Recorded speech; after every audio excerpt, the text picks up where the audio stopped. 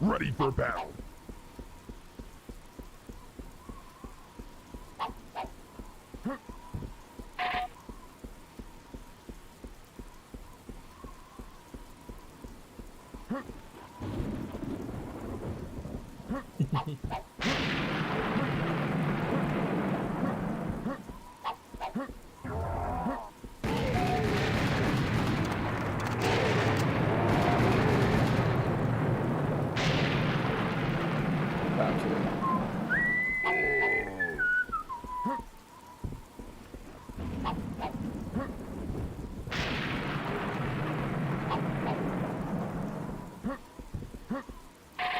Now that's some serious firepower.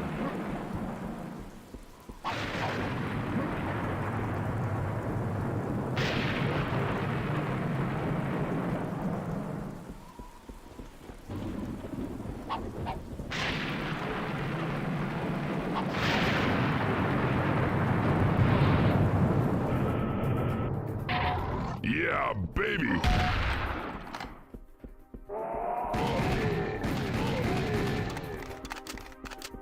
This game rules. I love Suicide.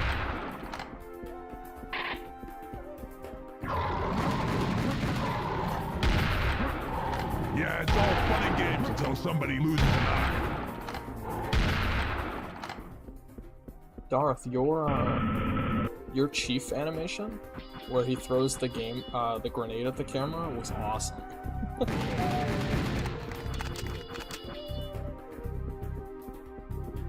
You should make more of those tiny shitposts. I think they're hilarious.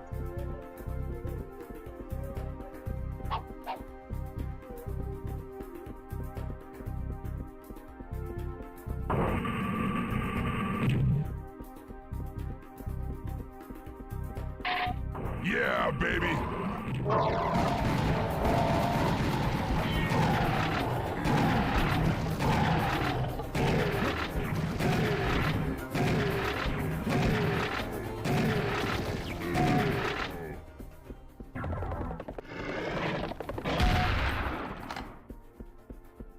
Is that a tough rig to work with? Like, there's not a lot of moving parts. I know, like, I'm not an animator, but, like, a contemporary gun is, like, it rattles, you know? It's, like, you can really fuck with the muzzle flash, the charging handle, and stuff. But the plasma pistol's, like, it's like something you hold playing laser tag, you know? I guess, like, maybe, like, when you charge it up, you can do some funny stuff with the shake. Or, like, some really neat stuff.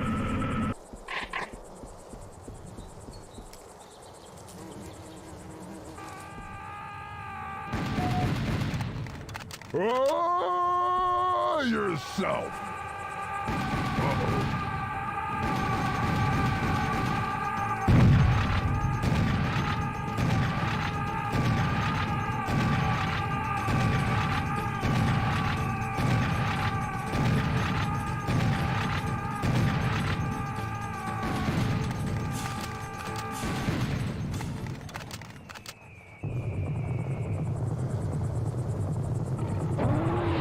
I missed.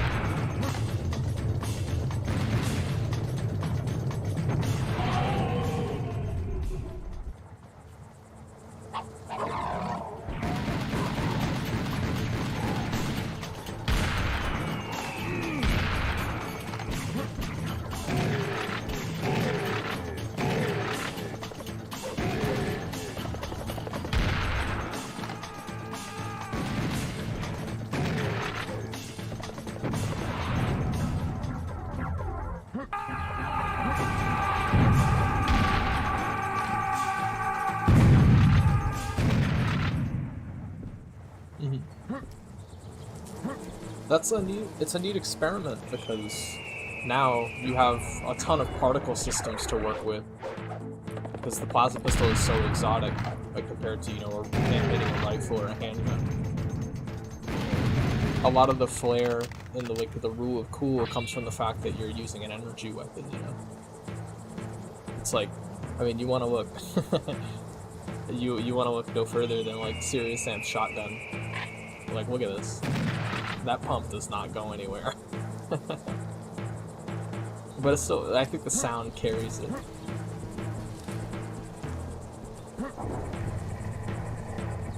Pro Team, renowned for their engines, not necessarily for their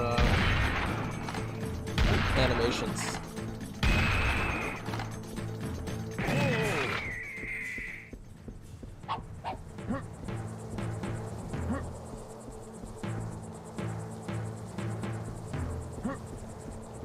Valley's always so hard to get to. Ooh, man.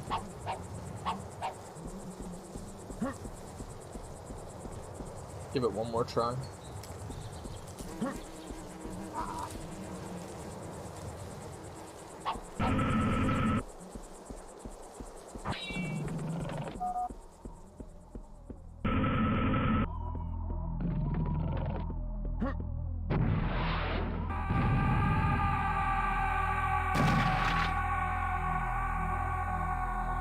Come over here, you stupid headless freaks.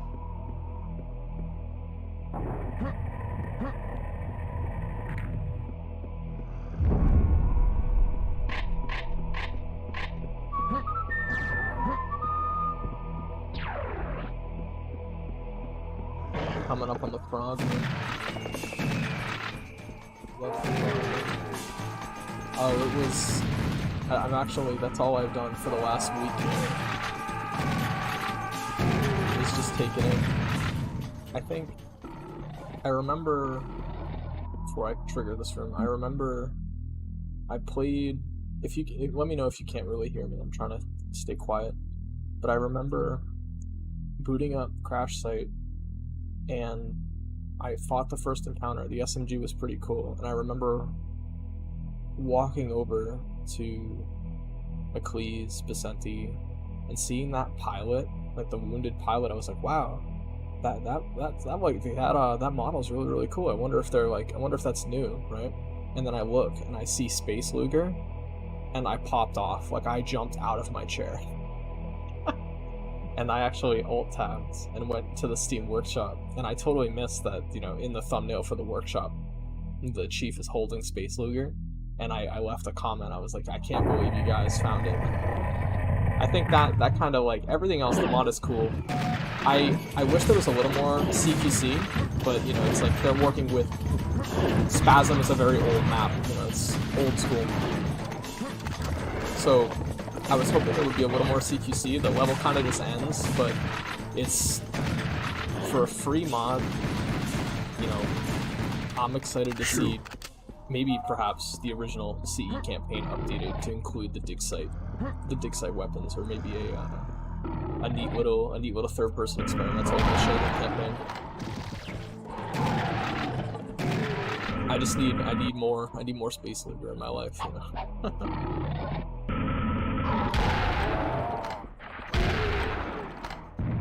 It was definitely a really good day.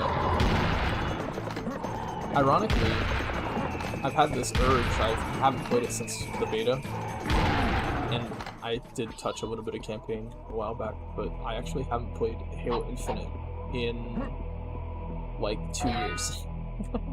So dig site actually, I wanted to play Infinite because I was like, man, I got the Halo bug, man. I want a deathmatch.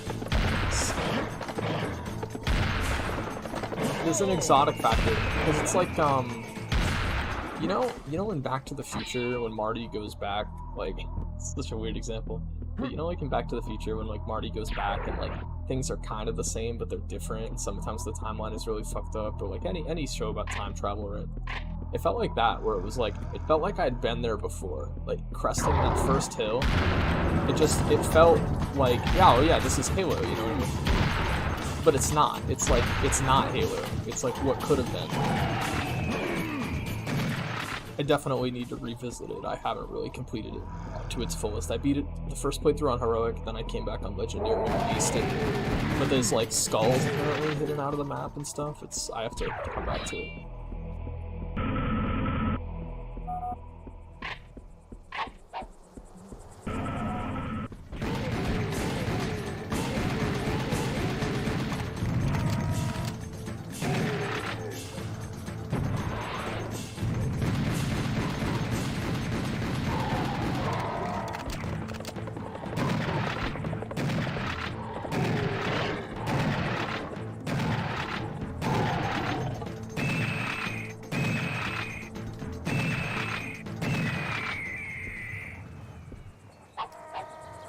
It's funny, there's kind of this like, it's friendly competition, right?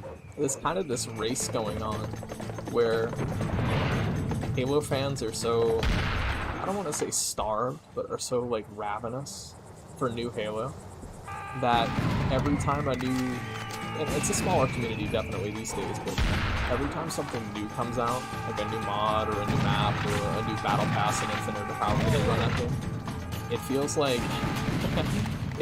it like takes over the whole community for about a week, and then the next cool new thing comes out and it like one-ups it. So like a couple months ago everyone was playing Cursed Halo, and then a couple months before that everyone was playing Ruby's Rebalance, and then a couple months before that everyone was playing Halo 2 Uncut. And it's fun to see like these guys climb the leaderboard, so to speak, at the Steam Workshop.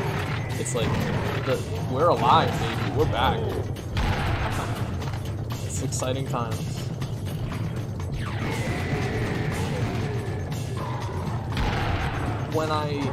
It's easy when you make a YouTube video or when you write a story to sort of, especially when there's a foot in reality, and video games are reality, making video games is reality. But it's easy to embellish a narrative and kind of like really doll it up and play it up, like. But when I say things like Halo 2 is a nightmare to work on, I mean it. And when I said in the end of that video, when I first talked about Dig Site and Halo 2 broke my heart, when I say that the fans can do it now, like the fans can carry the torch, I really, really meant it. And I kind of feel I feel almost exonerated knowing that I was right and that Dig Site is everything we could have possibly wanted and more. And I'll admit, I don't necessarily let them live rent-free in my head, but I read all the feedback and I read the comments, and I think there were a couple people on that video, especially when it took off in my small space, like in my small circle, when it took off, that didn't really understand what the thesis was or what I was trying to say, and they thought, and they're hubris to know that I was not making things up, but overreacting. But Halo is, in my opinion, Halo is so beautiful because it's worth overreacting for. You see the same passion in, say, the fighting game community or the Counter-Strike community, where actually, Frog Archist, or I just call him Frog. Frog had an excellent video about Halo a couple days ago where he said, the opposite of love isn't hate, it's indifference. And I think that's very, very well said. Very, very well put. And that's kind of what I was getting at with Halo 2 Broke My Heart. It's like, we're still here. There's an entire generation of people who view this piece of media, this piece of art, it's beyond media, it's art, as very formative for them. And Dig Site kind of was like catharsis, where for the first time in a long time, we had something new that was an absolute win. Anyone that talks shit about Dig Site is a goober, dude. Anyone who talks shit about Dig Site is a goober. How could you look at, and I'm not making this up, how could you look at somebody, like, I look at a free mod built by the community that just is all about just the love of loving Halo, and see that as anything but a net positive? Like, it's impossible. You can't spin that to be negative.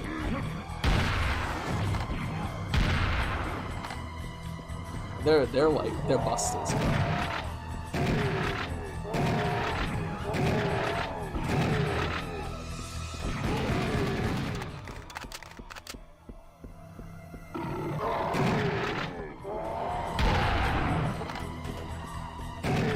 let me tell you something. So there's been not production problems per se, but there's been a shift where I just woke up. So yesterday I started on a new Vidmaster Forever on top of the new Vidmaster Forever.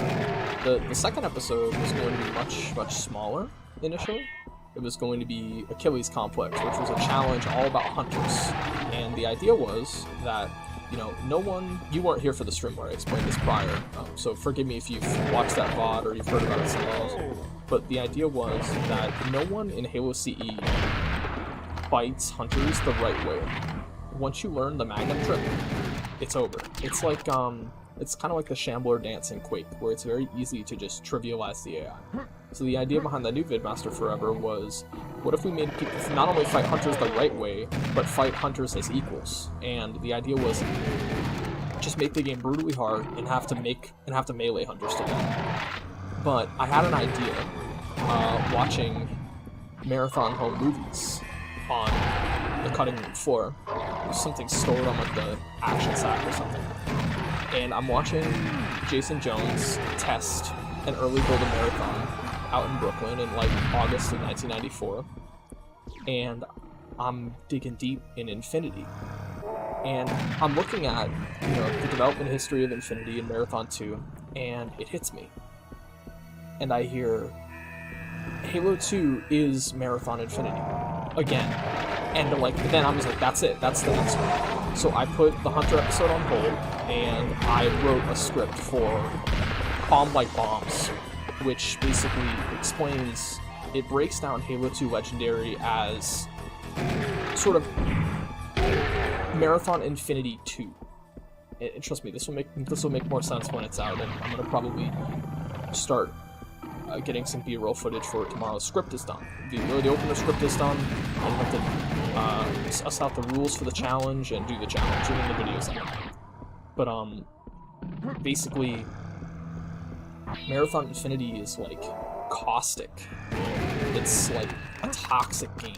It's player inhospitable, I think is the word I used. And Halo 2 is exactly that, for many of the same reasons. And it sort of goes into the there's an aside, it goes into the history of the Vidmaster Challenge and how the Vidmaster Challenge changed at Bungie over time. There's a couple in-jokes in there, and that's basically the thesis of it. I'm actually running the original CE background with the fades. That was I knew once I saw that one in the update I wanted to use it. Actually went a bit scorched earth on it. I did everything. Everything is the Halo 1. I would love to see a dig site theme done.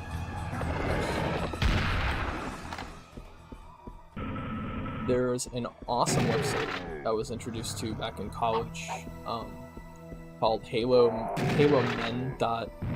me.nu, which is just a loop of the Halo menus. And I had a roommate, Jeff, who's I've mentioned before on stream. That's a face. Where Jeff was a very, very storied Halo Reach SWAT player. He couldn't touch me in CE and 2, and he would just leave his laptop, like his school laptop, idle on the Halo menu website for like 8 hours. And like even when he'd be asleep, you'd hear, you know, the monk melody in the background, or some days he'd run like Halo 2's menu, the one that makes you like have a panic attack. Good times. You know, just like I've played a lot of, not to get too introspective, but I've played a lot of Halo, and I think all I would want to do if I went back in time is play more Halo. It's funny how that shakes out. That the series is such a huge part of my life, of me growing up, that, you know, it almost like I wouldn't change a damn thing, I would just play more.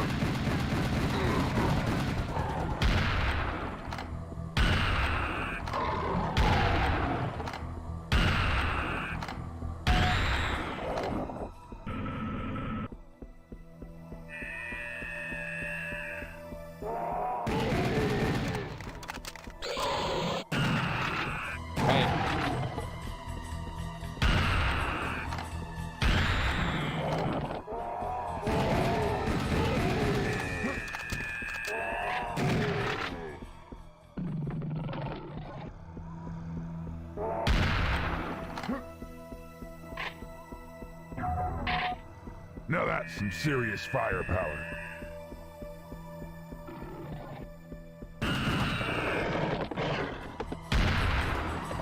Whoops, that's the developer console.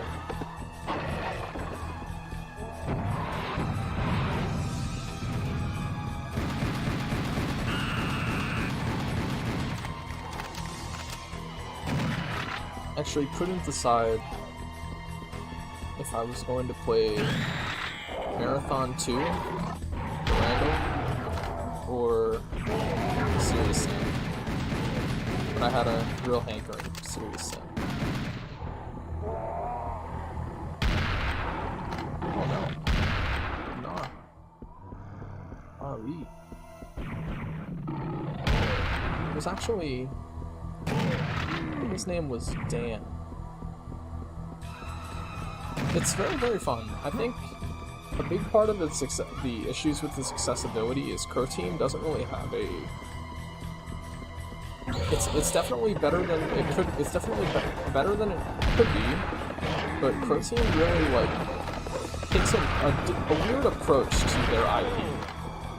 I'm convinced I could probably license the engine and build a Serious Sam game for like $2. There are so many Serious Sam games, which kind of floods the waters with not subpar products, but a lot of different interpretations on what makes the games great. Actually, I've heard grumblings. I played a little bit of it, but have to revisit it. My computer's not that strong. To play Siberian Mayhem, which is built by sort of a Double Aught style company. So Double Aught, the company that worked on Marathon Infinity, was just Bungie movies, right? And they went on to work on Duality, which went unreleased, which was sort of supposed to be a spiritual successor to Marathon, but in 3D. And Time Walk is working on Siberian Mayhem and some other smaller Serious Sam game projects. And I've heard Siberian Mayhem is like the best game in the series. So like you jump from the first encounter, second encounter, which are very sort of arcadey style shooters. They show their age. They feel like if you've ever played an arcade game by Atari, they feel like that, where there are definitely areas of their design where you can feel the designer laughing at you from beyond the grave. But once you master it, it feels great. I've heard grumblings that Serious Sam is bad. I don't think it is. I think it's definitely a little polarizing. Like, you see this thing, and you pick it up, and then 10 enemies spawn out of sight that are ready to just gank you and kill you.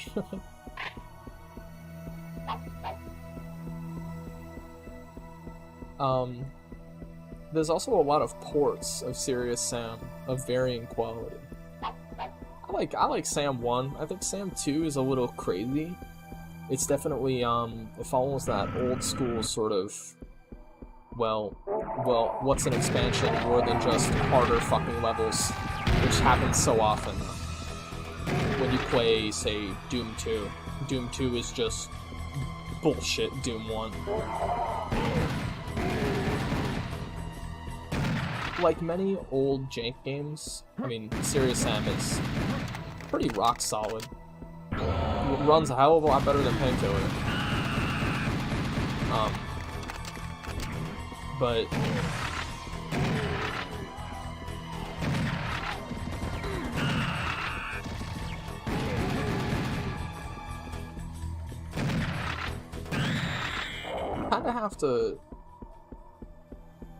you have to approach it like it's an arcade game, where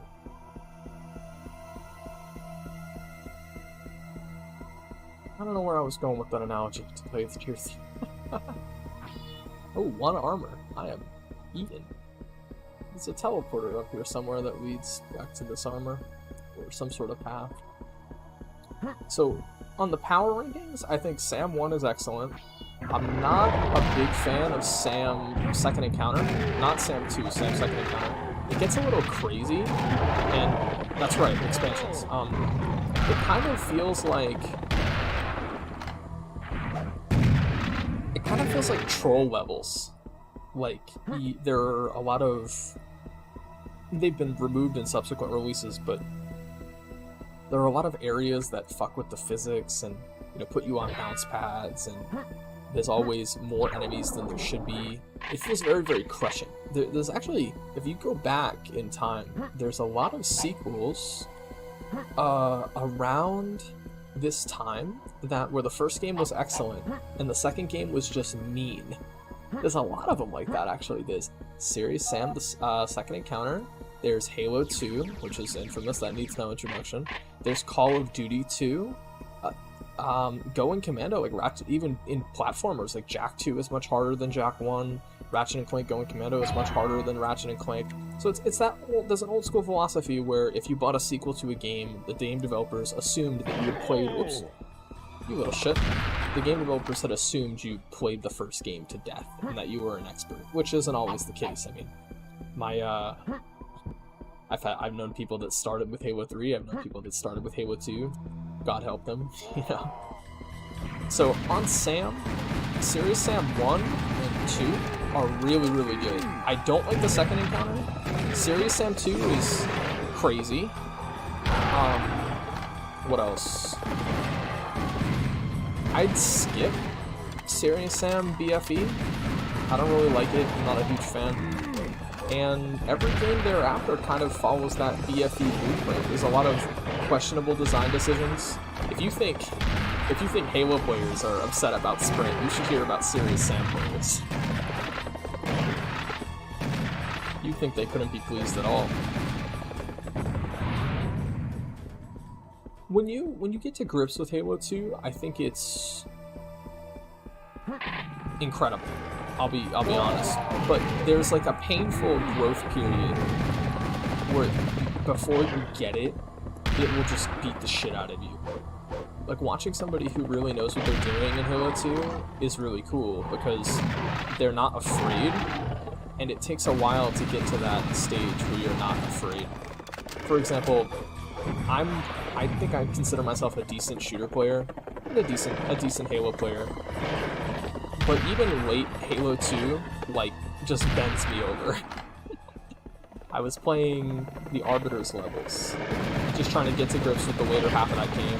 On Heroic, just a casual, fun playthrough. I've always maintained that Halo 2 Heroic is the equivalent of Halo 3 Legendary, but it's besides the point. Anyway, getting to Great Journey, Gravemind, well these are Chief and Arbiter levels, but Great Journey, Gravemind, Uprising, and am I forgetting one? High Charity. Those missions are just fucking mean. Like, the later Chief Flood levels are stupid. Where is he? There he is.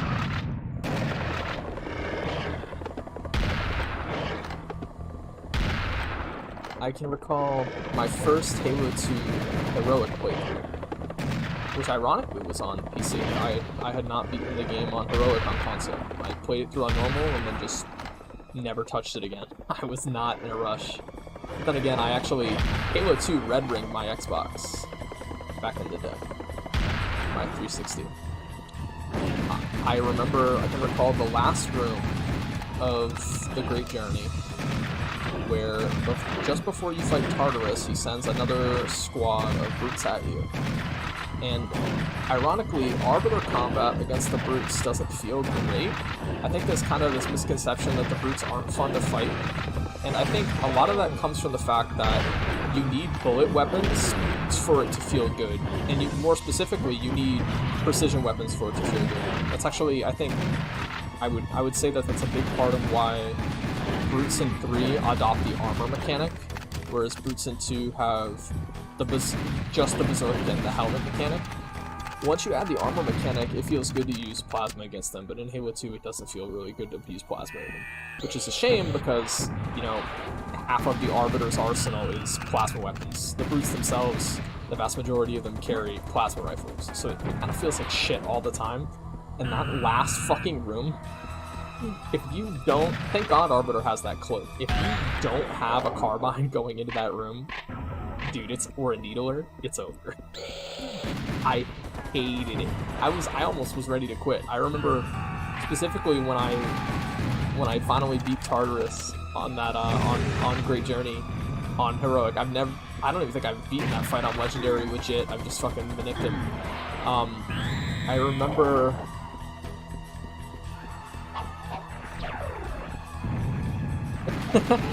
It's like those guys. There's this belief, and I'm telling you, there's this belief that the brutes are not fun to fight. That could not be further from the truth. They are a totally unique enemy type in Halo 2, and in Halo 3, they are just reskinned elites. And, or at least, they are not fun to fight as the elites. And in a game where you fight both, it feels really neat. It's just, man, you couldn't just drop a couple BRs just for no reason in the rumor before that.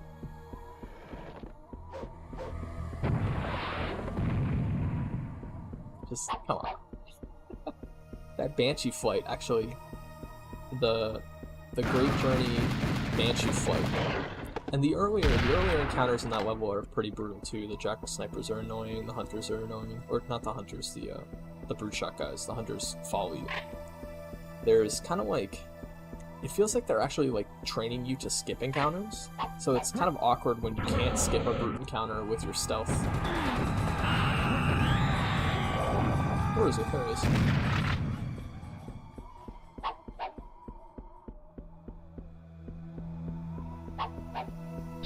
Halo 2...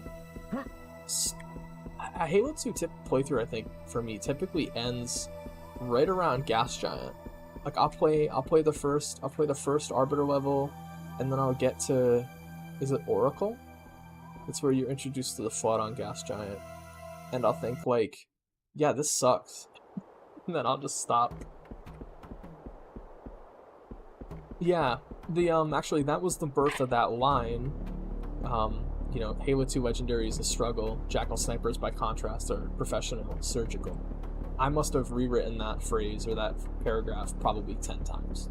Because what I meant by that was, you know, Halo 2 Legendary, when you're in Gravemind just getting pulped by 12 brutes, it feels annoying because you have to wait to die.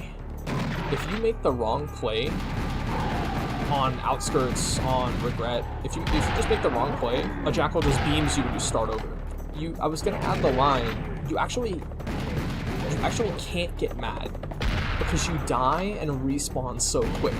It's almost like just this kind of like this tax where it's just like, well, you peaked at the wrong time, bud. Looks like you weren't fast enough to react to the 12 snipers we set up on Regret, all about this little stone fortress, you know, try again next time, bud. There was actually one cut line where it was, it's nothing personal, John, tread a little lighter next time. I was gonna find a way to integrate that, but it didn't really flow. But it's the truth, you know, it's like, you die to a Jackal sniper, it's like a blue, just like, try again, like, abuse the fuck out of your checkpoints, and move on, you know. But Gravemind and brute combat is like, they just beat you to death. They just beat you to death. And it doesn't feel fun, and, you know, you've got a brute plasma rifle and a needler, and you're just like, a typical fight, they don't kill you instantly. That's the difference. They just don't kill you instantly, and that makes it so much more painful because there's no way to know if it's a misplay. You know, you can absolutely, with Legendary Gravemind, the old Halo 2 speedruns, like, you would walk. What the hell? Did you see that? Oh my god! Damn, Sam is powerful. Yeah, it's quick, it's painless.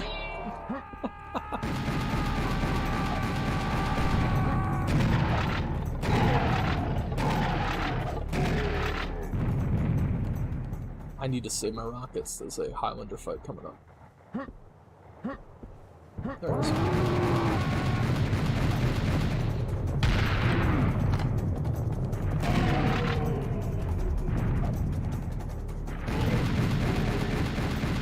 You may not have noticed, but there was actually a kamikaze riding atop that wearable.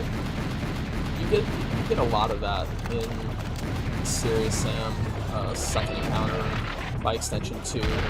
In 2 it kind of feels on brand because the whole game is kind of a joke. It feels like a cartoony, like, know, just a Saturday morning cartoon style shooter.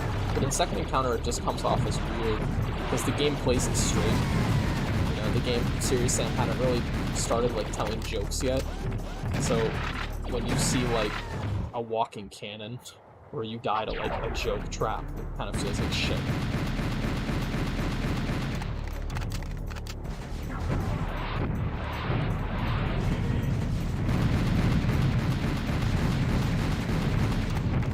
A lot of parallels.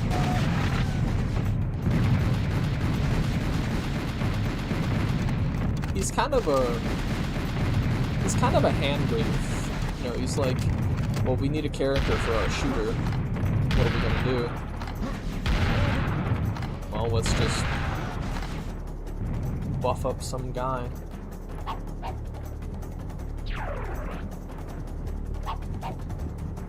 If you get a chance, you should try out. Well, it's kind of a Duke Super. It's like a cope coming from a Duke superfan, but the DLC for Forever is actually quite good. This Doctor Who cloning, I think it's called.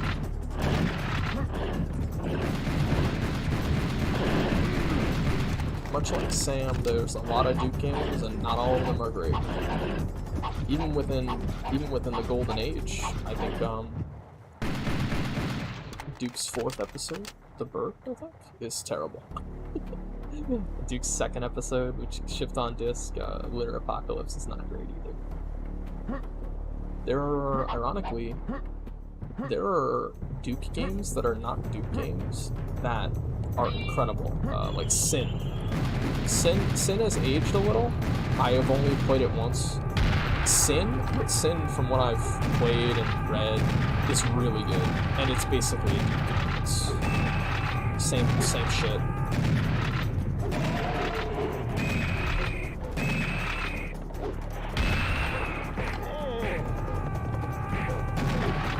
It's actually a Night Dive remaster, or sort of remake of Sin on Kex in cards, which is very exciting. Oh, I might be dead. Chump.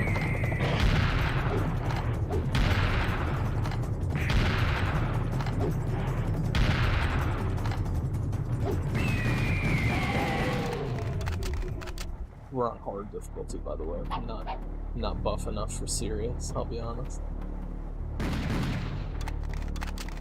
You gotta memorize a lot of the game to play on serious, and I don't even think I've touched mental. Yeah, Duke has. I really do sound like I'm parroting now, but Duke I think is fundamentally misunderstood. Ooh, I am good.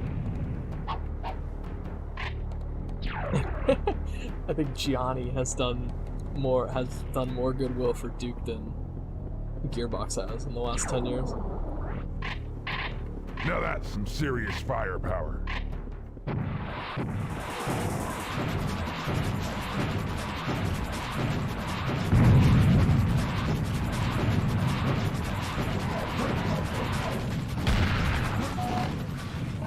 It's interesting. This is getting serious. Yeah, he actually. Oh, whoa. Oh my goodness. Huh. Thought I was about to die there.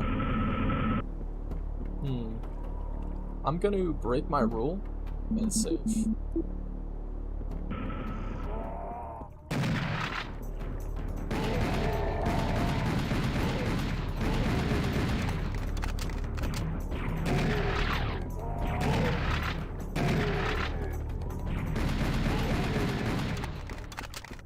Duke, step out of the bisexual light.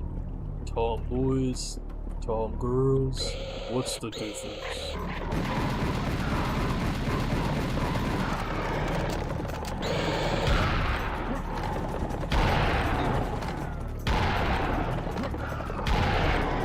Oh, yeah, I figured.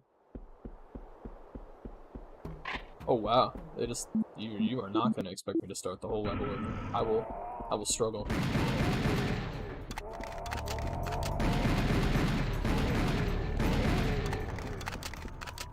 a friend in school who actually was like, he was buff as fuck. That's really all I remember about him. His name was Dan, and he was a huge, serious Sam fan. I almost bought an Xbox off him a long time ago.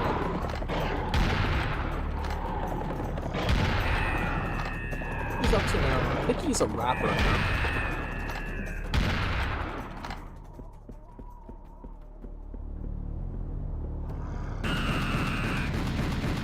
Big spot the sky, not above it.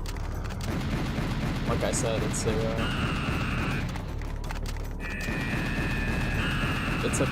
like an arcade game. You need to meet the game on its own terms. It's gonna be cheap, you can be cheap.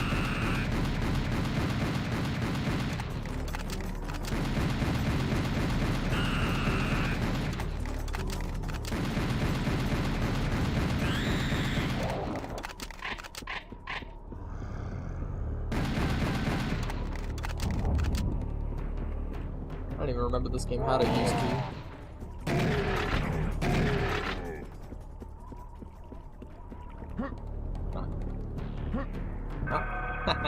I'll do the other encounter, but, you know.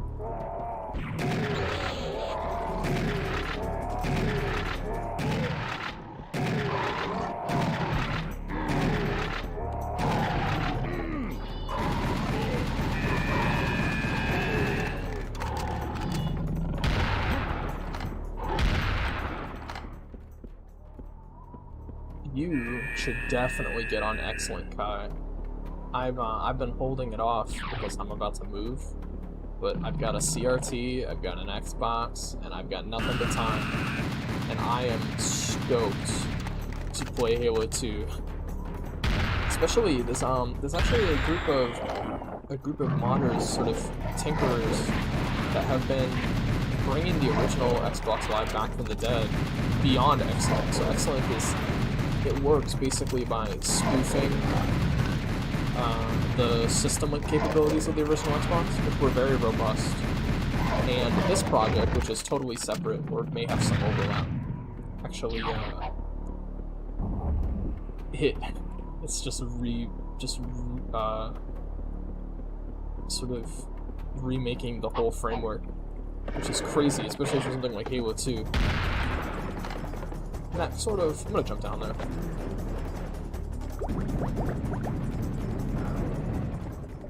I know Vadim and the Halo 2 guys have been holding Halo 2 game nights for a long time now, which is sick. And I think I'm not crazy about original hardware or original developer intent. I like running my games at a crispy, crazy frame rate and so on and so forth. But you know, there's something about playing Halo 2 on original hardware. Ooh, I might die. Not even close. Not even close, baby.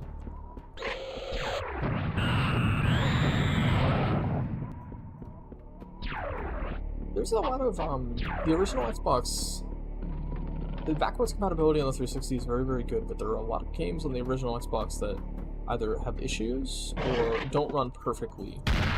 And I know one of them is a deep cut from Sega that I've been dying to play, called, I think it's Spike Out Battle Suit. So the original game, Spike Out, was... I wrote an article about this or at least had an article in the can for this for Hardcore Gaming 101. I was gonna do I actually need to email them, shit. I was gonna do an article for HG 101. I talked to the site owner, and I was gonna do one about Spike Out. And Spike Out was a really unique beat-em up released by Sega in the arcades back in the mid-90s. So the big thing back then, as you'll probably find, was fighting games. So Spike Out was not a fighting game, but it had a foot in fighting games, but it was a PvE game. You could link 4 cabinets together over a wire and play, you know, this weird sort of LAN system like sort of setup. And it was specifically designed. I think members of Spike Out went to work on Yakuza and Monkey Ball, It was specifically designed to be played for as long as possible on a single credit. And I've followed the community for a little while now. There's his name escapes me at the moment, but there's a very talented Spike Out player in Europe at the moment who has played the game on the highest level for almost 10 years and is just exploring and mastering the game, which is awesome. And the Xbox got a Sega had a great relationship with Microsoft early on in the Xbox's life, and they developed DIMPS, and was published by Sega, a brand new Spike Out game for the Xbox. There were quirks, you know.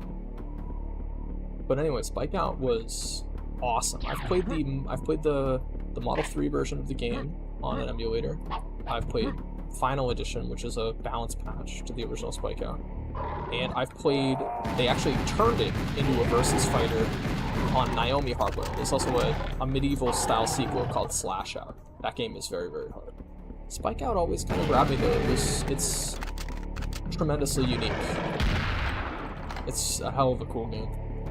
I think the coolest part about it though is, you know, the 4-player capability. Everyone gets their own screen, you know, all the characters are totally unique. Beat 'em ups have always been a bit of a guilty pleasure of mine. Even the cheap ones, you know. I really like the new Streets of Rage. I like the old Streets of Rage, Final Fight. I would play Final Fight at the arcade between matches to desalt. I'd be frustrated, or I'd lose, and I'd be like, damn, this sucks. And I'd go and blast through Final Fight. I'd just credit feed through it, and you know, there's something about that design, that era, where it was, the game is cheap. And this circles back to Serious Sam, ironically. The game is cheap, and the game is not fair, but the game is really fucking fun. And I'm kind of glad we've moved into the era of games that were designed to be beatable, but, you know, we may have lost a little bit of that along the way. Here's one of those gimmick rooms. Frogs.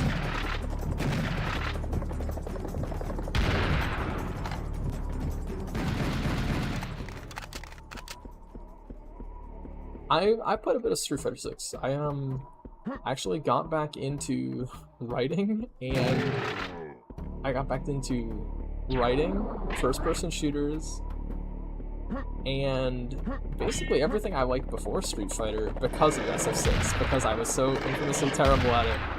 I decided to take a break from fighting games altogether. I've typically been a fighting game competitor commentator on and off for about 10 years now. SF6 is the only fighting game, this sounds scripted, but it is the only fighting game I would actually recommend. It's the only fighting game in the last 10 years I've been able to recommend without a caveat. Man, this sucks. Kill you. Even for total beginners, the game is incredible. The World Tour mode is neat. Yeah, it's fighting games are a window to the soul. It's I've learned more about people playing Street Fighter with them than I have in 10 years of knowing them, just from a couple matches. It's how they react to losing, how they react to winning, how they play. But man, if you're not playing it for the community, you're making a mistake.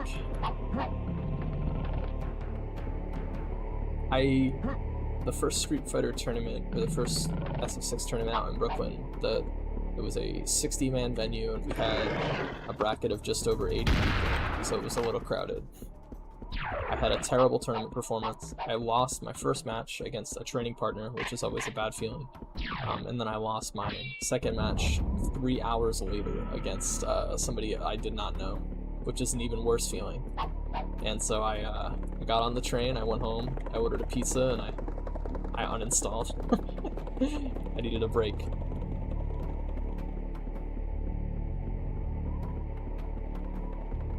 There's something about fighting games that's so frustrating, where since it's wholly your fault,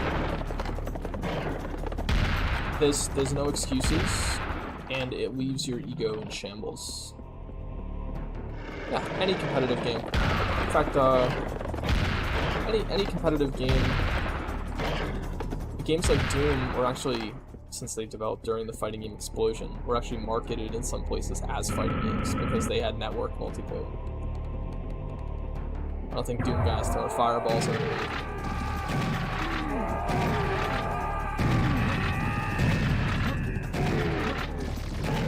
Just low on health.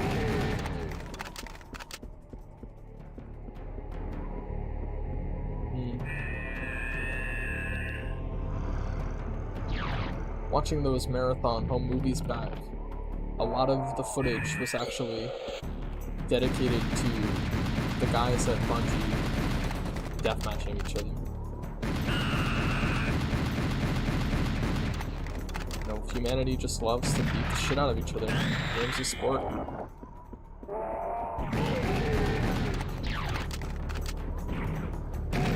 It's funny, I actually played Tag 1 yesterday, or not yesterday, last stream, which may have been yesterday, I'm losing track. I actually, this is a bit embarrassing to say, I might need to turn in my gamer card, but I actually haven't finished Tag 2. I played Tag 1 on release. Come on, you ugly freaks! I actually, I skipped work. I called out sick to play it. I said I had a stomach bug. And I got it. I played through it in one sitting. Tag 2, I did the same thing. Thankfully, it came out 6 months later, so I was able to use the same excuse.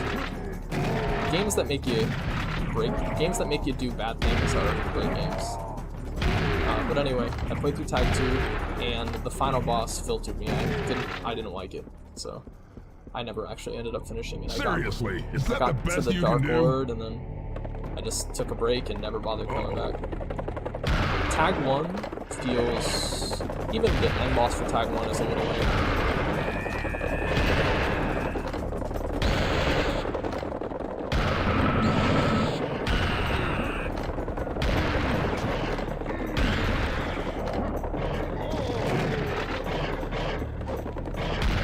It's very hard to do a boss that heals. And I think we, as fans, as fanatics, I mean, that's exactly what we are, you know. As fanatics, it's very easy to expect a lot more than is reasonable. So I definitely was a big Doom Eternal fan back then, and having played it a lot, I thought I understood the game better than the developers did. And there's something to say that some fans do, but it was not me. I really thought and this is common sentiment, I thought the Chain Gunner was a little half-baked. I would have liked to see him as sort of a mini-boss enemy, a la the Marauder. I thought the Stone Imps were poorly implemented. I liked the Spirit, I think that was what it was called, and I especially liked the changes to the Spirit when they nerfed Tag 1. I think Tag 1 should not be nearly as brutal as it is, or as it was, but I played through both regardless. And the Samur fight was a little weird. It's very... I will concede and say it is really, really hard to do FPS bosses.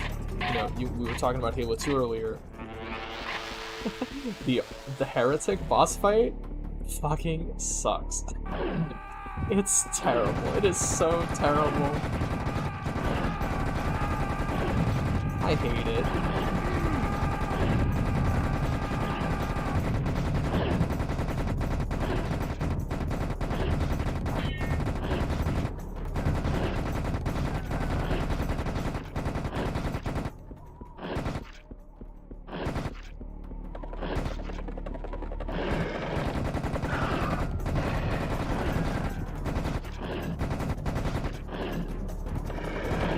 Yeah, Incubus is pretty goated. I'll ape Mandalore here and say that Bungie understood, or Doom and Bungie, talking about the Heretic boss fight, Bungie understood very early on that you could elevate a bad level with a good song. I don't think it really works that well for Marathon. There are some good ones in there, but for Halo especially, I don't think I would like 343 Guilty Spark nearly as much if Marty didn't really, really ham it up. I am gonna do Moon Mountains. Oh, I need rockets. Okay. So we're gonna go over here. This is spoilers, by the way.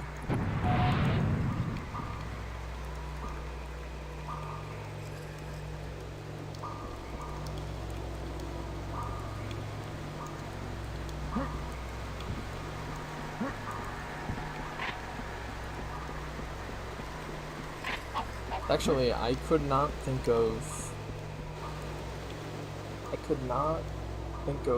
any other songs to use, and actually I don't think I'd be able to use Ambient Wonder in any other videos because it's so short, and it kind of just worked out. It's in the seagull stalling video. I hope you learn things. Yeah, there's I think my favorite is Into Betrayals. There's a little drum run, you know, I'm getting sidetracked, but there's a little drum run in that is on Deca Millennium in Crash Site, where you get into one of the Warthogs and it plays a little drum run, and I thought that was cute. But I think my favorite is, it's Under Cover of Night, and it's Final Run. When the title card drops, it's snowy, it's nighttime, and you hear that song come over. I think that's perfect. I think that's the best one in the entire series. Maybe the Mausoleum fight, the Breaking Benjamin Mausoleum fight is pretty good too.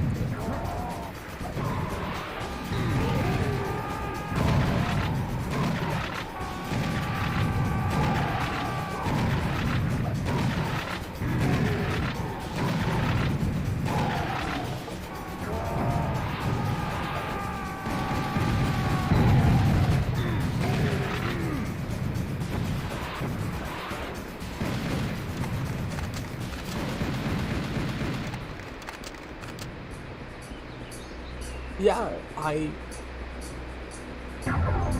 wonder, a lot of artists, especially modern ones, kind of stumble into genius, but Marty is like incredible. I know this, I think he's gonna live down there actually, but I know it's kind of tired to say what he does is genius, but it's like, for your first outing, you know, obviously he had done music for games before, but like, it's amazing. it's so good. It's so good.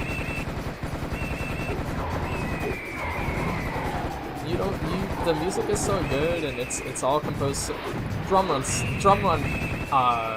in the Maw is actually pretty bad, I'll admit. It's not great, but like, you don't even give a fuck that for half the game you're running backwards because the music is so good. Even here, right? Even with Serious Sam, you know, I don't even know what music is playing right now. To have the foresight to understand that when music in games plays long enough, that, and Serious Sam does some good work, I'll admit, the composer for this game, Proto. But to have the foresight to understand that when music is playing all the time, it fades into the background, is genius. I would have never in a million years understood that. And this is as a musician, so. I do like, however, not to totally dog on Serious Sam, I do like that when you're out of combat, the music fades down. I always thought that was nice.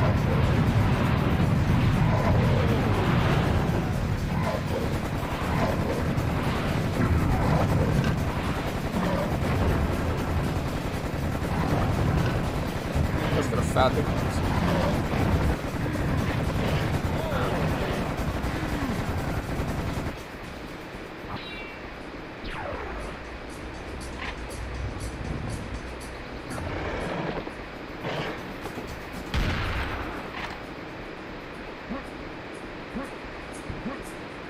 That's actually the only piece, well, obviously before, or the only situation in Halo where any sentient life is on the planet. So like, what am I saying? The 343 Guilty Spark suite, the 343 suite, is the only time in Halo where you can assume that there's other sentient life on Halo beyond the interlopers, the Flood, the Covenant, the humans, because there's like a bird sound at the start. And I always thought that was weird, but it sounds nice. Like the wah wah wah wah wah wah wah wah wah, you know, it's like a little bird.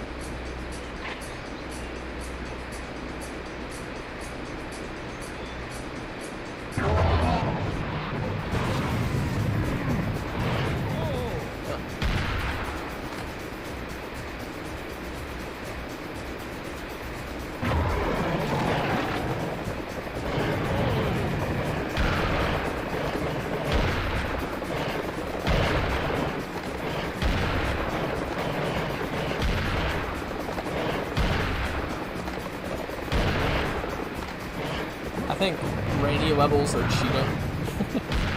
Of course it's gonna sound good. We like the rain, you know. We have this primal reaction to the rain.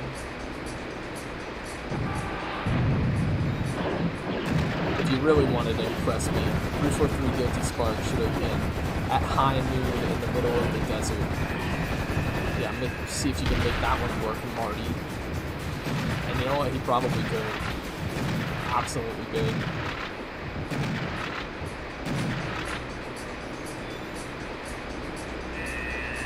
Let's save here. Got some tough combat coming up. This is a secret level after all, so actually going into it with way more health than I thought I would.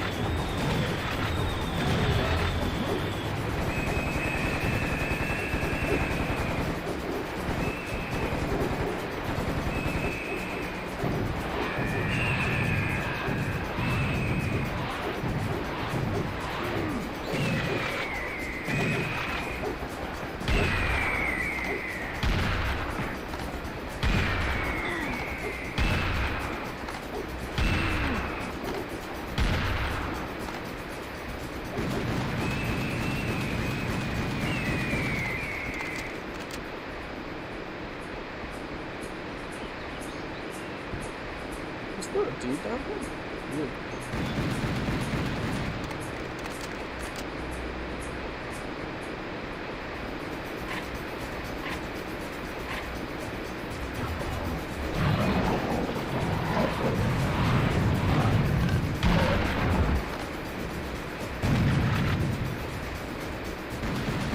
No matter how hard this game gets, it does not have jack snipers.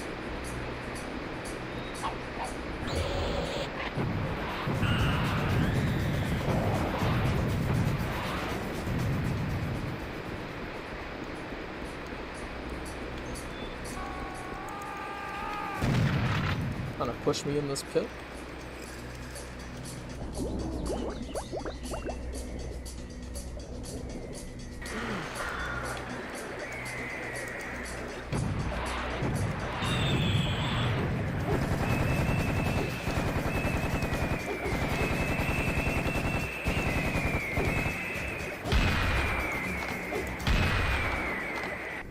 I can only imagine if I went back into the past and told my younger self that I found this to be good graphics. I wonder if they'd beat me up. Look at these refractions. This is gorgeous. It's just nice color theory. You know, textures could use some work, and these are kind of blocky, but this is just pretty. Like, this is a cave. Perfectly blue water. It's amazing.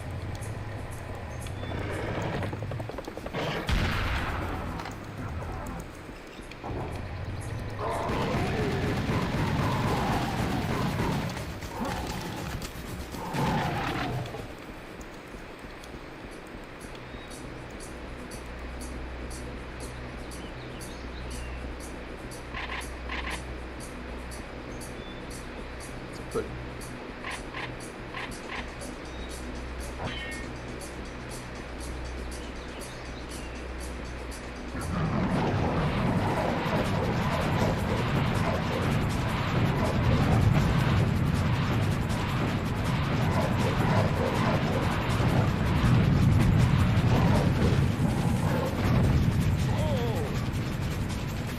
are still incredible.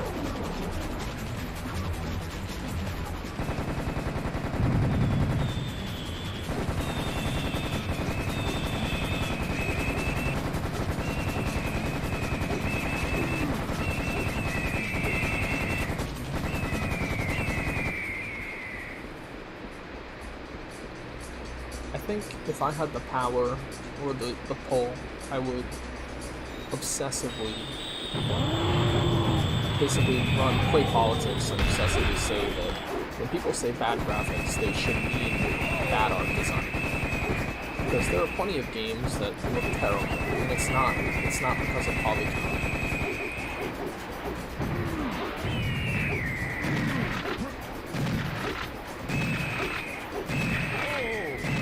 Maybe.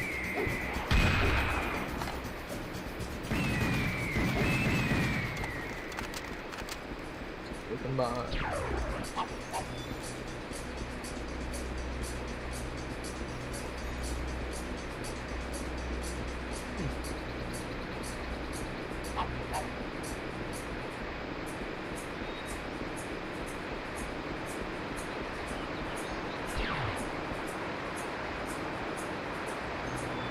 Get him, son.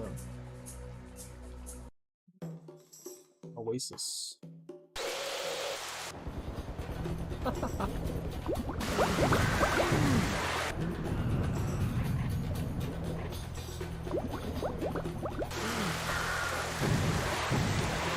Good art design. And think about, played more Half-Life than I should have, to be honest. Think about what you've seen up until Surface Tension, right? That chapter. So the entire game, and Halo does this to a. I'm aping YouTubers when I'm doing it, but Halo does this to a smaller extent, where the entire game so far has stuck you in hallways, cold corridors, etc. So when you get outside and you finally see the sun, that's powerful. So and you can go nuts with that, and they do. A lot of the game from there on out is outside, and that changes. It changes like how you feel, even subconsciously. It's like Serious Sam. Like even now, right? What I'm talking about is good art design, like good pacing. You know, for most of the game up until this point, I have been in the Egyptian desert. I have not seen the color green. I have seen more of the. Oops. I have seen more of the color green on my HUD than I have in the textures up until this point. So when the game suddenly flips the script and dumps me into this oasis, it stands out. It's gold, you know what I mean? And that's the basis of the foundation of good art design. So mixing it up, making areas appear striking. And sometimes you can do that just by sheer scale. Sometimes you can do that just by being different, you know? Look at the colors. How when I shoot this harpy, the blood and the red juxtaposed against that blue sky.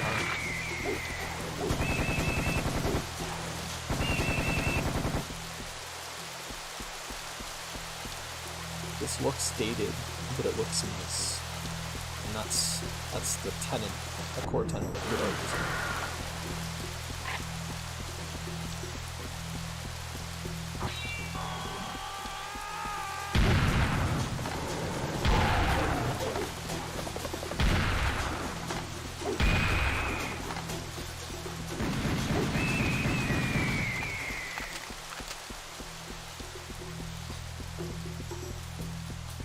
I played both actually. I played the mod and the foros.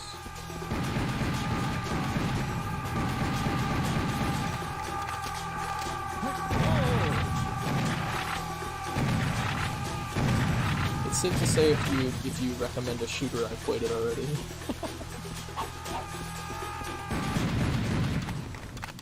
But I think this thing that stands out about Black Mesa, at least to me, is I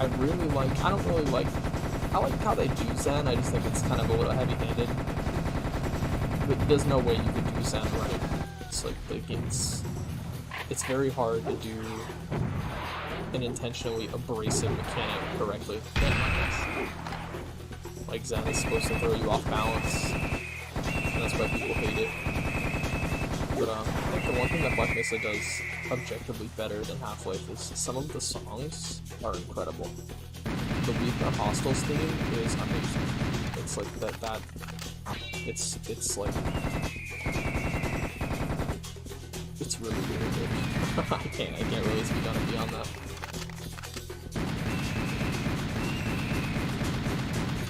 There's something about it. It's like Half-Life soundtrack is good. There's some bad ones, good songs, bad songs, etc. But I think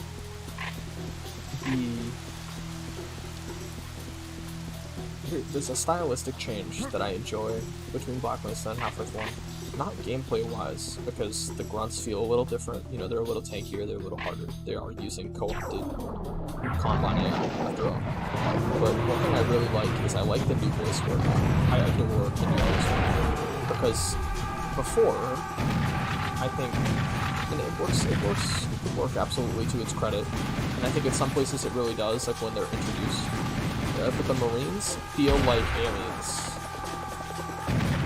Like the text-to-speech fucking speak and spell voice lines, like, you know, we will kick your ass, you know, things like that is like, it's kind of funny nowadays. Like, you get guys making these AI videos of the Half-Life grunts, like, reading copy pastas, because the voice is so iconic and in some cases not great.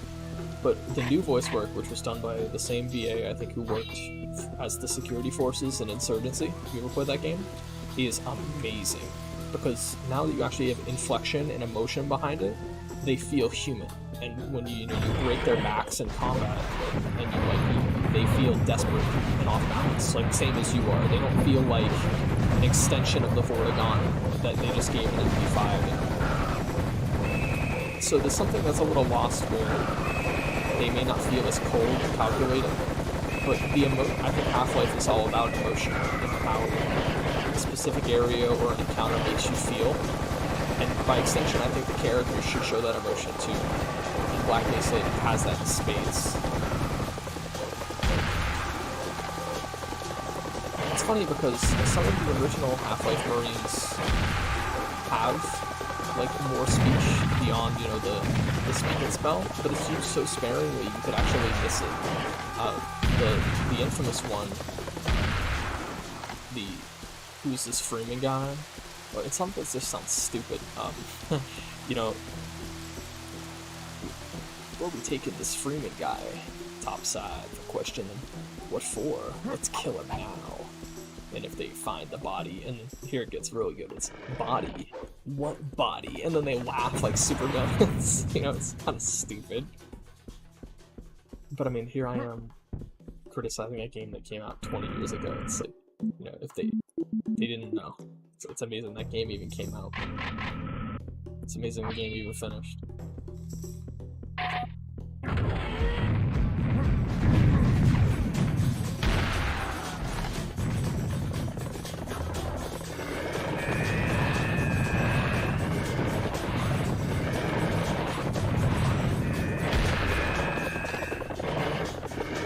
What games had a story that was worth reading prior to that point? Why does Doom Guy want to kill the demons?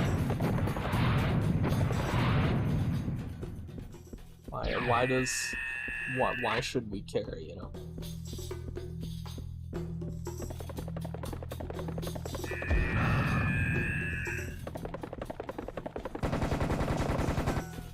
I think Half-Life actually might have been...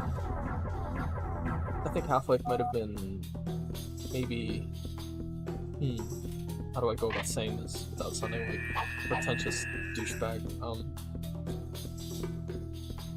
Half-Life having a big bad? Like... It kinda doesn't actually, now that... Oh wow.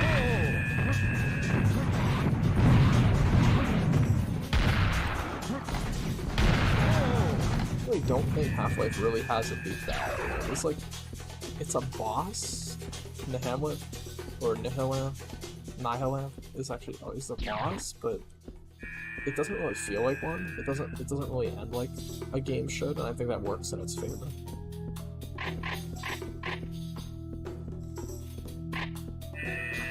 Serious Sam has a boss. It's like, what's the goal? It's like you're gonna kill Alexand the Third.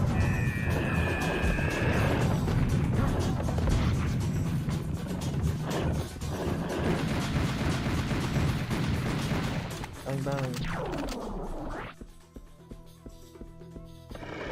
So humanity has been wiped out, or is on the verge of being wiped out, and they discover an ancient super civilization known as the Syrians. And it's funny, I only know this because I looked it up, expecting someone to ask. So, the history of the Syrians is they are a super civilization that I assume are world builders, and they basically created super technology that let them leave the solar system. And the Syrians got wiped out by Mental's forces, which is like a conglomerate, like a covenant sort of group of aliens that are basically slaves.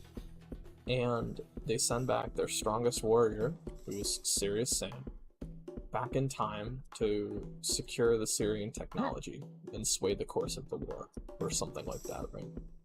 And that's the story of Serious Sam. And the gameplay, the ludo narrative dissonance, if you will, is it's an arcade shooter where you shoot a lot of cool bad guys in Egypt.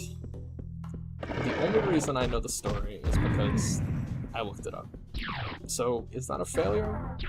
Maybe. I don't know. Oh god, the fucking frog room. Frog room 2. Wait a minute. Let's try this again. I need that extra 10 health.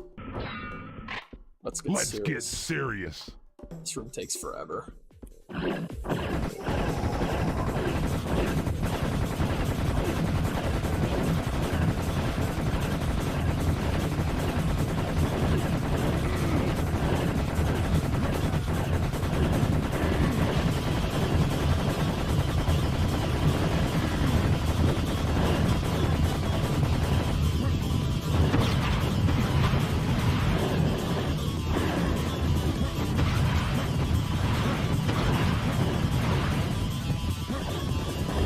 Bro, I heard you like frogs.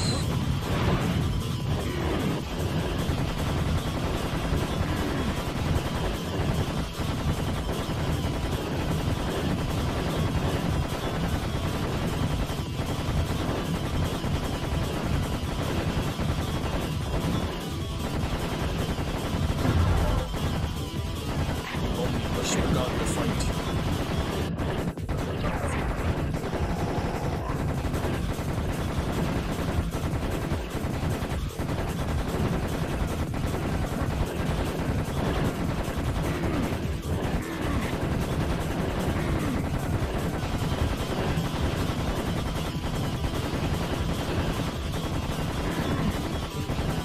Stay solid.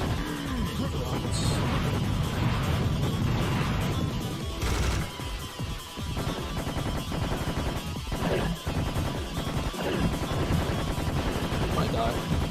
No problem.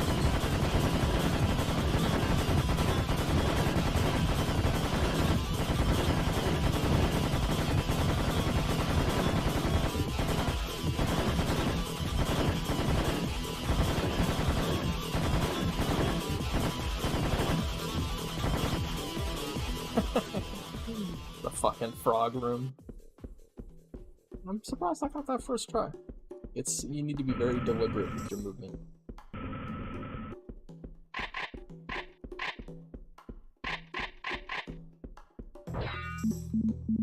Save.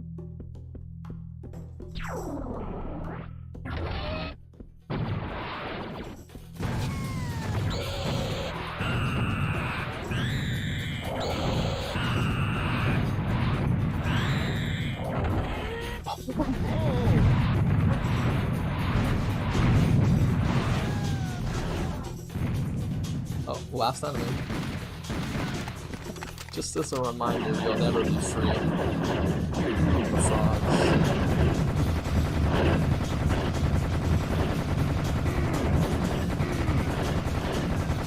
If I die, I have to do the frog room over again.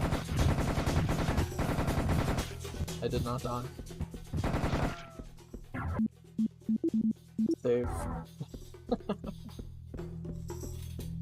Fucking frogs, dude. But we get the next element. Oh yeah, you need to collect elements. I think that's a big part of the story. And Sam holds it up with that excellent Crow Team animation work. I think we're headed to Dunes, fan favorite level. I don't really see the appeal. I think Here Dunes comes trouble. Dunes is I like the soundtrack. This is the Serious Sam theme.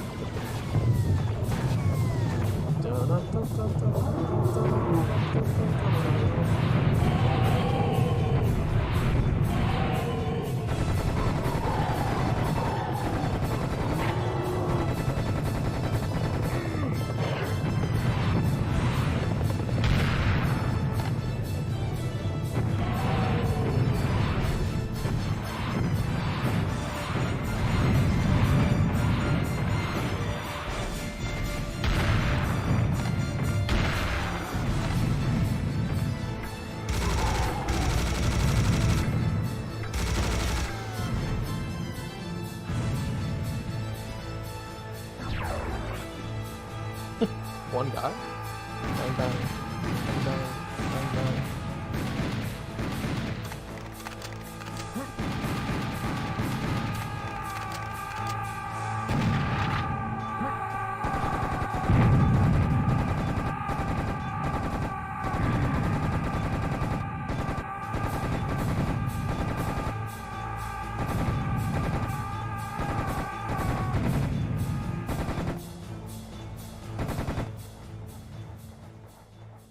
There is sort of this, like... Oh, listen to that. See how it... It's like, see how it seamlessly transitions back to the idle theme? And then when I crest this hill and see the next enemy, it'll kick right back in. There we go. That's pretty good. It's like, that's... Dynamic music is always appreciated. Because it makes you really listen to it a lot more. Like, you'll tune it out. And that fades back down. It can feel kind of janky sometimes, but...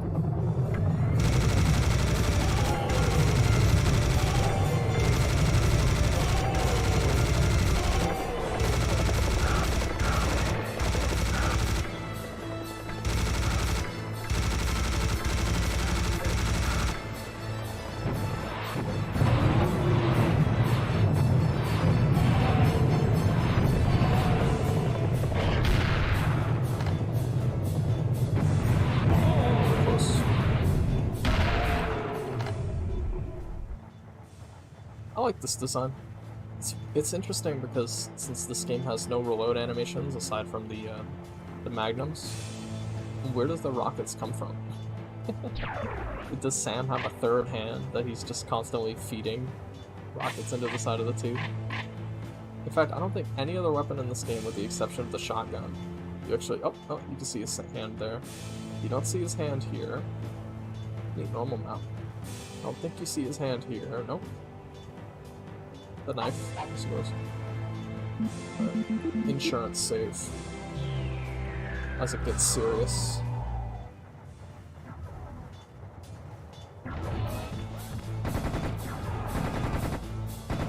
So this is a unique encounter. It's the first one. I wanted to say that Serious Sam's designers, I think as a byproduct of the game being in development for so long, as they got to grips with their engine, really understood how to mix up their game. There's a lot of, ironically, despite this game's not really having an influence on each other, there's a lot of Halo in here, where the designers thought, well, how do we mix this up? Like, we have all these unique enemy types, and none of them have particularly smart AI. How do we make the encounters fun regardless? So they mixed, like Doom or Quake, they breathed on Unreal, by extension. They have all these unique enemy types, and how they use them together makes them interesting. So, one thing I wanted to highlight, which I will on this next, on another kamikaze that gets close, is just how much foresight went into the enemies themselves. If this guy gets too close, the first shot of your Magnum will not kill him, but stun him. So if somebody is too close, you actually have an option to get rid of him, where you can just shoot him with one round to get some space between you and the enemy. With that kind of foresight, that kind of like mastery of your bestiary is really, really commendable, especially for a team that had never made a shooter before. Before Protein made Serious Sam, they made like sensible soccer ripoffs. And they got into game development, and I quote, because it made money, because they made a lot of money. So to see something that thoughtful come out of a developer like this is very, very impressive. I'm not actually sure what the original team went on to do beyond just more Serious Sam. The Protein couldn't have totally stayed together over all these years. So I don't know where the developers actually went. I think they stayed in Croatia. Some of them may have never worked on games before or since. You see that a lot, actually. In no other industry has there ever been this many people that know nothing about games making incredible games. Like GoldenEye. Most of the staff on GoldenEye had never worked on a game before. They were like SGI graphics engineers or something. Funny how it shakes out. Gives me faith in my own projects that maybe I'll get lucky. Not again. Who's What? your daddy? I don't remember this.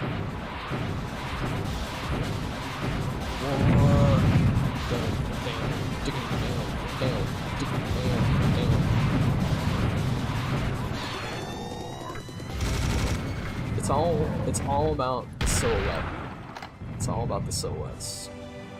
Every enemy, none of them blend together. Even, actually, you know, I could open up Nitrixa.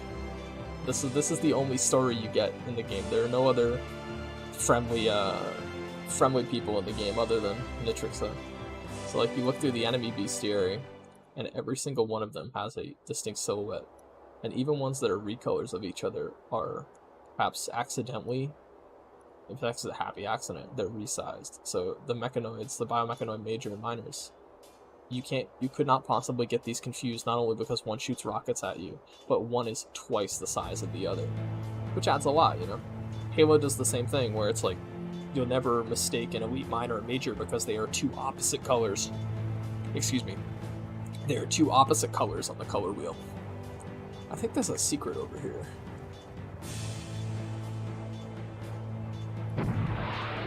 Exactly. See? Ooh, that's neat.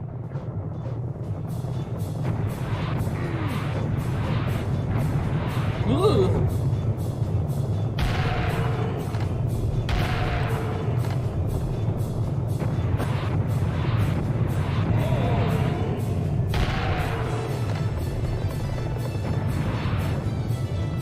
A big criticism, and there are the Serious Sam community has a lot more in common with the Halo community than you think. The Serious Sam community takes issue with Serious Sam 2 because they fall into a rut where, because of a larger game, I think it's the only game I've ever seen where you can see all of the budget between Serious Sam 1, Serious Sam First Encounter, Second Encounter, and then the ports to consoles, and then eventually Serious Sam 2. You can see the budget in Serious Sam 2. There's a lot more voice dialogue, there's a lot of shit in that game, and one of the things that people take issue with is there is so much shit, it's very hard to get yourself into the flow state, where, like, for example, I'm gonna walk into this encounter here, where you get introduced to the laser gun, one of my favorite weapons in the game. We're gonna pick up all these enemies, and these are clears. So you look at this and you say, oh great, clears, right? And then a biomechanoid major, and so on and so forth. The thing that makes this flow, and the thing that makes this work, is over the course of the games to this point, I have been able to learn, and whoops, that's embarrassing, Oh no! I wonder where I saved. Insurance save right here. So up until that point in the game, I've been able to learn what all of the enemies do, and I've had experience fighting them. Every chapter in Serious Sam 2, they introduce the same enemies, but they look different. So you actually don't get introduced to clears until about 6 hours into the game, but you fought enemies that are like clears up until that point. Even the kamikazes have a reskin that has a little different health values, a different AI behavior, the scream is a little different, so on and so forth. So you have to constantly, an issue with Serious Sam 2 is, but mostly only on your first playthrough, which is the most important, the first impression.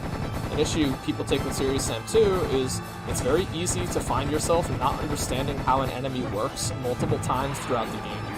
And the encounters don't account for this, so they will throw enemies at you. Some of the encounters account for this, some don't, where they will throw enemies at you that you could not possibly understand and just expect you to figure it out.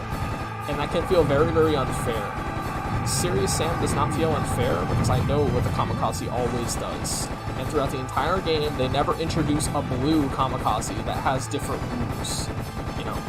It would be very, very easy to pad out your game and pad out your difficulty by adding, a red kamikaze, that when you shoot him, the blast radius is double what it usually would be.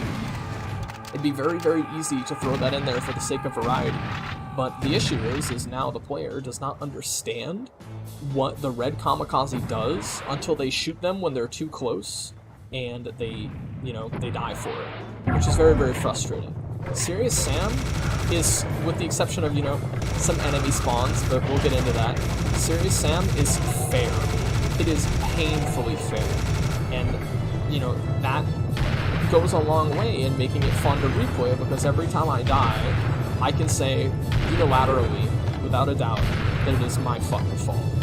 And Serious Sam 2 does not have that benefit. I think, really, on Croteam's part, I think it was an accident, but it's something that they've tried to rectify in previous games, or in future games, where, like, Before First Encounter reintroduces most of the enemies from the previous games, but they stay the same throughout the entire game. That's good design, and they kind of came back around to that. Alright, let's try this again. I'm gonna do another insurance save once we finish up the Dunes opener, and then go inside over here. Yoink.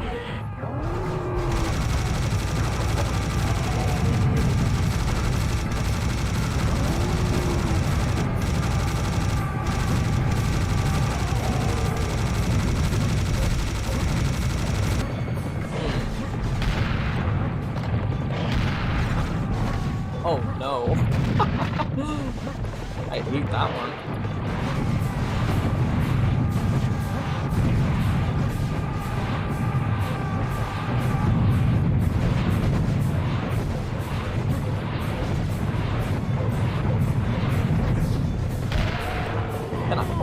I thought I could clutch it. Man, this is embarrassing. Gotta turn in my gamer card.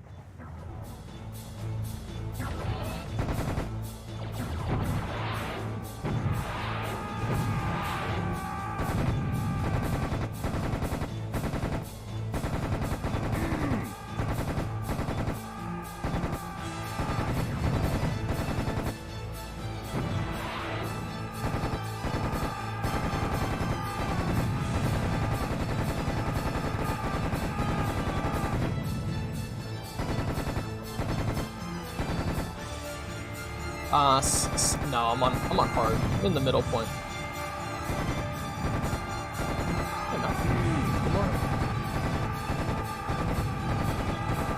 Not buff enough for serious difficulty.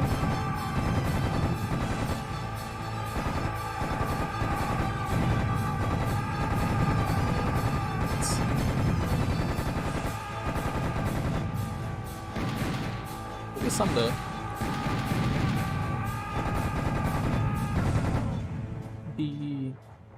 The higher difficulties might just be memorizers. They really just might be memorizers, I'll be honest. You need good movement, but if you don't know what's coming, Serious will fuck you up.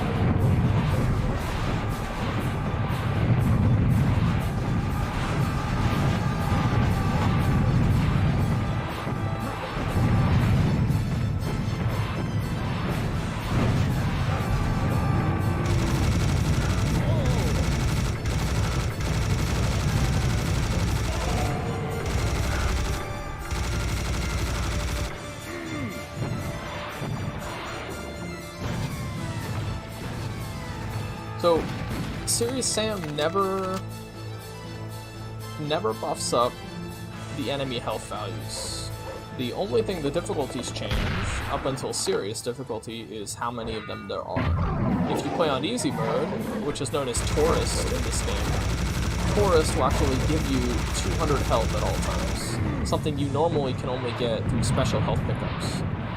And once your health drops below 200, you can bring it back up to 200, something that never happens in the game unless you find another special health pickup. Mental difficulty, which is a secret difficulty, is essentially a nightmare mode where the game makes all of the enemies invisible. I've never even seen anyone Not attempt again. mental Who's your daddy?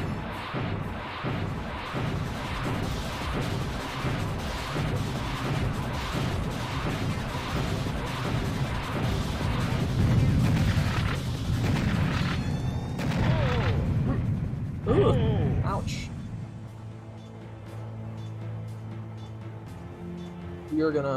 I'm gonna do this encounter again for my pride.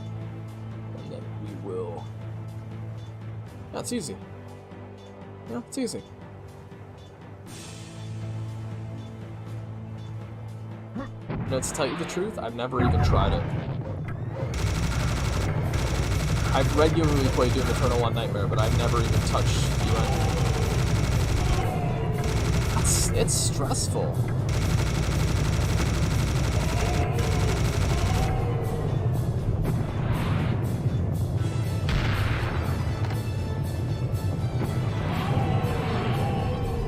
It's a different kind of fun, I think. It's definitely a bit of a flex, you know, to say that you beat UN. But then again, there's plenty of exploits that might make it a little easier, like the saving throw rune reset glitch and stuff.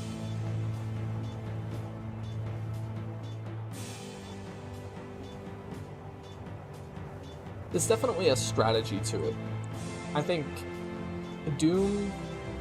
Eternal Vanilla is almost probably, I'd say probably one of the best shooters ever made. The difference is, respawn these guys. Oops. The difference is like the way the game launched. Oh my goodness. Okay, going back. Glad I gave that insurance save a try. The difference is the game wants you to play aggressive, and playing aggressive means you'll take unfortunate deaths. And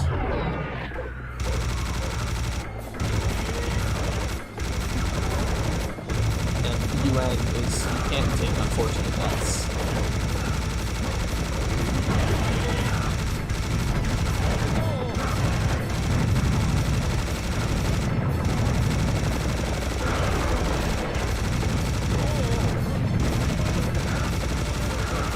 Someday. Actually, it's funny you mentioned that. The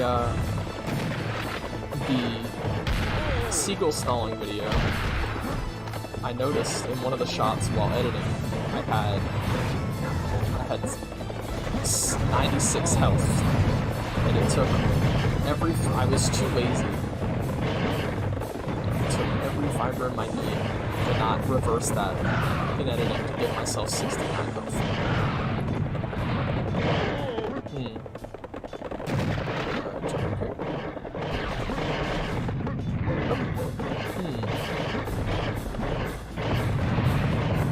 I swear this is intentional. I need health.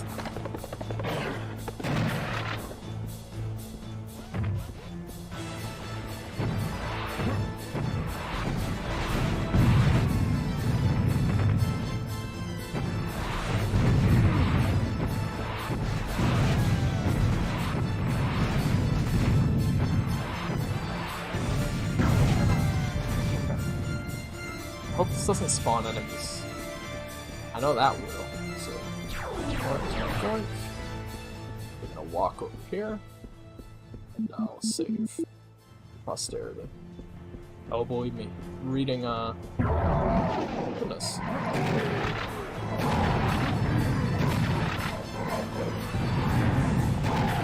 That insurance save might come in handy right now. In fact, actually, you'll load. And jump. And there we go. That's what I wanted.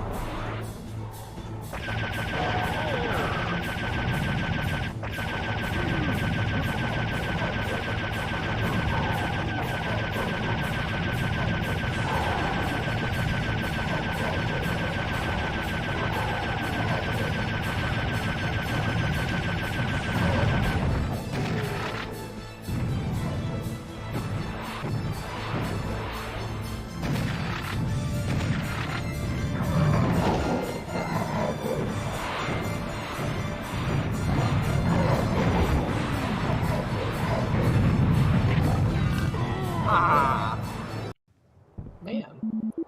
Getting filtered. Suppose that, I can win.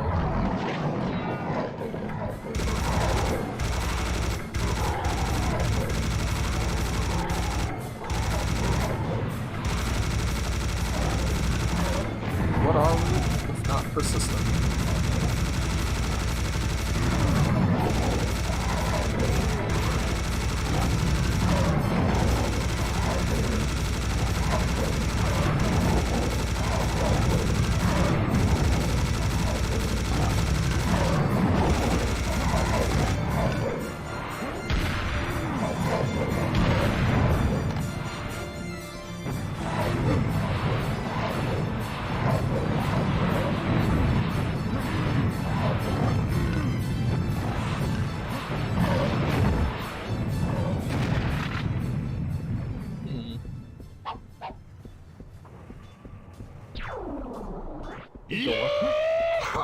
I can go up there and get jump.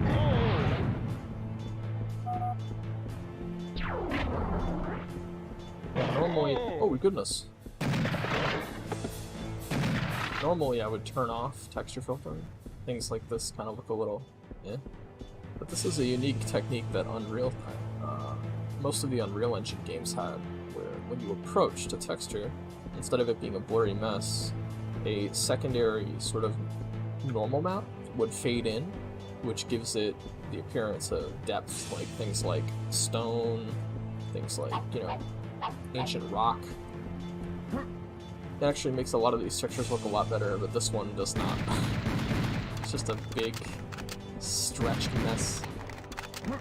Anyway, we're done with Dunes. I think we are moving on to Karnak, which is my favorite level in the game, actually. Darius M is very, very good. This is Memphis, my bad. Tennessee.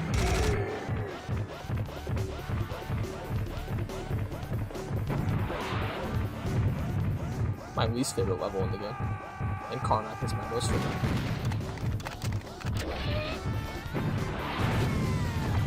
Seriously, it's easy to forget in this game that you have a grenade launcher.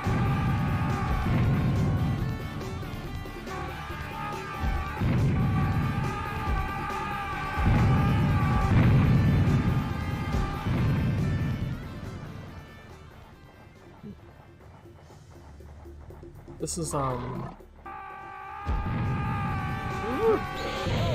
unfortunate.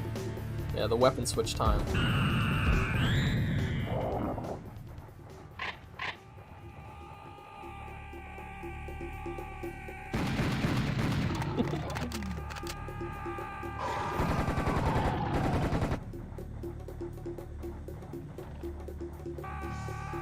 I think the coolest part about Sam, especially through a modern lens where you have the horsepower to run it, like at this resolution.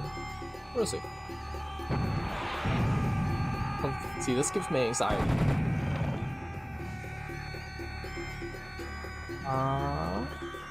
Where the hell is he? Huh. Anyway, a really cool part about Sam, which comes with running it with, you know, modern horsepower, is like, that's not a skybox. If I know, like, I think I visit that later in the level, but like, everything is drawn. You don't fake the space, which is like, fucking badass. It's actually makes the game age a lot better than contemporary games that look a lot better from 2001, because everything is real. Just typical wizardry on behalf of the series engine. I think, is that poppin'? A little bit poppin'? Yeah, see like that back wall. But otherwise,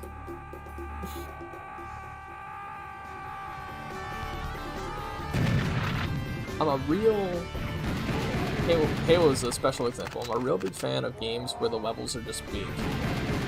And the playable space could be small, you know, but if like I no-clip out of the map, and you know, you've built this whole massive hillside, I just find that downright inspiring. It's a very... It's actually it's a pretty deep cut for shooters, despite being a Star Wars game.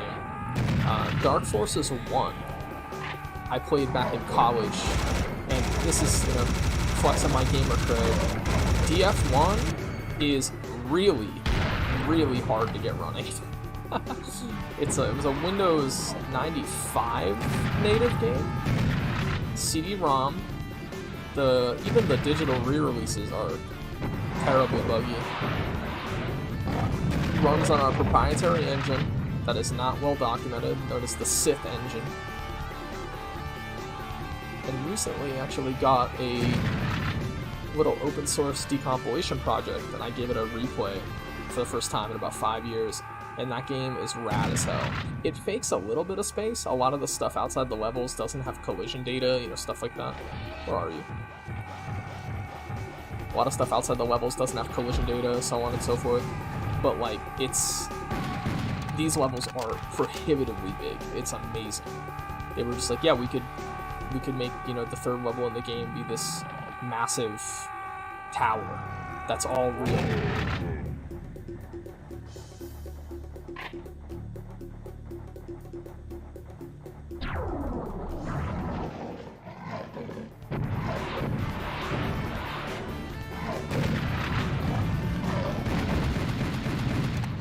It's another one of those guys.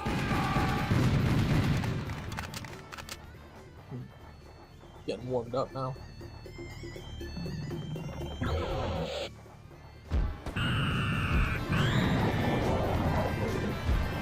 I missed.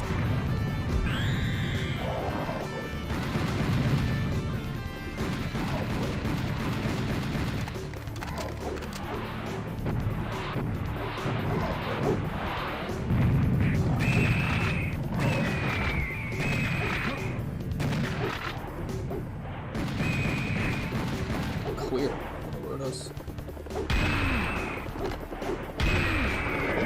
There we go.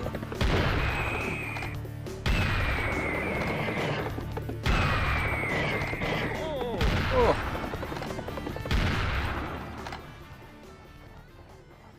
How so? I think they're comparable. It's like the grenade launcher almost feels like kind of like a joke. It's like watch this. It's like, do I want to kill somebody 3 states away? Oh, wait, I hear that. Where are you? Around here somewhere. Memphis is loaded with traps. And like weird triggers for enemies where you'll like pass, if you look at the wrong area, you can charge its shots and it almost makes it like comically long range.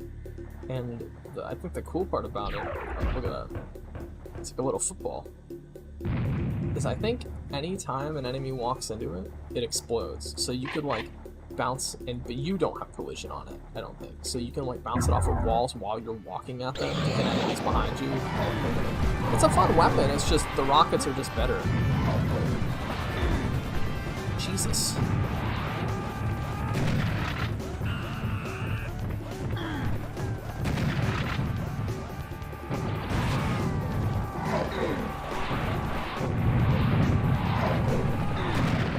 Oh no. This is not good. Oh no. Where am I going? Wow, I gotta do it all over. Yeah, that's hard difficulty for you. There's actually a Serious Sam. I've been told Serious Sam burns people out after a couple hours. I could definitely see that, because you get like the later levels, you'll die a lot to shit like this, where you'll be out of position and you'll get brutalized. Look at that guy.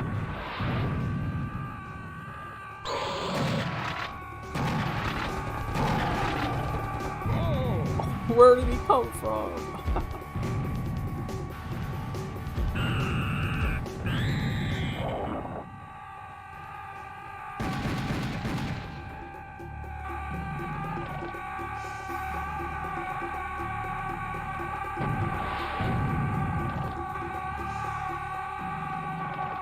Giving me trust issues. Just kind of sneak up on you.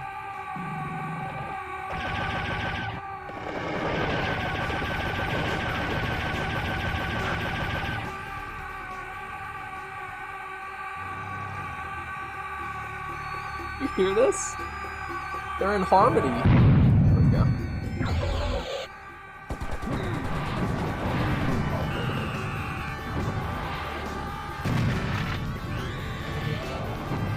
You know, any single one of them could be the end of your playthrough.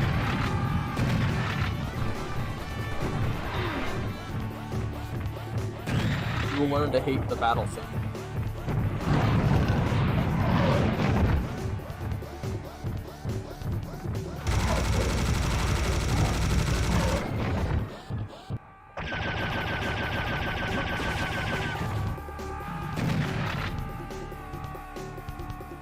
I think for me, it's not the screams, it's the silence. Okay. Wimp out. I'm at 16 health. Any encounter from here on out will just straight up kill me. See? See what I mean? Dude! Protein, please! Oh.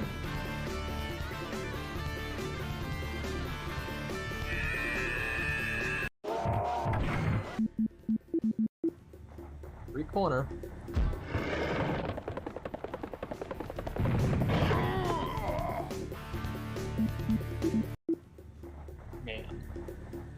Man. A big dumb smile on my face.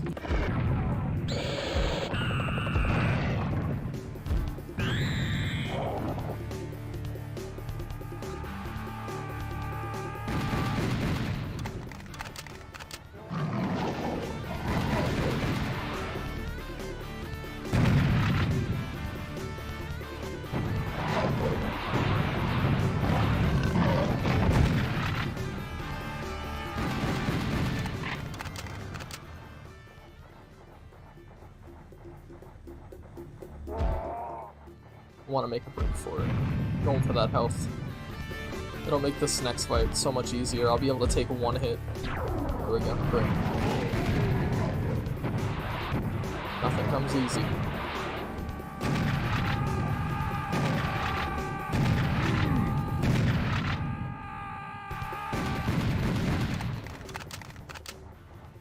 Nothing comes easy.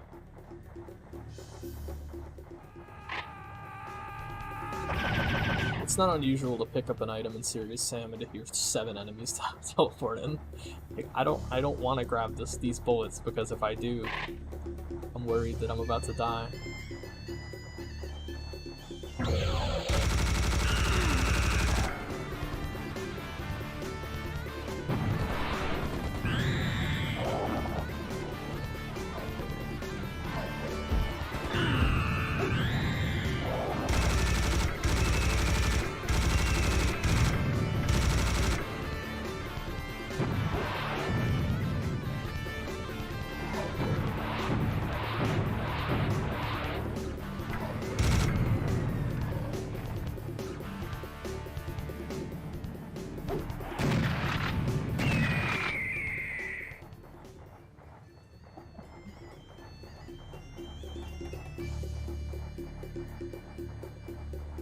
There's an area up ahead.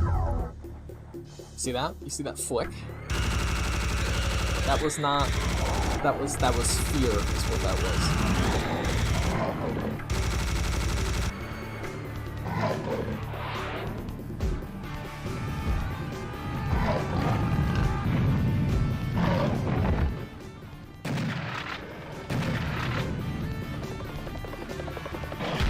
And this was before I even grabbed the armor. Now the armor actually doesn't spawn in anything. Okay. Happy to hear it. Oh, those idle sounds are greatly appreciated.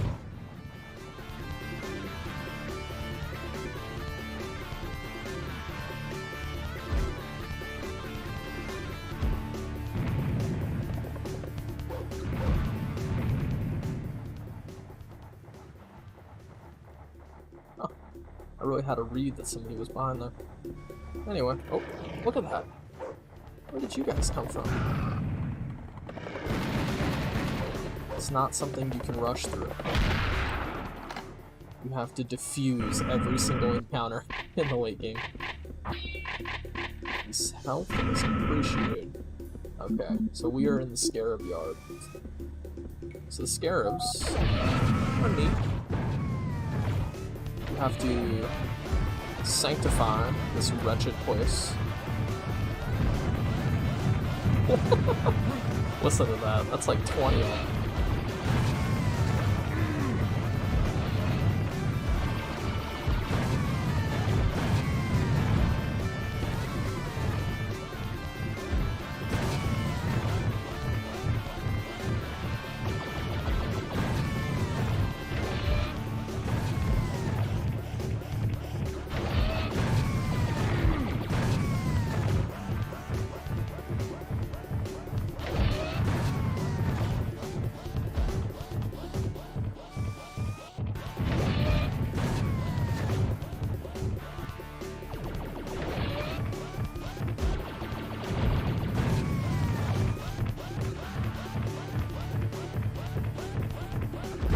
Ah, that was silly. I wonder if this will kill me.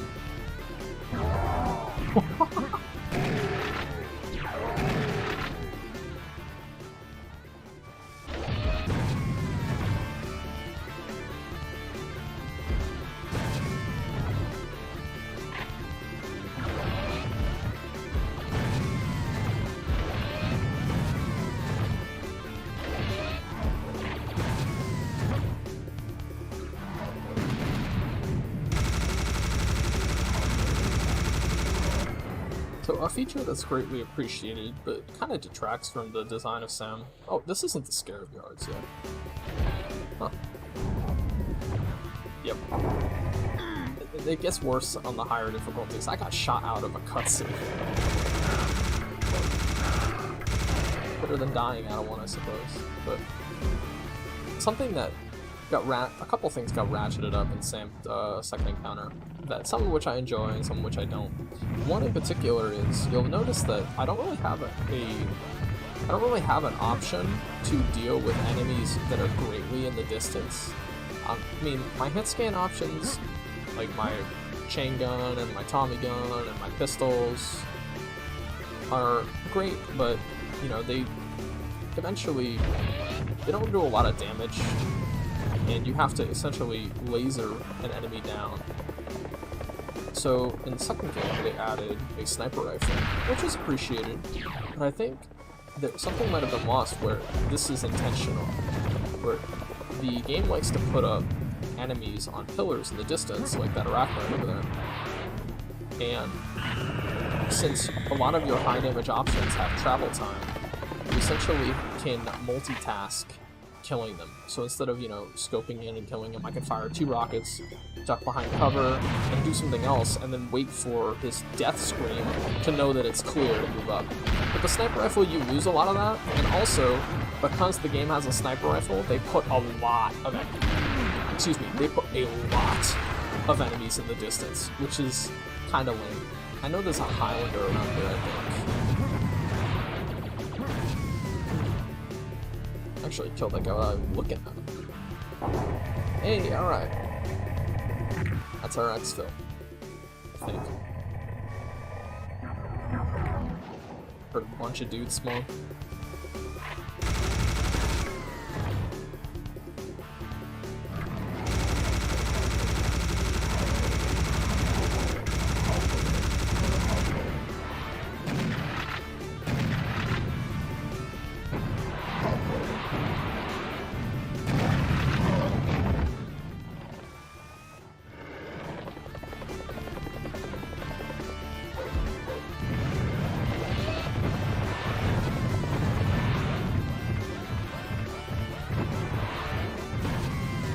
Check your corners.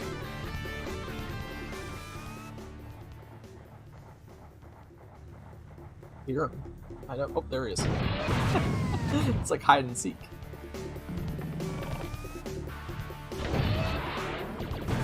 Actually, the whole point of this stream was to...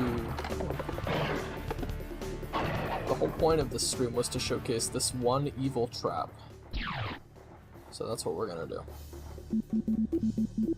I think it's right here.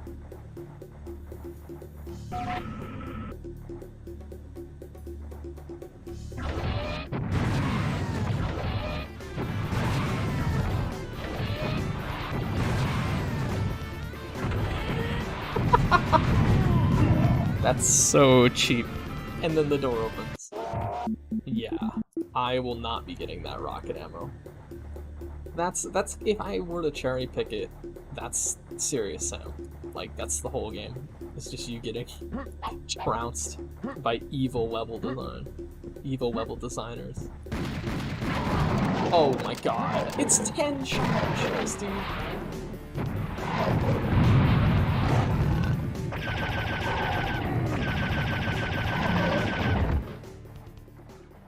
Anybody else?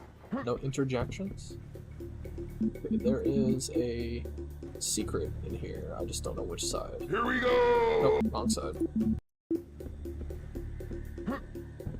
Here we go! Yeah, good old Sam physics. You don't have air control per se, so getting this. Here we go! I need that health, so. Sewer level, right? Yep, sewer level. This one's short. Here we go. That's, I think, oh, son of a bitch. It's monologue, you dick.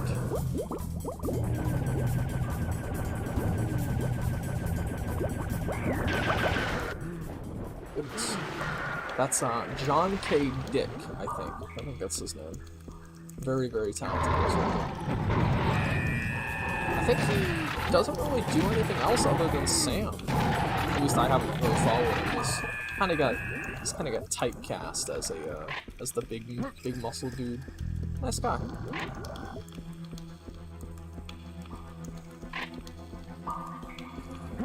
Philip K. Dick? I think it's John. I think it's John. A lot of popular Johns.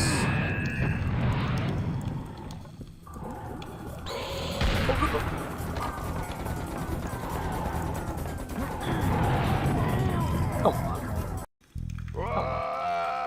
I deserve a do-over. What's the other one?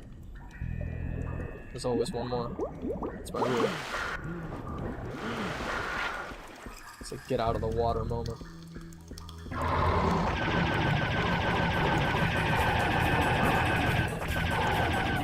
See that? That's evil.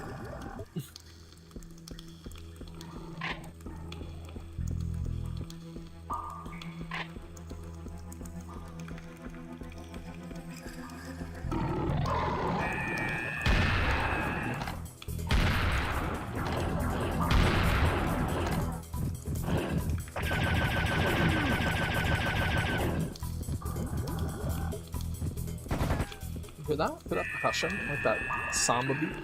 I like that battle theme.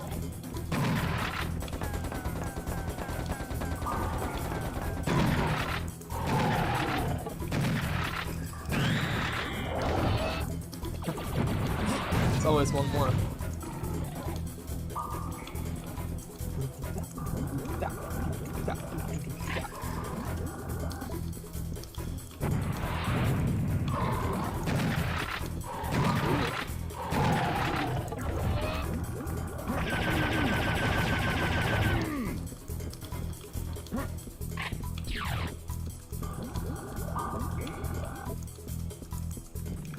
It's like, I don't know what that is. I think it's like finger cymbals or like a tambourine maybe. I think right at the end there, that little tap. Da, da, da, da. I think that's claw bass. Not sure what instrument that is. Sounds cool though. Oh,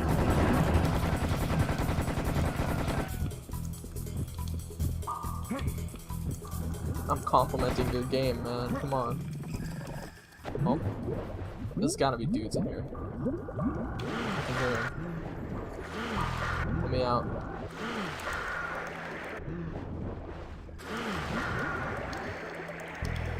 Need the armor.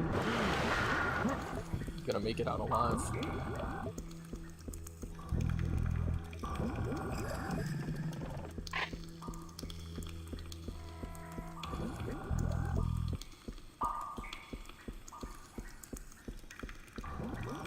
That's appreciated. Grenades. Alright, try again. First-person platforming is not a strong suit of Serious-Sam. He's actually got this weird... It's not as weird as it is in some of the later games, but his jump is especially weird. You don't really have, like... You have kind of have air control, but it caps out. It's very strange. You don't have a lot of air acceleration. You can control yourself in the air, though. You don't, I mean air strafing, air control. Alright, going down. So sometimes in the game, Netrixa will explain to you what to do, so. A mechanism deep inside the water. Down below.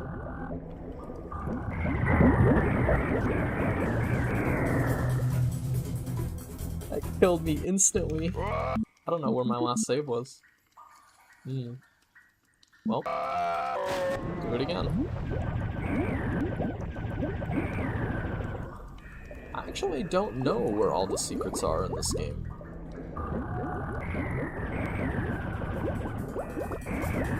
Oh, this is appreciative. A little bit of bonus help. There are some particularly obscure ones. There actually are secrets. Actually are secrets in this game. Jesus. Hope none of you have a phobia. There are actually secrets in this game that are so obscure that no one had ever found them until years later. Jesus. Stop it.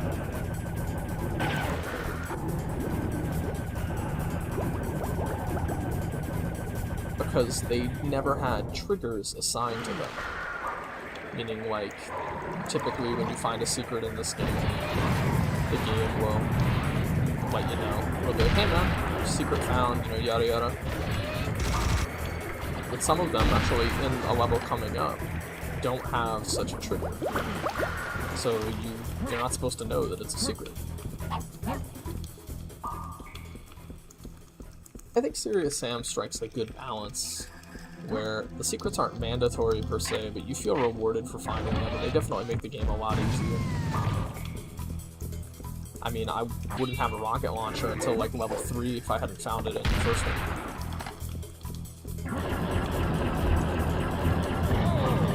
one. No way. My health. Okay. For me. Just a little save. To save the pain.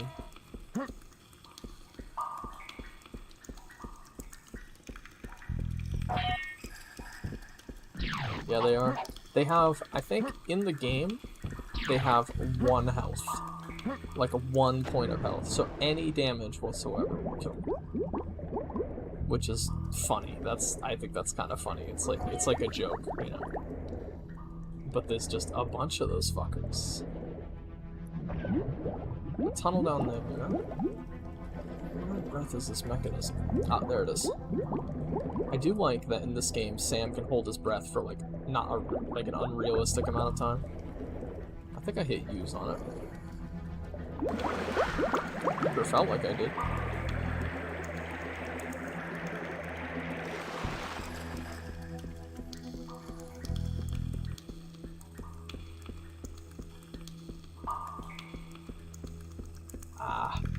You know what I think it is? The level is scripted as such that Natrixa needs to tell me I can go down here, flip the switch, before I can go down here, flip the switch.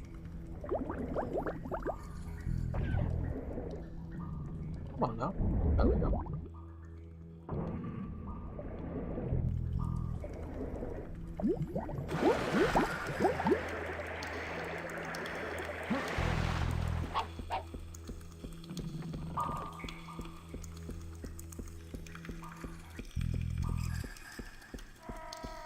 You hear that? It's a kamikaze. I'll grab it, but I won't feel good about it.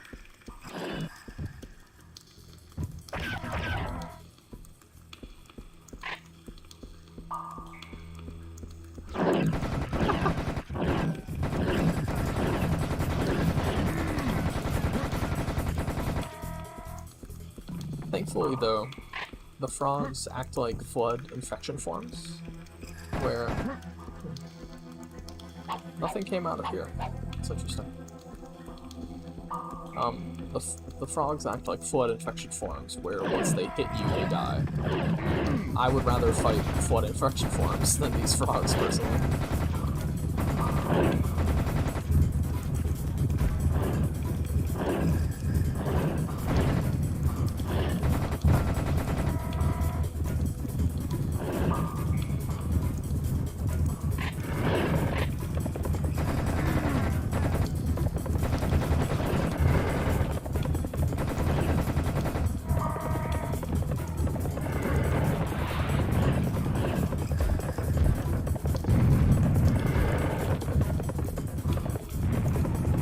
What the? Oh no. Unfortunate. There's a lot of dudes down here waiting to kill me. One hit from a frog will do it, so.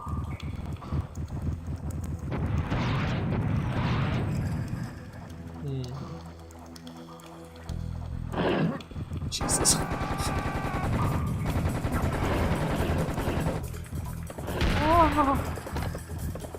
Bounce it off the wall.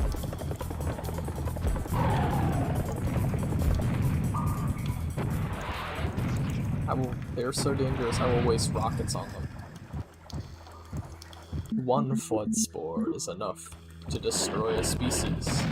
Had it not been for the Arbiter's Council, I would have glassed your entire planet. I wonder how Halfjaw would feel about frogs.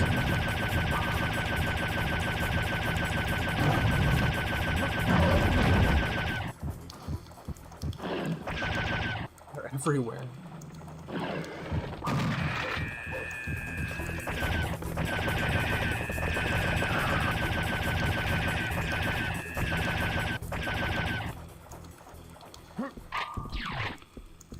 You're right, mate. Too right. There's an interesting bug in Serious Sound where after a certain amount of playtime, there's an overflow error, and the laser gun and the minigun, I think too, but to a lesser extent, actually have a lower fire rate. So they become not useless, but less useful in the longer your session goes. It kicks in pretty reasonably quick, too. It's not like one of those leave the game running for 20 hours sort of deals. I heard frogs. I was worried.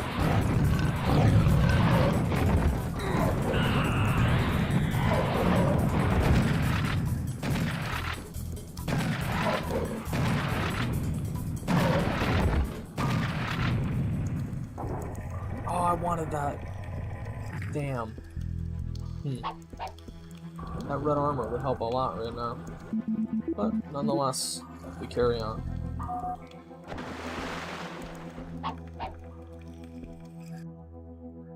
Long dive. Watch out for those electrofishes.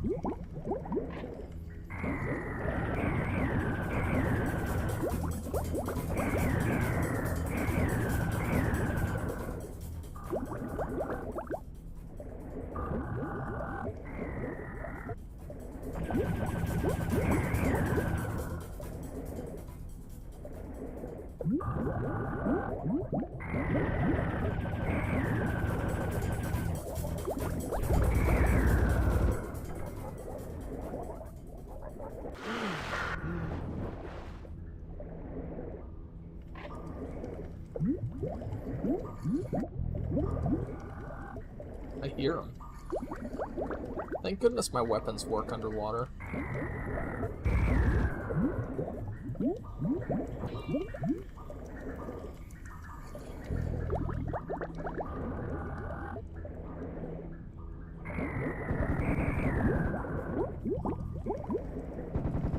Hey, alright, we are out. No clue. It's a long game, and the later levels are pretty mean. I wanted to play to Karnak, I'll be honest. That was probably my goal. Because Karnak is the Serious Sam level. It goes so hard. Metropolis is good too. Karnak's late in the game.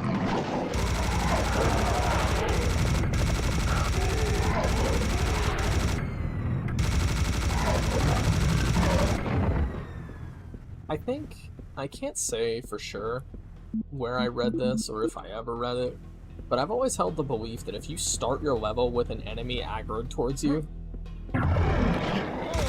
you're a terrible level design. But I'm not sure. I go back and forth on that. I actually want to know. I want to know your take on that one, Dark, or anybody really. Do you think like if you start a level, because like Assault on the Control Room is a good example, right? The grunt runs away in the cutscene, and then you land, and you get about a second, and then an elite comes around the corner and he's pissed. Is that good design? Should the player always initiate? How does that go?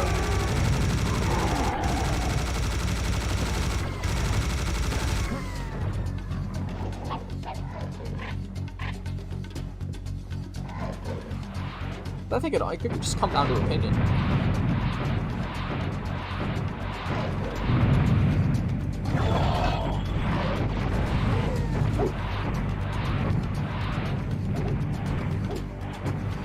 Yeah, like Silent Cartographer, greatest Halo mission ever, right? Like you drop into a fight.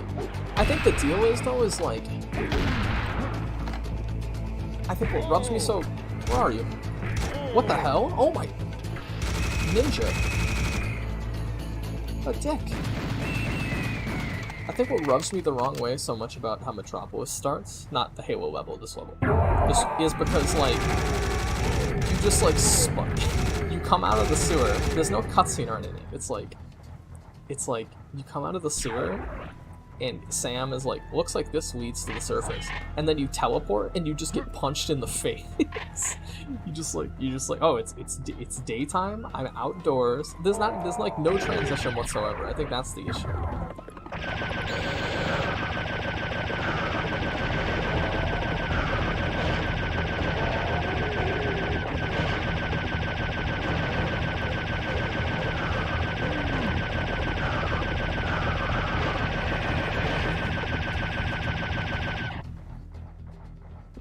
Just like, it's like, hey, welcome to Metropolis. Fuck you.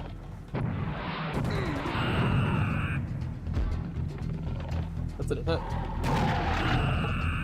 That didn't hit either.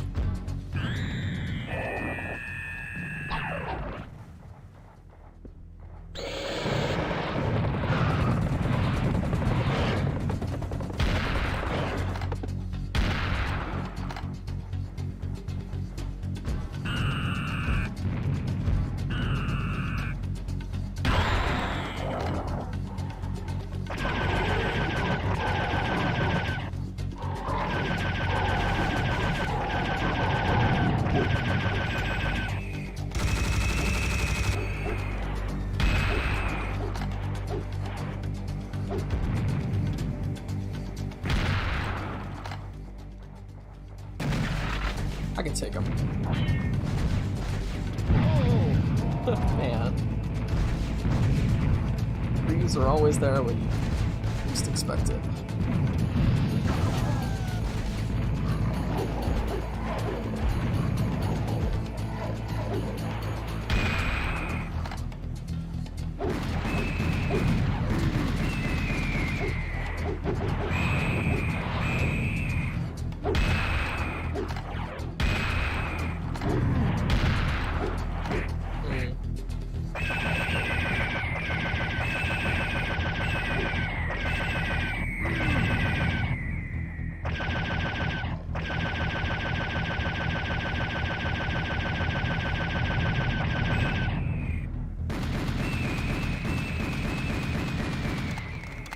So those are, I think, let me actually guess and then I'll check. So those are Stygian witch harpies. Let's see if I was right. Enemies. Oh, I was so close. They're Scythian witch harpies. A female clone of a long-extinct Scythian race, a witch harpy is trained in close combat and casting combat spells. Its flying ability allows it to reach otherwise unreachable positions and attack their enemy from above. Here's my favorite enemy. No, wait. He's cool, but where's the Gnar? Gnars are around here somewhere. Let's scroll up for that. The Gnar male. These guys are goofies. The female's actually larger. A trained war animal. Threat very low. Threat none. Yeah, I've died to these guys. I don't know what Trix is talking about. Gnars are such a god tier design, but in the second game, they actually don't even use them as enemies. They just use them as, like, for gags in the cutscenes. They bring him back as a joke character. Because his design is so hardcore. Like, he's like a toll booth operator in the cutscenes. Ouch. I'm gonna rush the health. Going.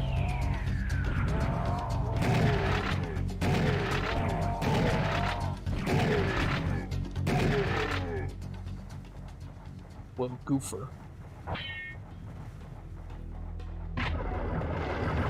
Man, every fucking pickup.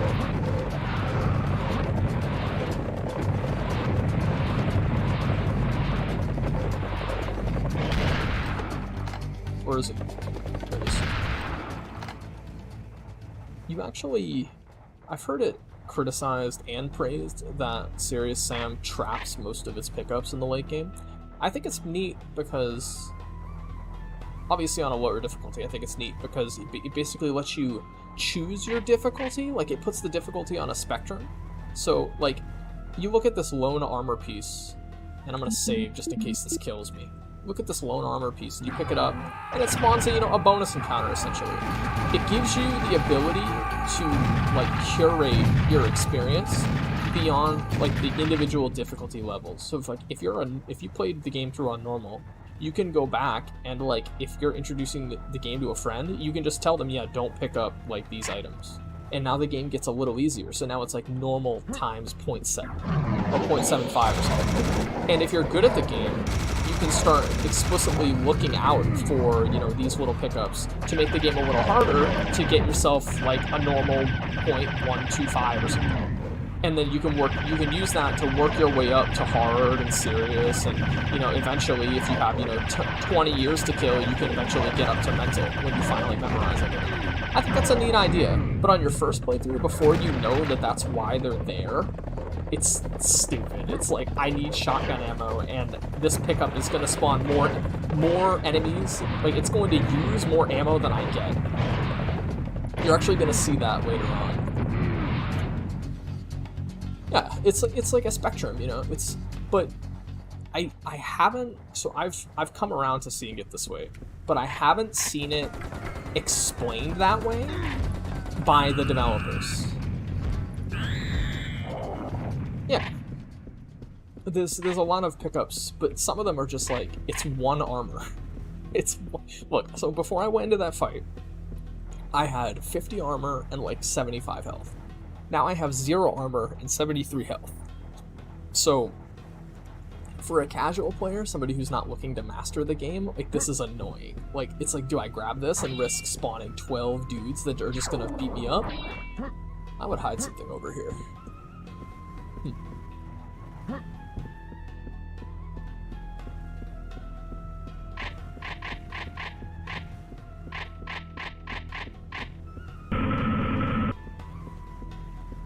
Oh, this is the Scarab Yards. This is what I thought Metropolis was. So you have to pick up a bunch of these golden Ankh things. Not Ankhs, they're scarabs. These golden relics.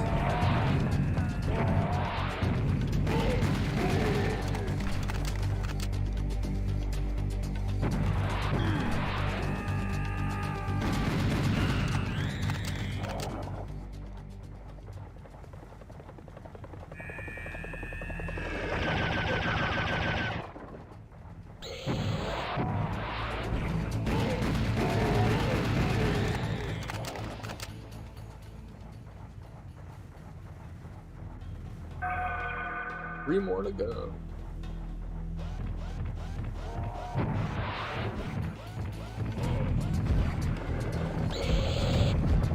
Ooh, no. I hear him. I can't see him. Ah, I knew there was one behind me. This game needs a rear view mirror.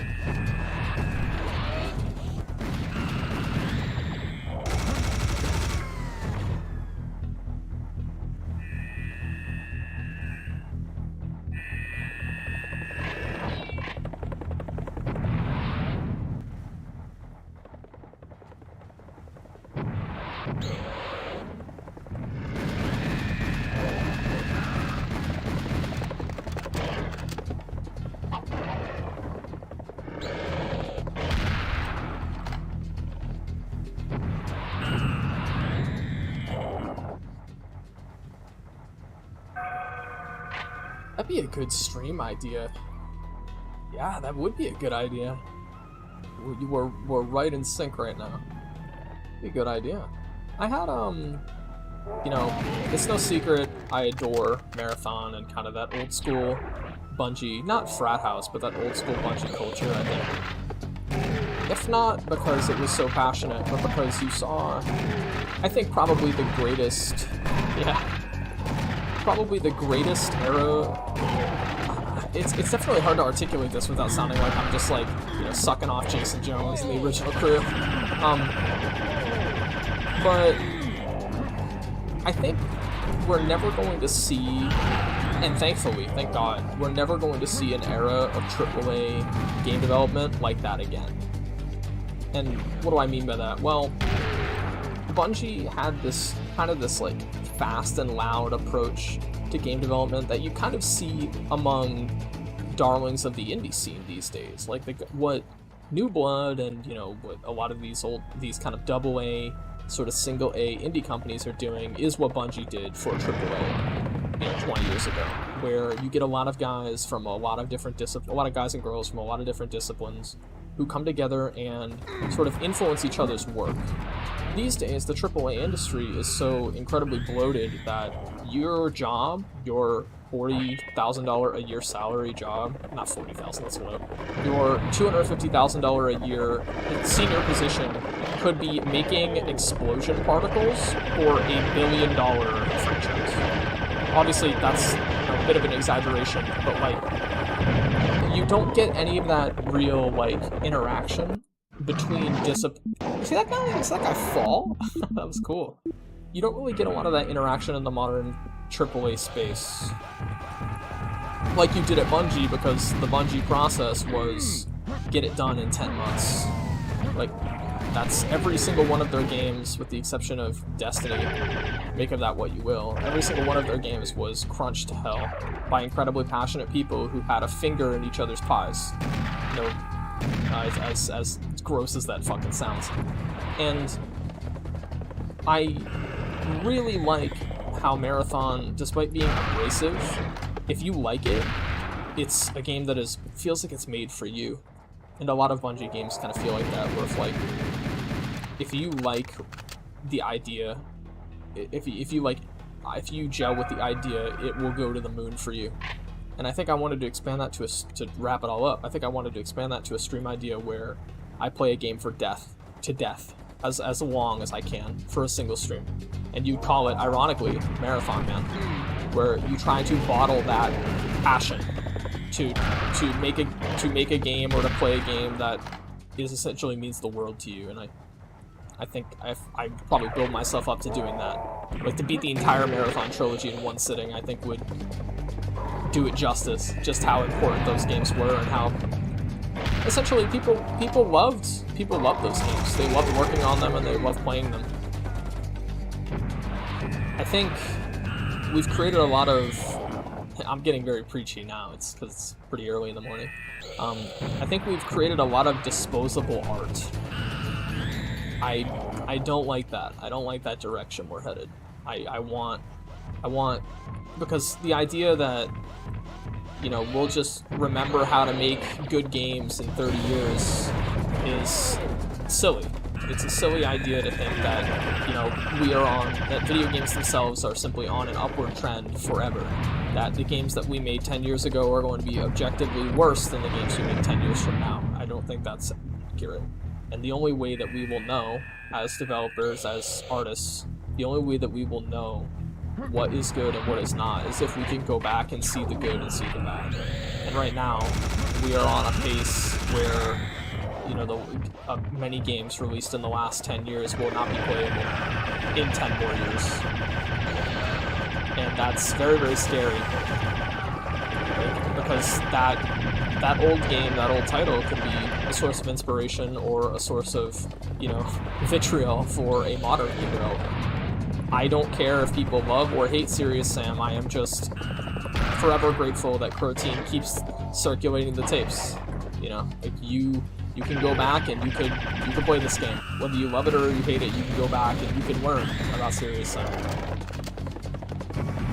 And I think to celebrate the games that are around, that stick around, the games that get those incredible decompilation projects, or Crash Team Racing, like the greatest kart racer ever, is getting a PC port this year. That's baller as hell. That will not happen with the next crop, the next generation of titles, because there will be nothing left. I'm actually, despite hating Apex Legends and what it did to Titanfall 3, I'm actually very excited for that community because they have a modded client for Apex. It's an older version, sure, but you know, you will be able to get an Apex Legends pickup game or an Apex Legends pickup game working in 20 years if that project keeps its pace.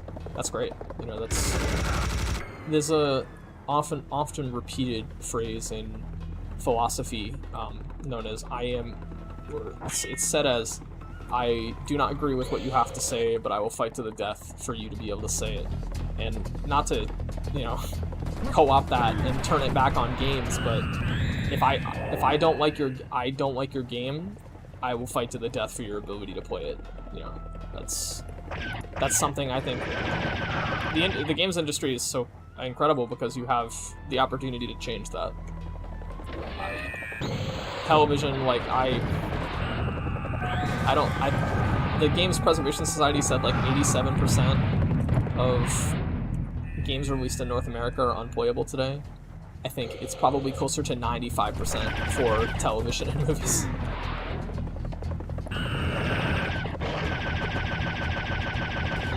He's alive! It's very bad.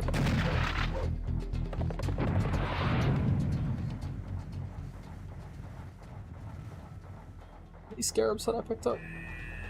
Oh man, it always comes back to Halo, man. Scarabs, Marathon. Dun, dun, dun, dun, dun, dun, dun, dun.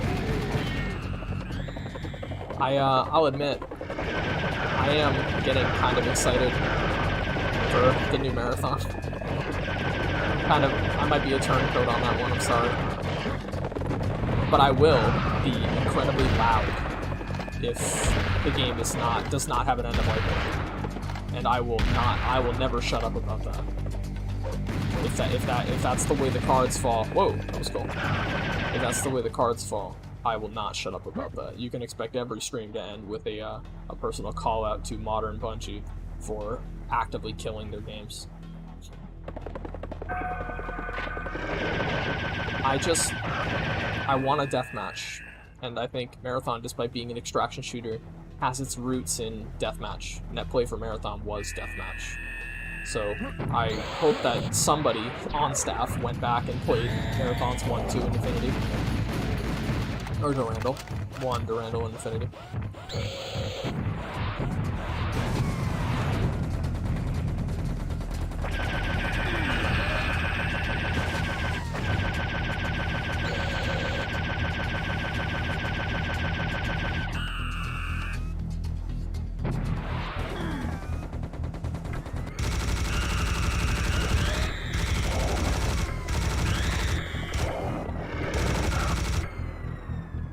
Regardless of the current state of Destiny 2, which is better than it could be, for sure. Somebody at Bungie, many people at Bungie, the people that got jobs at Bungie because of Halo, give a fuck about the worlds they're creating. So, if nothing else, I think Marathon's gonna give us some pretty screenshots. It could be an utterly terrible game, but I think the art style has it's going to age like wine. That clean, retro-futuristic aesthetic. Yeah, fuck it, I'll grab it.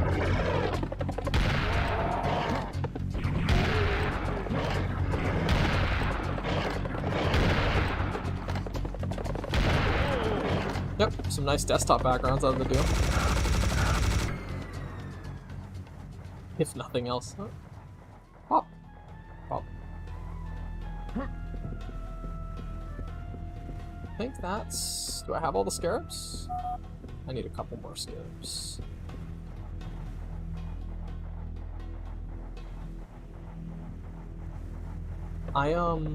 There was a cutting room floor article on... You know, it's funny, when I come in, most Halo cut content doesn't really move me because I'm still immensely satisfied with the games that we got. You know, like, hearing that boarding action in Halo 1 was supposed to use jetpacks didn't really, like, move me because I don't really like Reach's jetpack, and I think it's kind of a nightmare for Halo's traditional balance or traditional values or whatever the fuck I'm talking about. But one thing that when I get the right piece, like when I get the right thing to chew on, like Halo cut content will make me fall out of my chair. And one specifically, being as big of a Marathon World fan as I am, the Guardian, or the cut Guardians for Halo 3 really got me. They went through multiple designs through the game's development, but one of them is like, it's... Look at that guy. This will kill him. Bang bang. One of the Guardians from Halo 3 is a compiler from Marathon, and it's a gorgeous design. And I'm very excited to see a lot of the enemies in Marathon that kind of... The art for them, a lot of the original Bungie artists, like the concept artists and the chapter title artists, like those are incredible, but some of the art in game doesn't look great, but the designs I think are solid. And seeing that brought through to a modern AAA release with a modern Bungie self-published budget is insane. Like, it's like these enemies deserve that kind of treatment, and they're gonna look great. Like, all of the art assets that Bungie, and it's why it stings so much when, not to interrupt myself, but it's why it stings so much when their games die, or when their games are on track to die. Because all of the art that Bungie puts out, all of those art assets, I think Shikai Wang, one of the original Halo artists, is still at Bungie. All of the art assets they put out are so good. Like, it's incredible how good this shit looks. And it's, like, Marathon itself, you know, you're essentially, you're revisiting a property that predates Bungie's stardom. And you have that budget. It's like... This is such a unique opportunity for the company to really, like, I think to bring a lot of people back, I would say. Because I didn't click on it. I saw it, and I'll admit I'm kind of averse to the YouTube content game. I saw a video that I'm sure was very, very good called, you know, why you should be excited for Marathon or yada yada, and it's like, and the thumbnail was some white guy, some dude. Oh, this is a cool fight coming up. Some dude, and he, his thumbnail was him, like, making like the content creator face, like he's like freaking out, you know, that force shit, and it's like the big red text said, "This will change everything." And I thought, you know, like, I'm not gonna watch your video because I got better things to do. I'm gonna go like cook something, or I don't know what I was doing. I probably was playing Quake or something. And I thought, you know, regardless, you have a point. You know, this game is. Exactly. This game is going to change everything. Everything. It's for better, ironically, for better or for worse. This is Bungie's Destiny again. It's Destiny again. It's Destiny 2. I think the excitement it's palpable. It's like it's very, since games take so long to make, and since, you know, Bungie has been basically building Destiny 2 for the last so on and so forth years. I think it's very exciting to see them take a crack at not only a new genre, but a new title to most of the staff.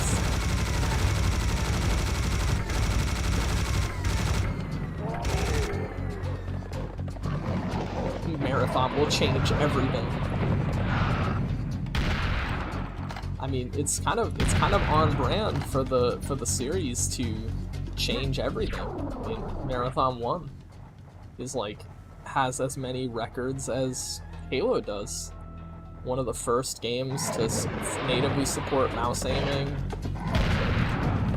It's a fully 3D world. Has dual pistols, you know? One of the first FPS games with an actual story. You got a lot, there's a lot under its belt.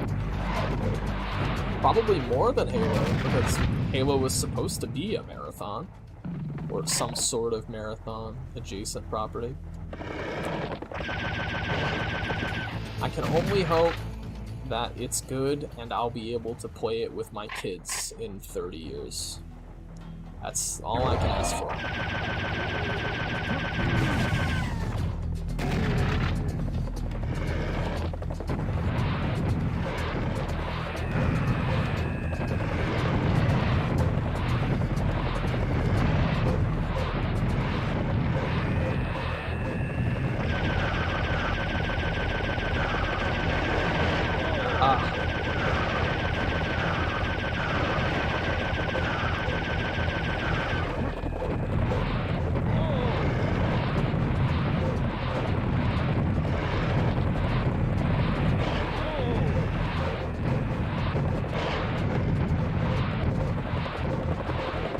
Like a bullet.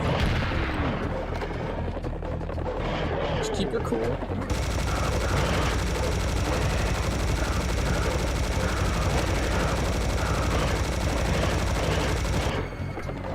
Ah, that's unfortunate. I wonder where my last save was. Yeah, we're going back. Way back. We'll get it. I'm not worried about it. I won't monologue through this one.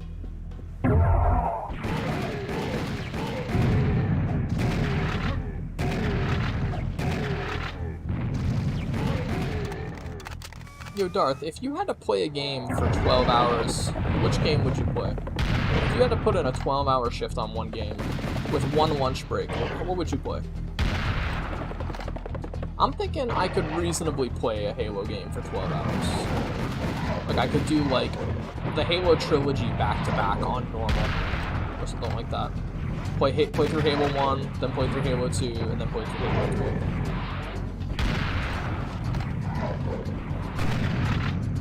And that would probably leave some time for, like, multiplayer or something, I don't know.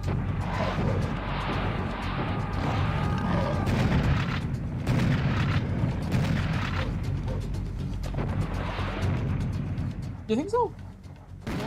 So, like, there's, like, it's like a bullwhip effect where I think when you get down to it, yeah. Oh, ODST. You know, that'd be crazy. Could you imagine if you routed? So you would have to do. You'd have to do 1, then 2 up to outskirts, and then you'd play through the entirety of ODST. Like, you do it in canon order.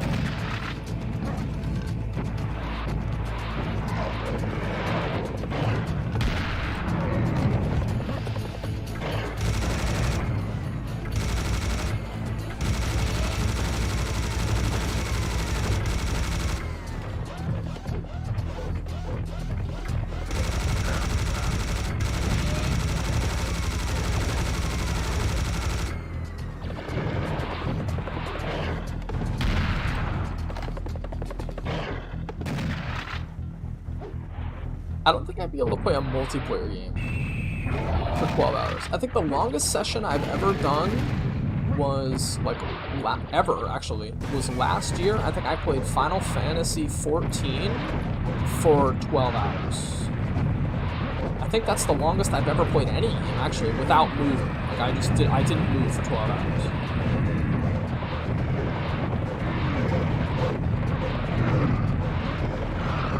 MMOs kind of have that novelty about them, where you can play them for a really long ass time because they're not that draining. They lend themselves well to marathons. With any game, you kind of have to pace yourself. Oh.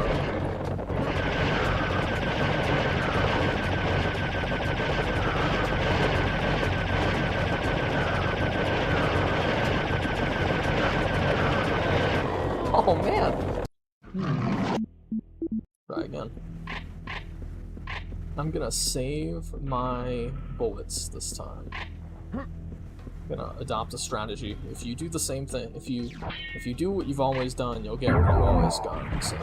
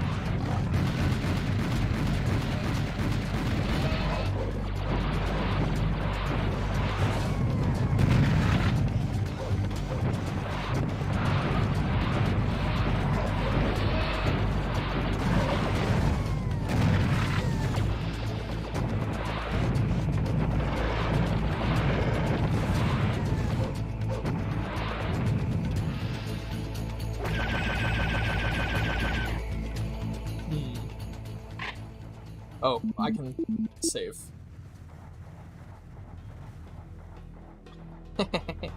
Yeah, let me know if you ever do that. I'll take it. I can't stomach a lot of Halo 4, but I think specifically, like, the first couple levels would be fun. Or maybe the first Promethean Night level would definitely put you through your paces. On Legendary, especially. That game is not balanced for Legendary. Like, even worse than Halo 2.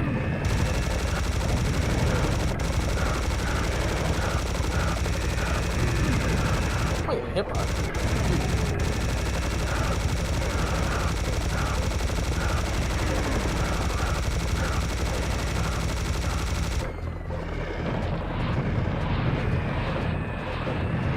If it was just not Halo, I think it would be a cult classic.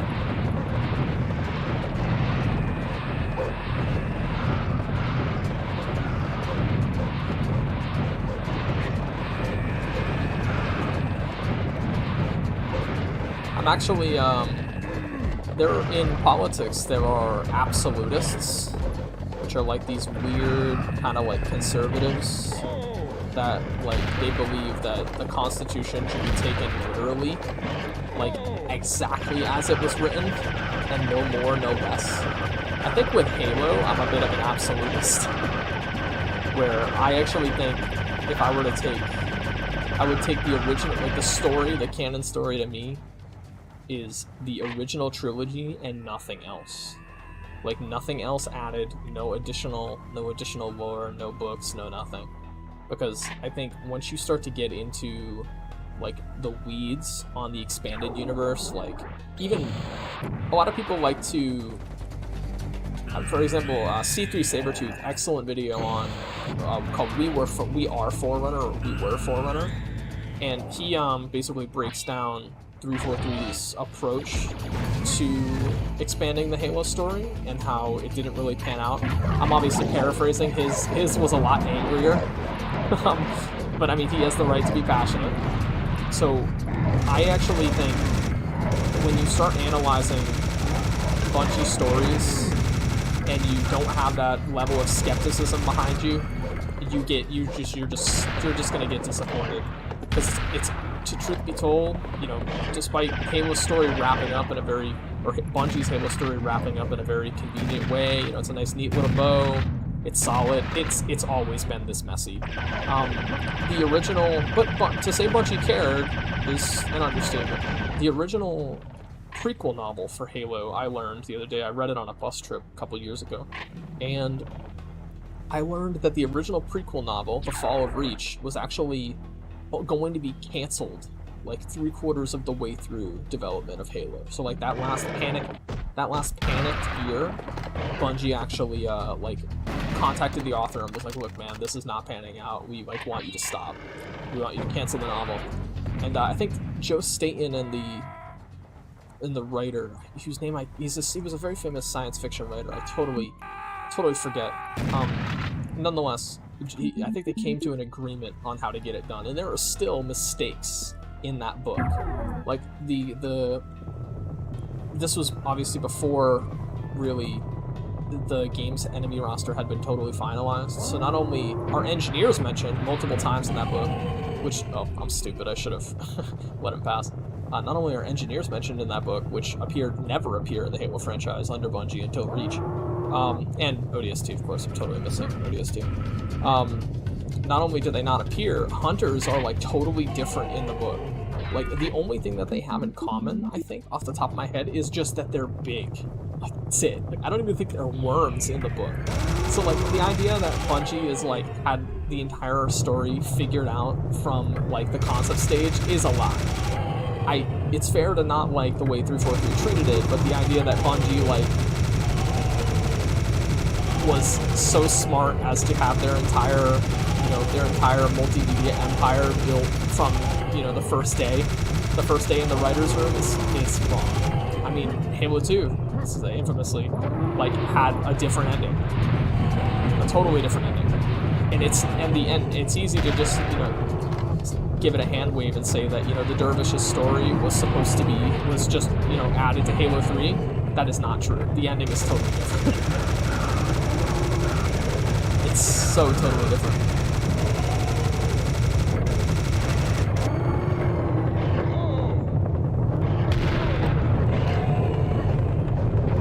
Oh no. I'm gonna be kind of owned here.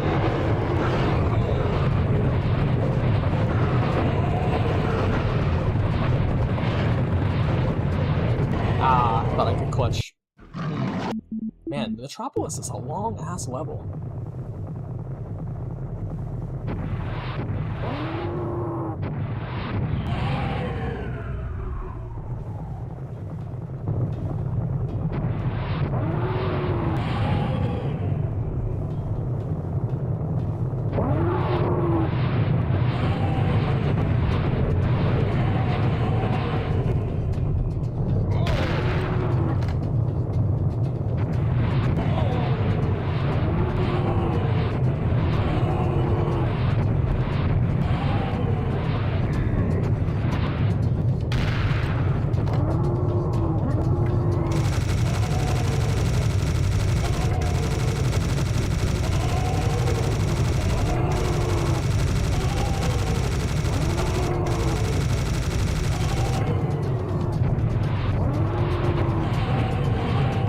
But anyway, on Halo's story, it's like, I think a big strength of that universe is you can take it any way you want, and the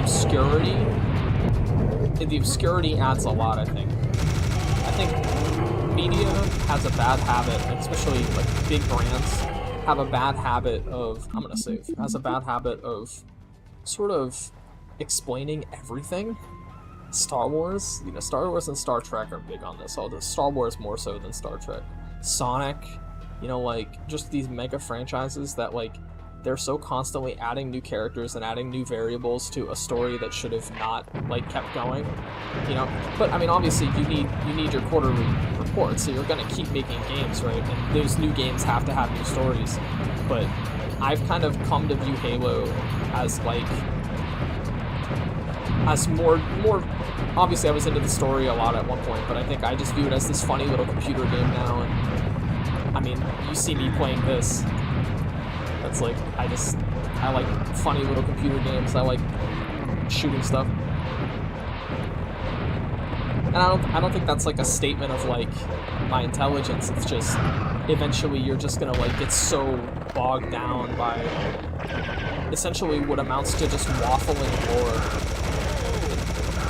Like those marathon guys, like, more power to you, but like,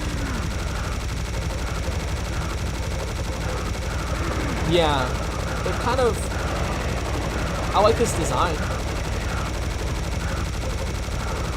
to tell you the truth, like, I've given the Bungie Halo stories so much analysis in my youth that I could not actually recall what 343's Halo is fucking about. Like, even that C3 Sabertooth video, I was hearing details that I just never... Damn, that sucks. Even that C3 Sabertooth video, I was just hearing details that I didn't, like, remember. Like, the librarian. You get, like, the special power to, like, survive the Didact wave thing, and, like, it vaporizes everybody on the station, and, like, I just genuinely don't remember any of that shit. Like, it's just all a blur. And this is coming from somebody who played Halo 4 for the year it came out. Like, that was my game for the year. I just genuinely do not remember. Yeah. And this isn't just a player thing. Greg Kirkpatrick, the lead writer on the original Marathon games, and the sort of the head of the snake, Jason Jones. Marathon 1 was definitely Jason Jones' pet project, lead programmer and such. But Greg Kirkpatrick was definitely the head of the snake for 2 and Infinity, or Durando and Infinity. And he had a very enlightening AMA on Reddit like 5 years ago, back when Marathon was especially dead, before Mandalore did his video on it. And I remember reading it, and I've come back to it since. And he actually does not remember what Marathon Infinity's story was about. And I think that's hilarious. I think that's the funniest shit I've ever seen. That a game that has so much analysis tacked onto it, you know, like you could debate Marathon lore for decades, and they have, you know.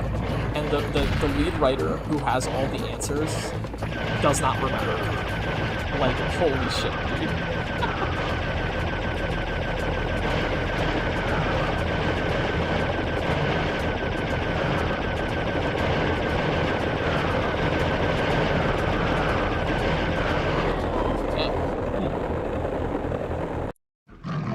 What specifically were you mad about? Were you mad about spoilers for a 20-year-old game? Well, not 20-year-old game, a 10-year-old game. Were you mad about Cortana's death, question mark, or what specifically got you so miffed? Even as a kid, and not necessarily as a kid, even as a teenager when Halo 4 came out, I did not like Palmer. I think that's the only thing I can remember actually feeling. I liked Spartan Ops, I thought that was neat. But I do not remember liking Palmer at all. Or Lasky, or whatever the hell his name was, the little, like, buck stand-in, who was, like, the ship guy.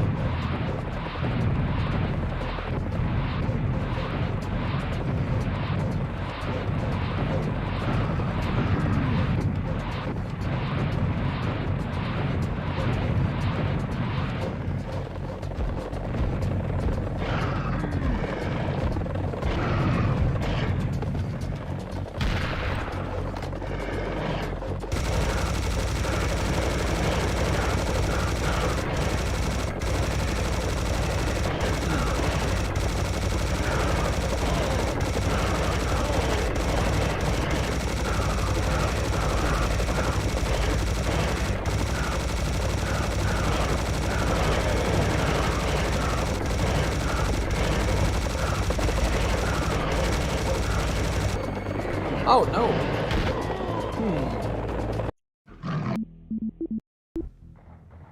It's getting beat up here. This was always a tough fight. Yeah, he's like a sad guy. He's not a super soldier. They want him to have him show emotion. But ironically, it's the player being sort of a stand-in in the original Bungie trilogy, I think, works in its favor, because when there are emotional moments, you get to see them through characters that realistically could show emotion. Like, Master Chief is a super soldier. You know, a super soldier is not supposed to crack. And when you start to see him crack, I think it, like, rips you out of it, and it feels fake. Because, say for example, you know, Halo 4 released as the first game in a series, where, you know, you get this little flavor text or this little cutscene explaining Chief and Cortana spawn, or hell, you play a campaign, you play Halo 3's last campaign mission, and then Halo 4 starts.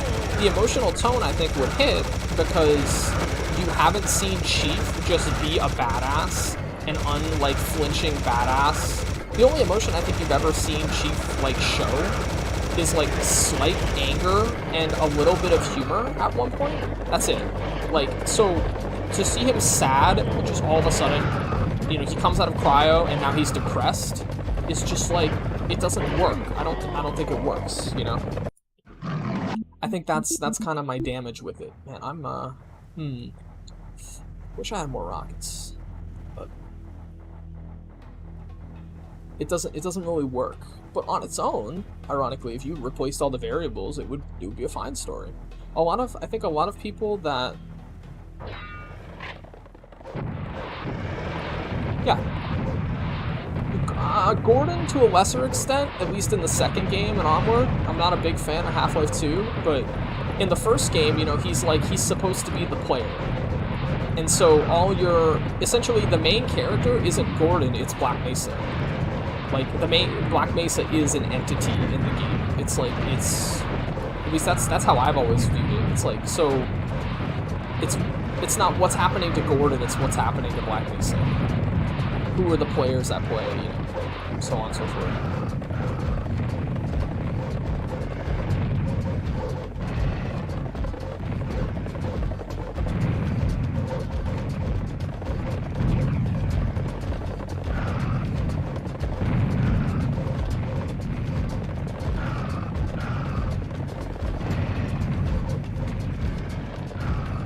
Halo has had emotional, flawed characters, and ironically, they've had emotional, flawed player characters. They are used very sparingly. Like in ODST, for example, I think rather unintentionally, you know, a goal of that game was to sort of put a human element back into the game. Rookie is still a blank check, but like you play as Buck, you know, you play as Romeo, so on and so forth.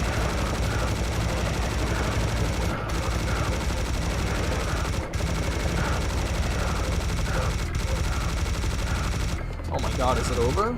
Hell yeah. Infinite, I haven't played it. I barely played it. Infinite, I think, does better.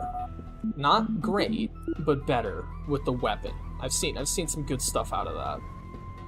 And, you know, they actually, I think they find, in a different way, they find the same approach that Bungie took, where they want an emotional character, but they realize Chief can't really be the vector of that, so they give you the pilot.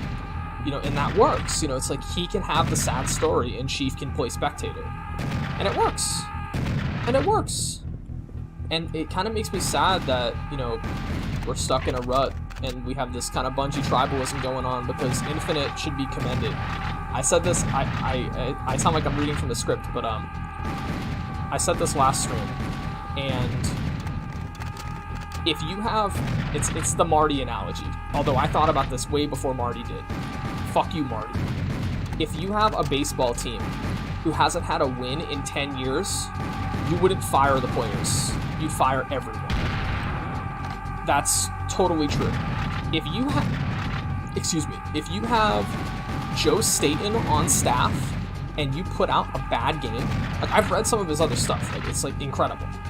If you have Contact Harvest is balling. That book is awesome. If you have Joe Staten on staff and you put out a bad game, it's not you. It's the company culture. No game developer is going to set out to make a terrible game. Nobody at 343 was hired on staff because they were bad at something. So when people say that 343 is a terrible company, I kind of roll my eyes, because it's like, well, you know, Microsoft, like, what's the through line here? Because very clearly, you know, even Bungie has put out bad Halo games, right?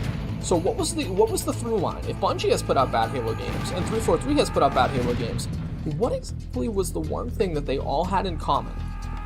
It was Microsoft. It was corporate metal. Like, you brought on Joe Staten to fix the game, or you brought on Joe Staten and he wasn't able to fix it. He was able to fix Halo 2. it's not 343's fault. It can't be 343's fault. There is no way it is 343's fault. And that kind of gives me closure, knowing that a company that like I kind of like demonized in my youth for killing what I loved did not kill what I loved at all.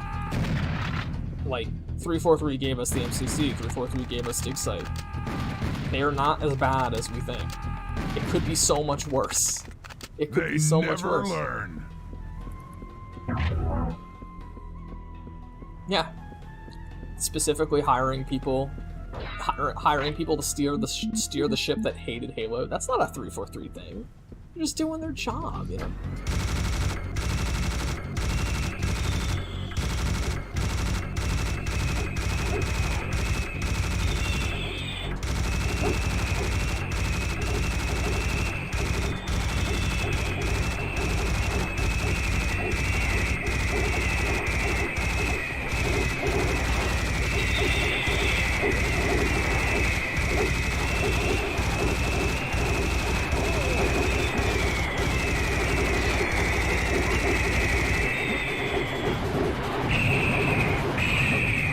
Oh my gosh, that's loud.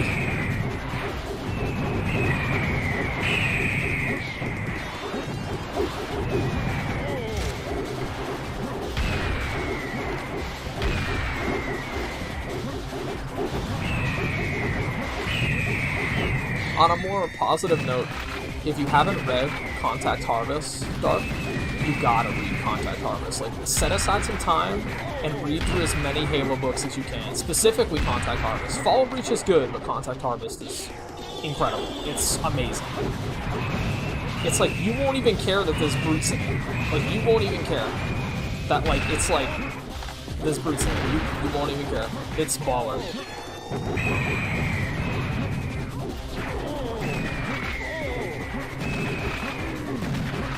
Oh my goodness, I might die.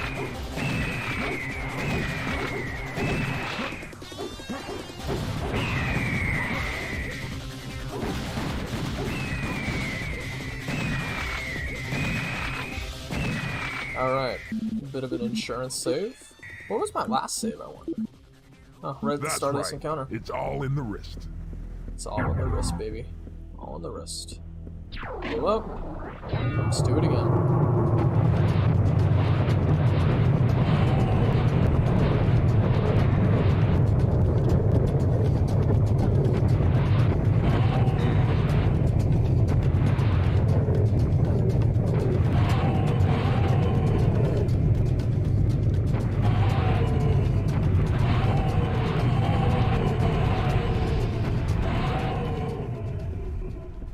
There's one more fight?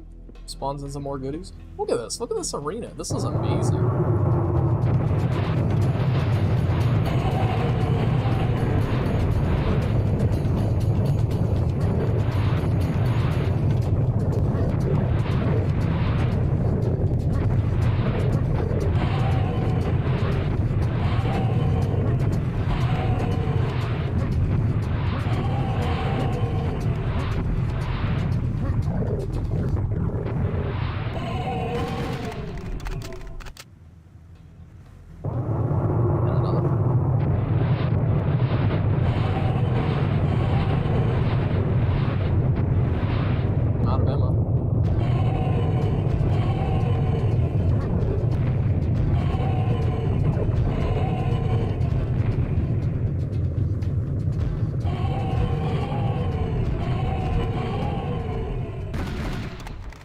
Now that's a lot of bull. A lot of bull.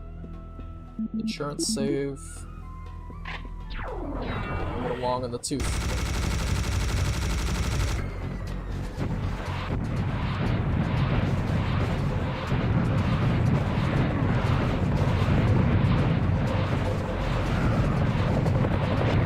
Mental is a dick.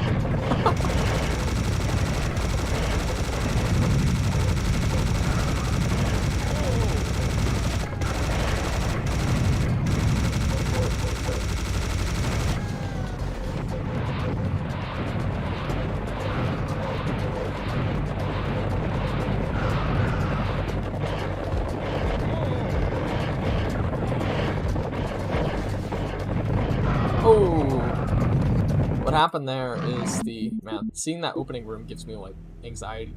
What happened there, ironically, was a clear jumped over my head, and I fired a grenade right into his underbelly, and it killed both of us. No, it's a really nice shot.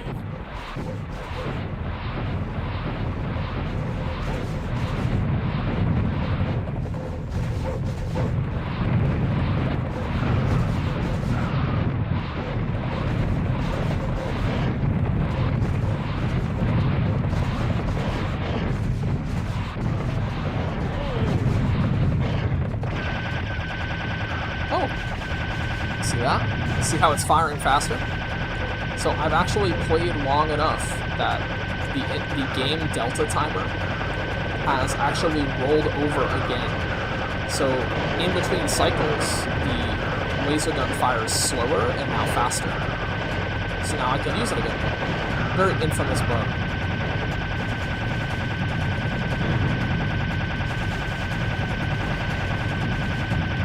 Practically doubles your DPS.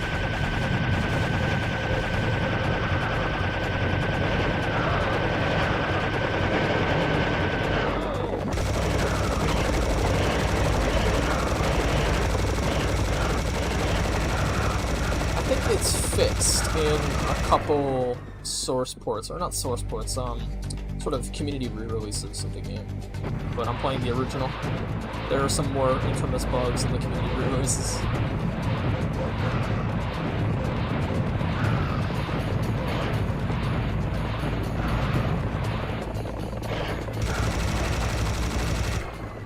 Alright.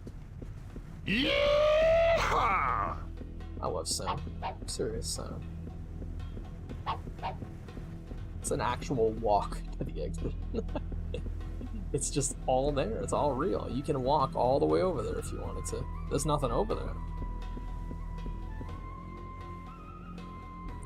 Pro team animation. Alright. How many enemies were in that? There were 800 enemies in that level. And one secret. Alright. Oh my gosh. We're still not in Karnak. We're approaching Thieves. Did I somehow skip Karnak? I don't think I did. Doesn't feel like I did.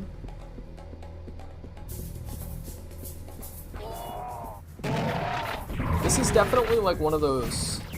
Okay, here's a weird analogy I've used before. So, you ever have... You know, like... I don't know if you're a fast food connoisseur, but I love fast food. Like, it's like a treat, you know what I mean? So, like, when I used to run, when I used to do distance running, I loved eating fast food. In fact, that's all I would think about when I was running. I'd be like, I could crush like 20 McNuggets after this, and I wouldn't gain an ounce, right? So sometimes when I was really doing training, calisthenics training, so on and so forth, I would actually be so drained, I would eat McDonald's twice in a row.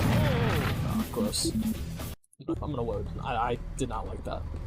So if you've ever had McDonald's twice in a row, I'm convinced it like shaves a month off your life.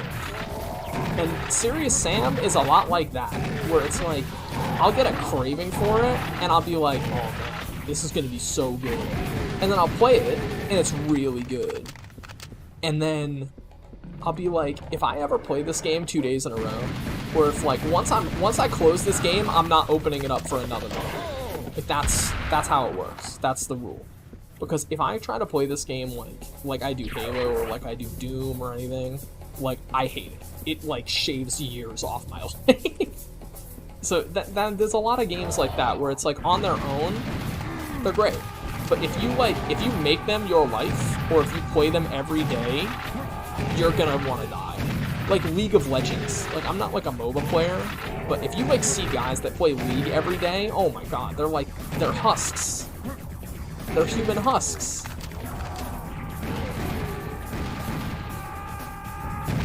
It's like a bag of M&Ms. Know what I mean? I don't want to have a bag of M&Ms. I know Americans love their food analogies, but like, I don't want to have a bag of M&Ms with every fucking meal. Alright. I love that reload sound. That's so crispy.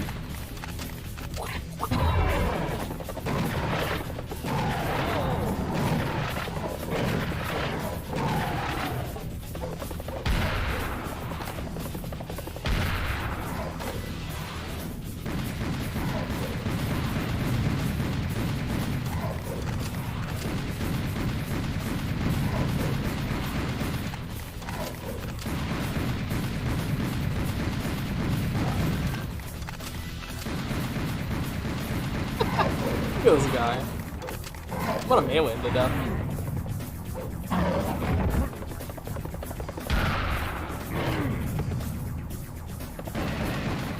This pickup's over there, but I don't trust him.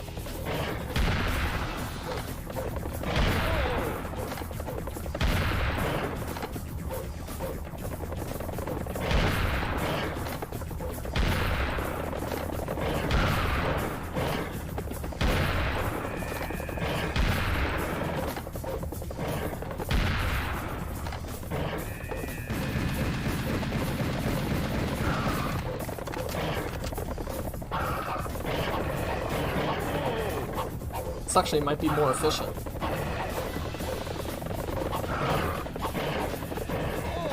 Oh my goodness.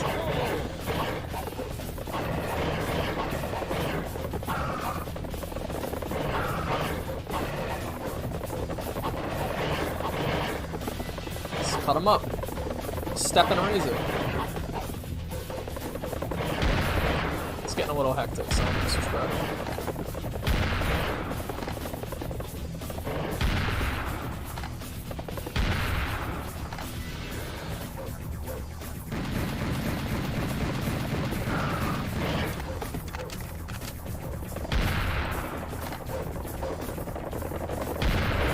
Jesus.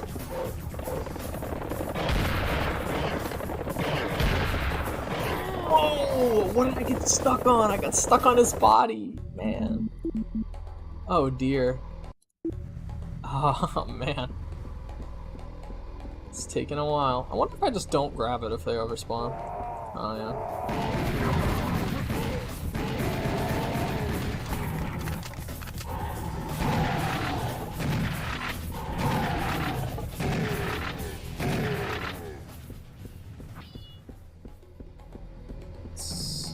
Put him on level.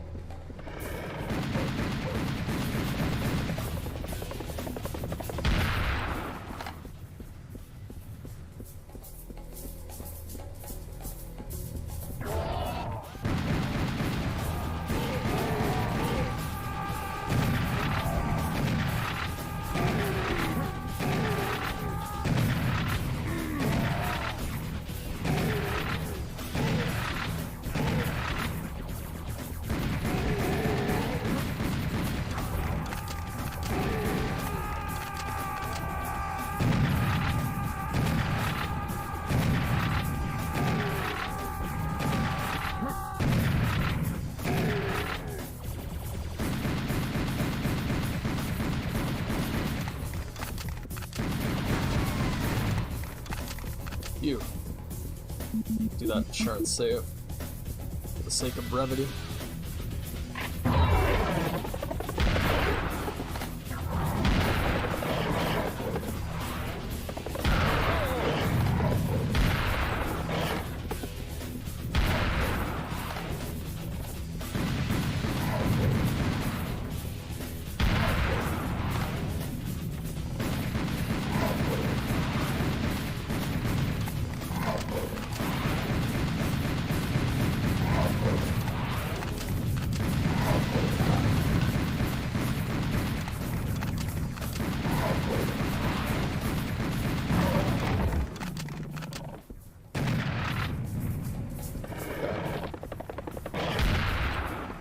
Might have to go and grab that extra one.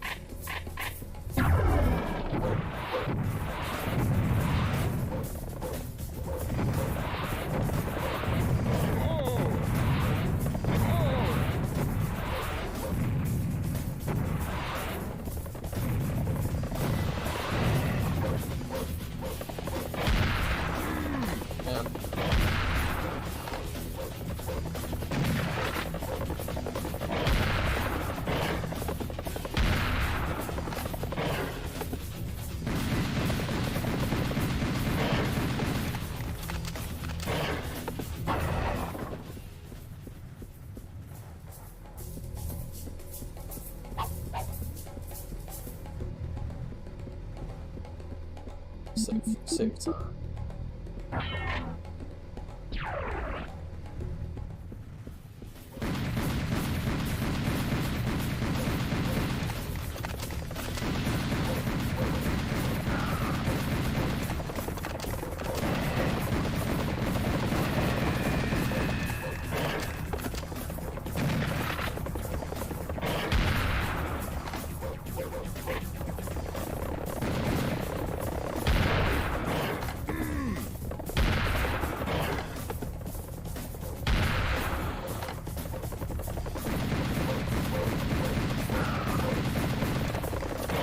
Ah.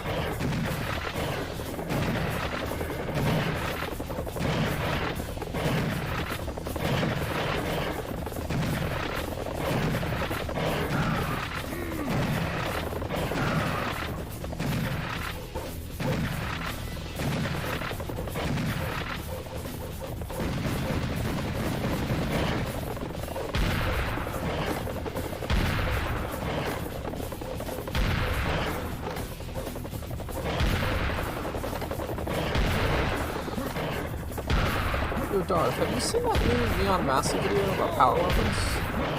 I haven't watched it yet. I was wondering if it was good.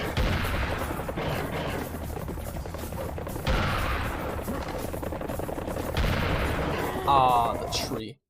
Goodness. Is this really as far back? Over here?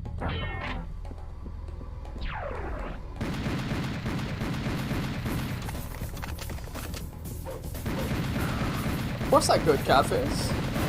You know, there's a unique bug on that map known as crumpet dashing. You should definitely check it out, bro. You should Google it.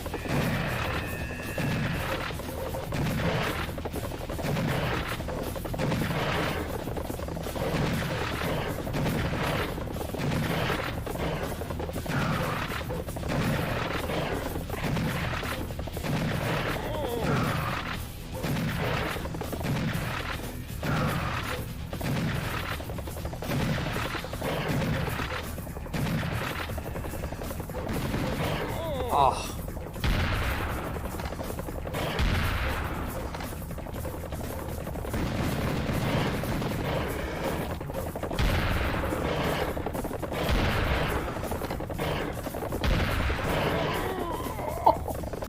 Jeez.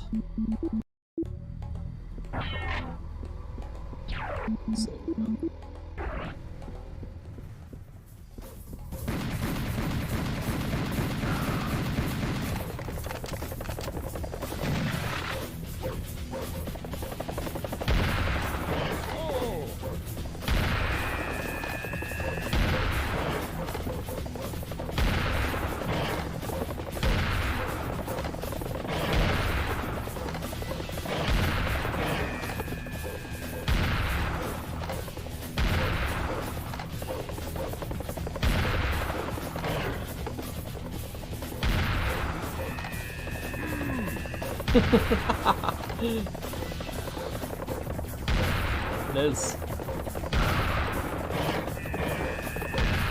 It does, trust me.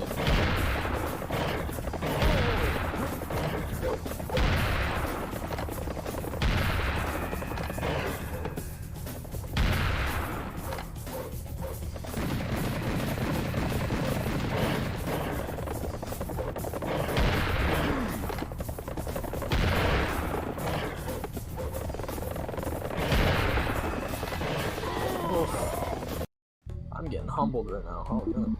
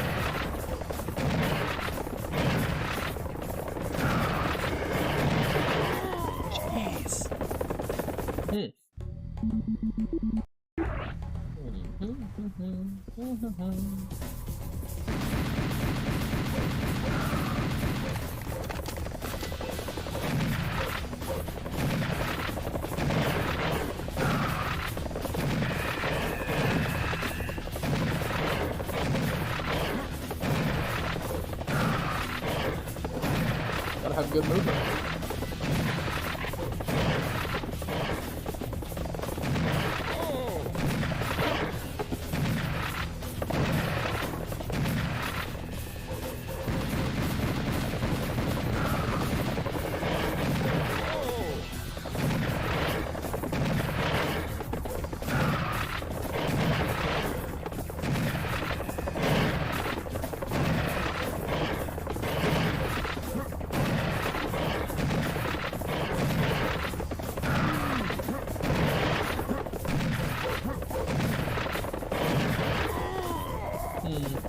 Feels like I could hoof it back to the health.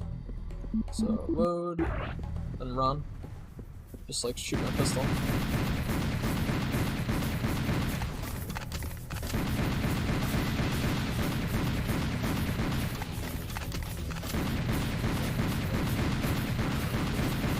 You know, a lot of serious detractors claim that the whole game is just played running backwards, but they may have a point in this fight.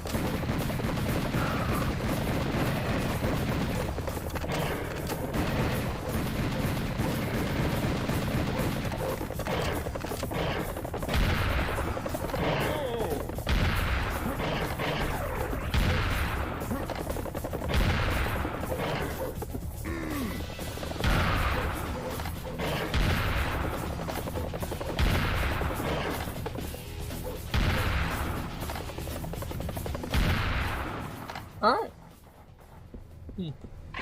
Just had to leave. Alright, I'm gonna save. And crack my knuckles.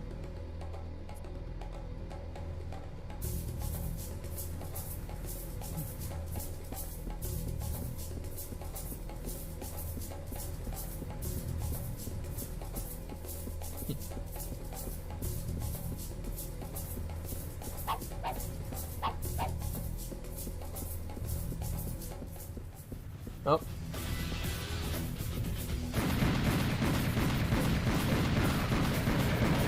That's a lot of...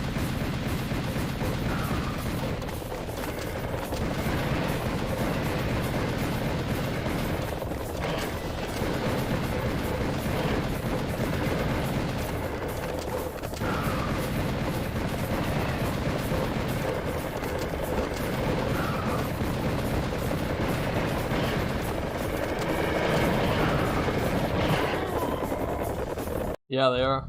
I would rather fight frogs now, honestly. I'll be honest. I would rather fight frogs.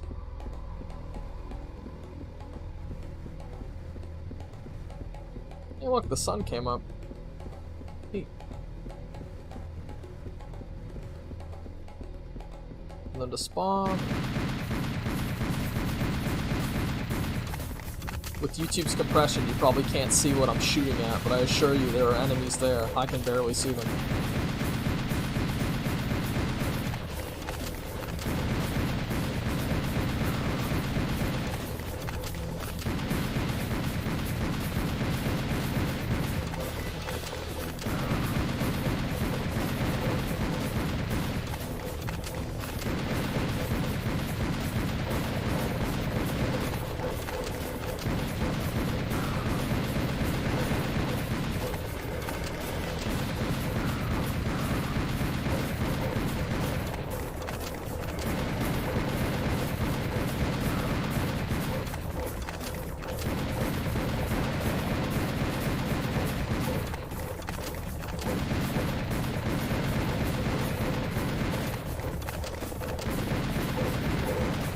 This is advanced retreating.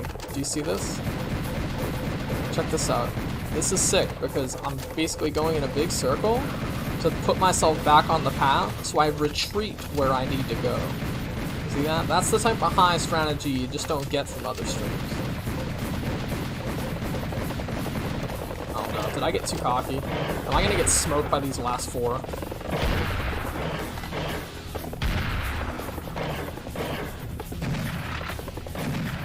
Okay. So it's been a healthy double dose attempts here.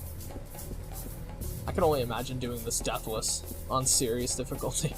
It's so brutal. I wonder if they're gonna spawn more dudes. You can walk all the way over there.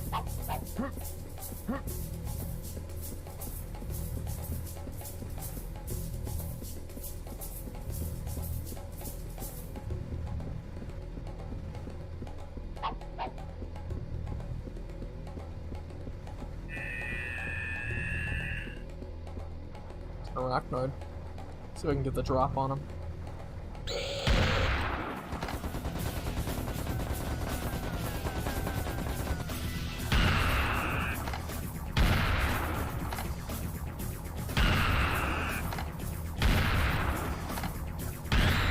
You'd be remiss for thinking that Serious Sam had any other weapons in it, but in fact it has one more to introduce to us.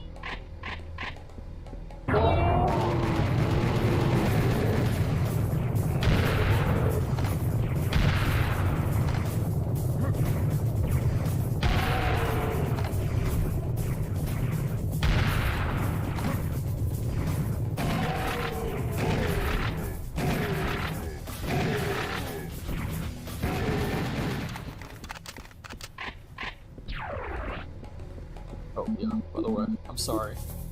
Normally I wouldn't save this much, but it's taking a toll.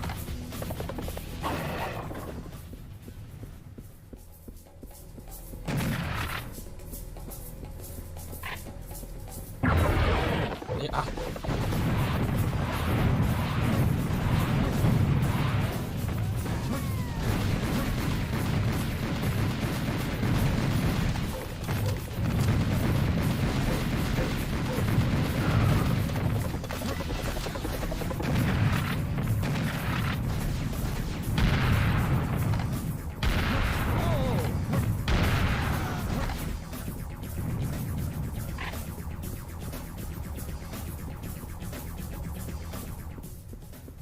Hey, there it is. Look at the size of that thing. Look at the size of that thing. This is the SBC cannon.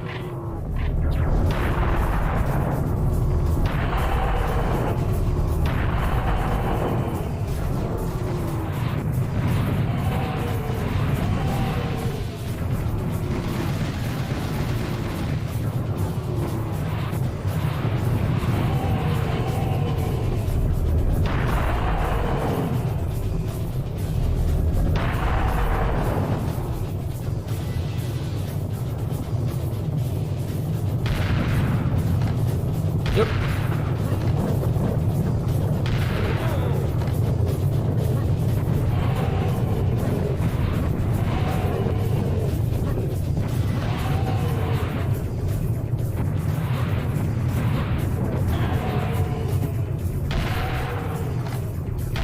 Actually, I think every Serious Sam weapon is sort of unique, but I think the SBC cannon is the only one that I would call iconic in the game's arsenal. Like every gun, a lot of games have a super shotgun. Plenty of games have revolvers, a melee weapon, you know, a shotgun. Very few games have a cannon that you carry around.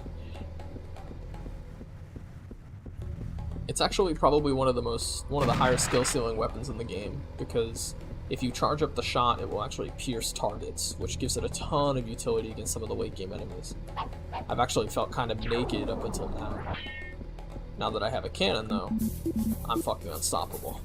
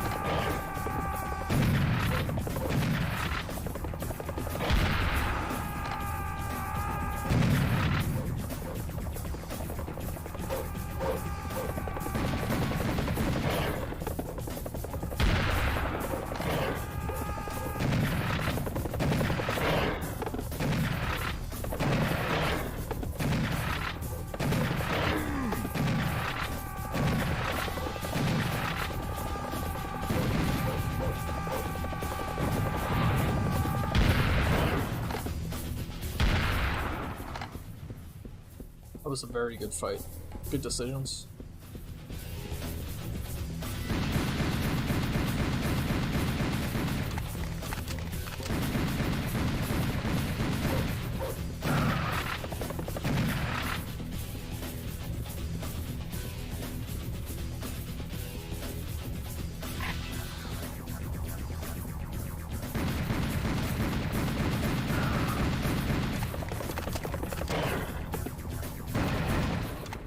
Ooh, pretty. I like these pickups, especially like the particle systems.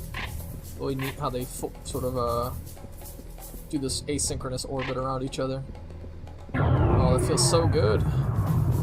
This feels so bad.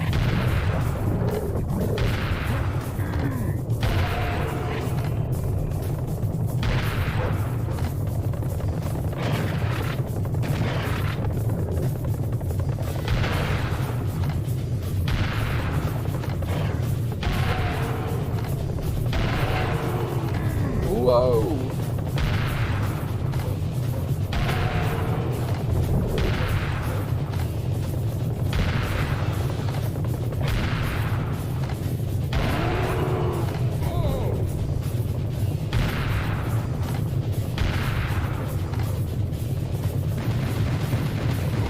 Man. Oh man, I'm getting juggled.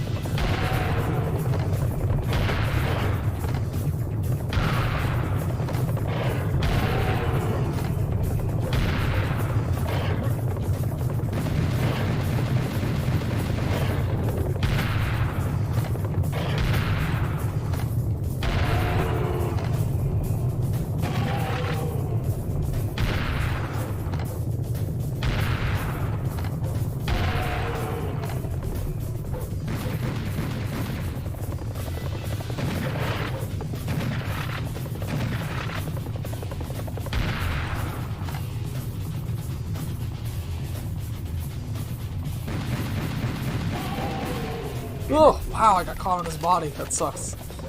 Would have been very embarrassing if I died that way.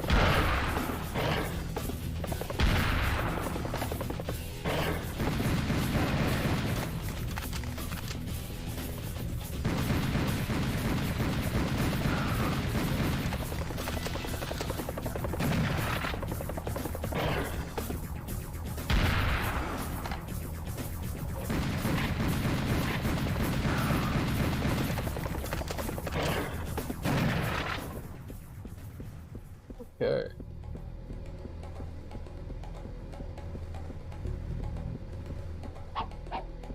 Back to the cannon. Ooh, this is a lot of health. Got a big fight coming up. It's actually a strategy to how you pick up these bonuses. Because bonuses like these health bonuses will only add to your total health like this. You get more health this way. Otherwise I would cap out at 100. Alright. And you go place all of the elements. Let's just start with this one. I have one cannon shot. Better make it count.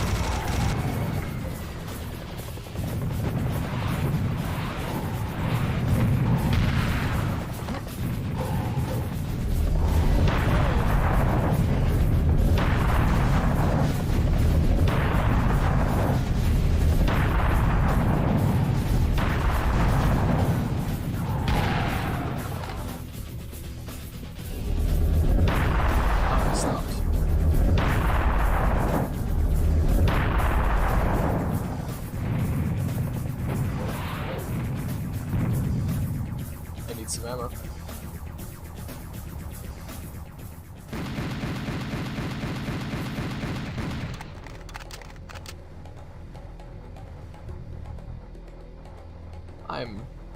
If I die, I'm totally fine with doing this fight over again. I took a lot of unfortunate hits.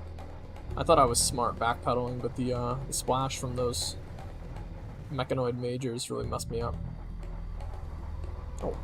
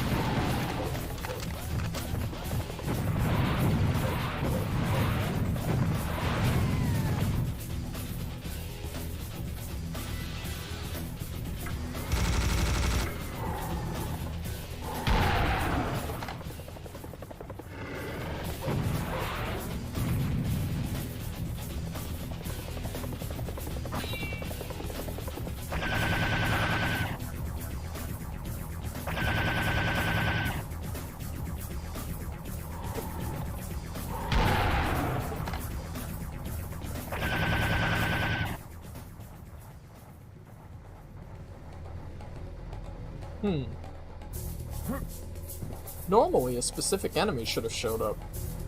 I think it's because I'm doing it in the right order and not the wrong order. Normally, you could just run all the way over here and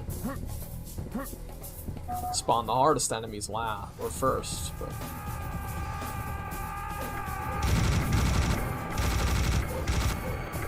pitifully low.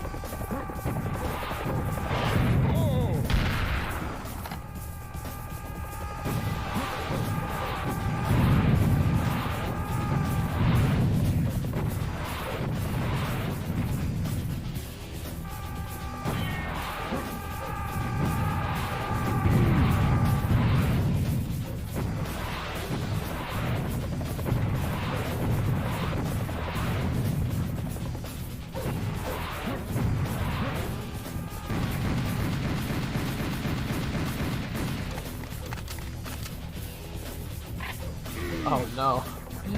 That gave me no minigun ammo.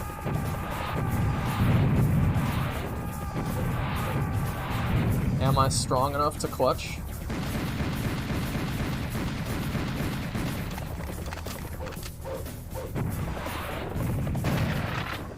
Am I?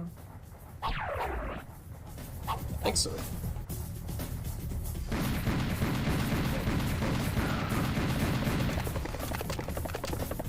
Whoa, that was weird. I really thought he would charge, he just hit the brakes.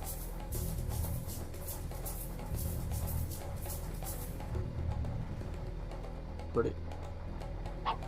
Grab this health.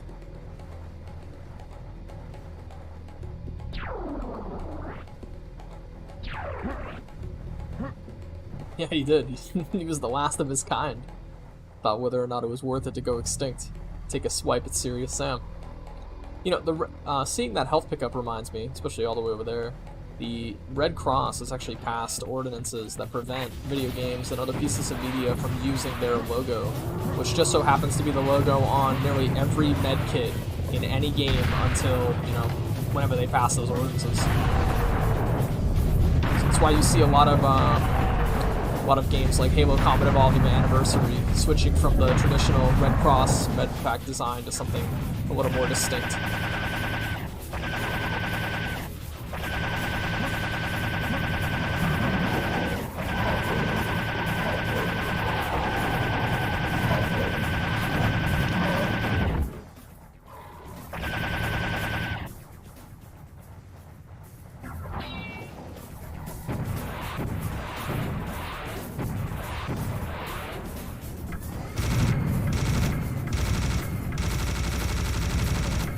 That's a lot of gear. I think we got a boss fight coming up. Just a hunch.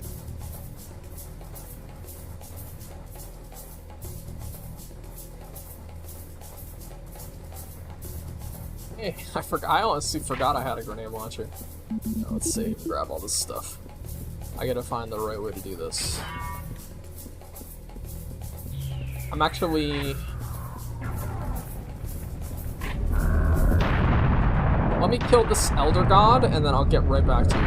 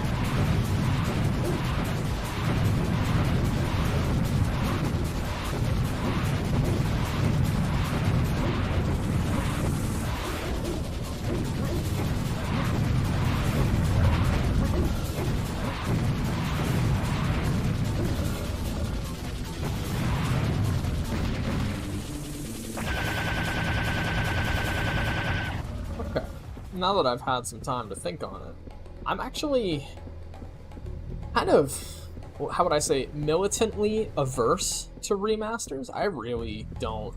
I think any game, no game should be remastered. I think re-released, of course, up-res, brought up to speed. If your texture limitation on the PS1 is 256 by 256, and you've still got the, the source that was 512 by 512, or 1024 by 1024, or so on and so forth, go nuts. But specifically with there we go. Fuck yeah, Karnak. Alright, before we continue, I gotta back up. There we go.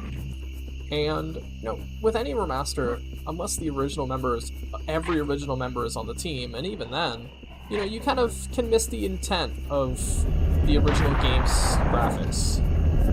CE Anniversary doesn't look that great, but I don't even think Halo 2 Anniversary looks great. The only remaster I think I would accept for...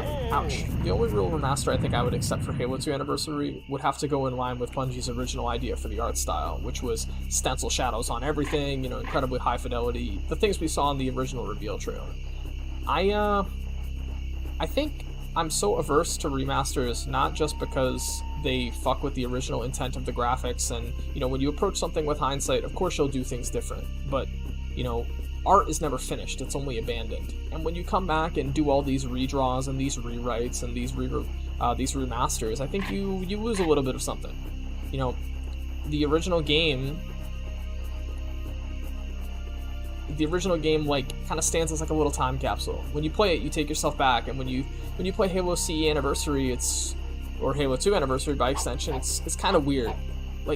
Do you really think that the graphics are what's holding people back? If the game is good, people will play anything. It doesn't matter how it looks. The most popular shooter on Steam right now is a game that looks like it was released in 2002 and ran on Java. BattleBit Remastered is proving that to graphics people that it really does not matter. If you build something that people like and people identify with, they will play it regardless. I think remasters are very few of them are done in good faith. Most of them are just cash grabs.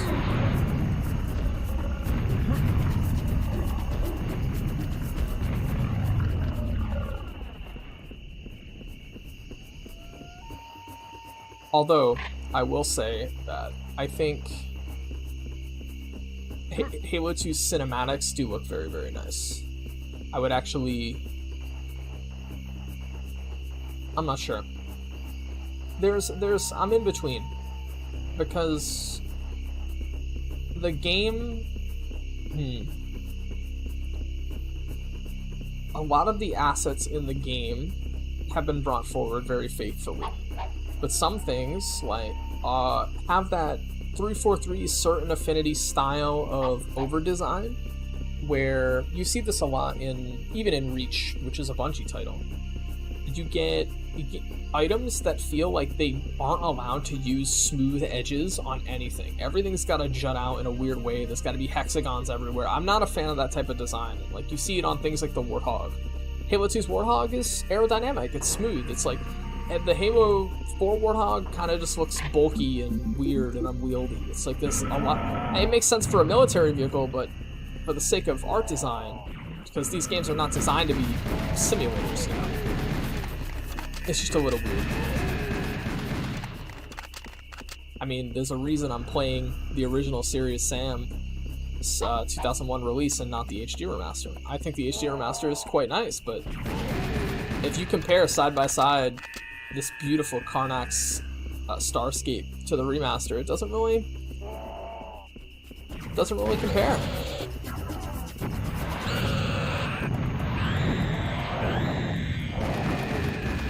This to me is striking.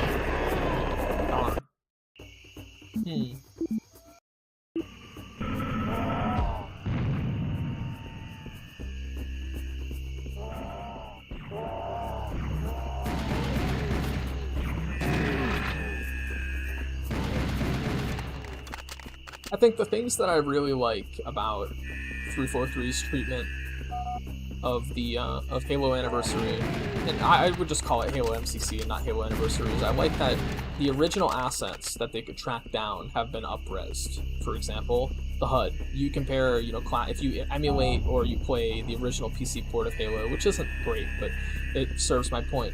You'll notice that a lot of like the HUD assets are very, very chunky, because they expected people would play these on, you know, a CRT TV where that sort of detail didn't matter and they were trying to save space wherever they could. Things like that, I would consider a remaster. I would consider that worthy. But beyond that, you know, you, even if you are the artist, the original artist, it's very, very hard to put yourself back in that headspace, especially, you know, if you're remastering a game 10, 20 years later. So rather than get it wrong, don't do it at all. The fans, you know, the people that are interested will come back anyway.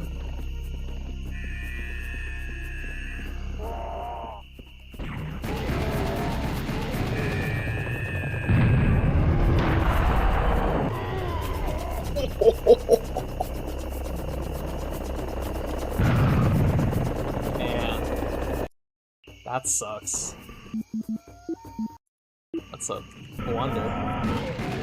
Tactical error.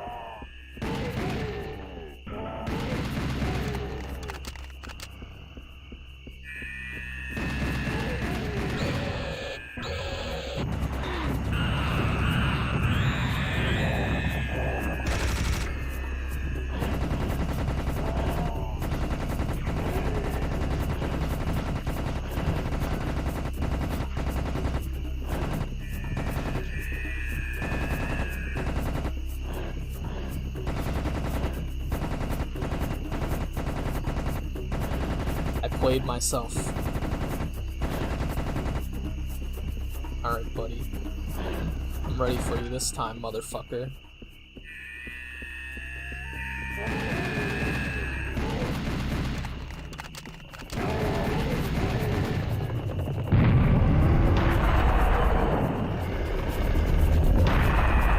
This works great because it's gonna hit him on both sides.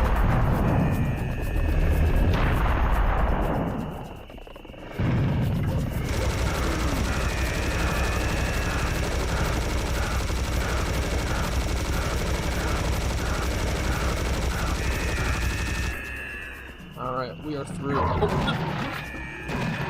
There's always one more.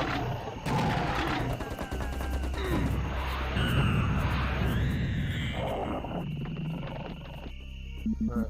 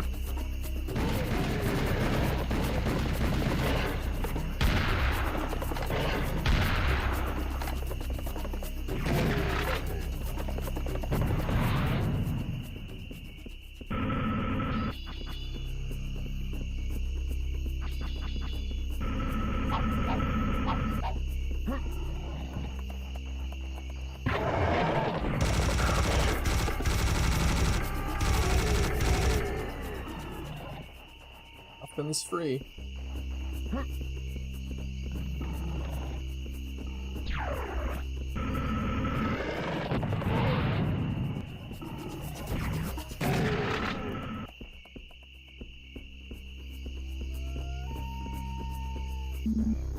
Just an insurance save. If I remember correctly, yep, I get ganked here.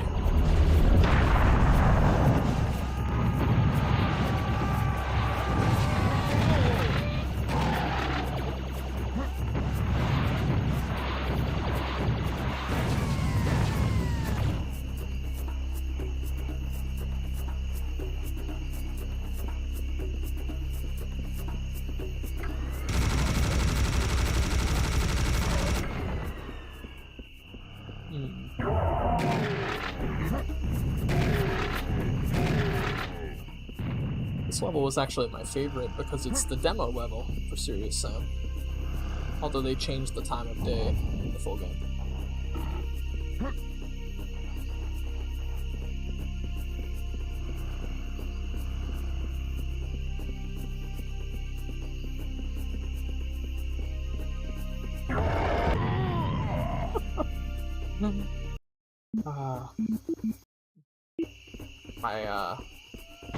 My arm was a little faster than my brain then.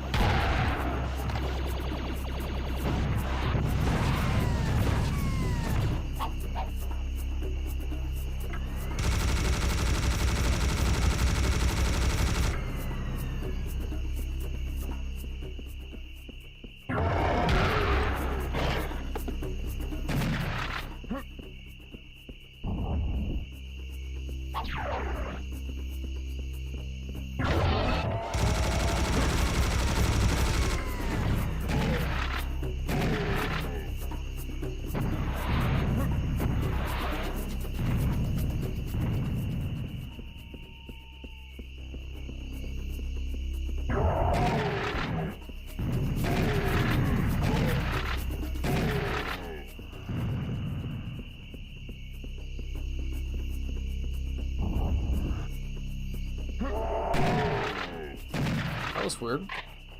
Landing on his head actually, like, turned my view as he turned to face me. Oh shit.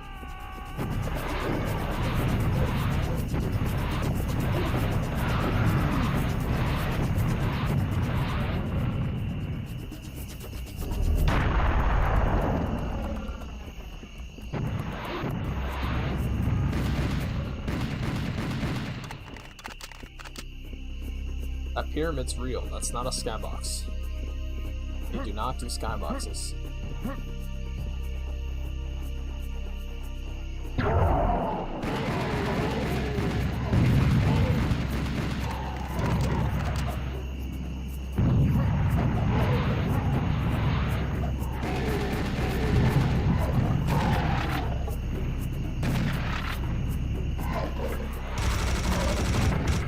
Now, Serious Sam enemies will never infight, but they will damage each other, which is greatly appreciated.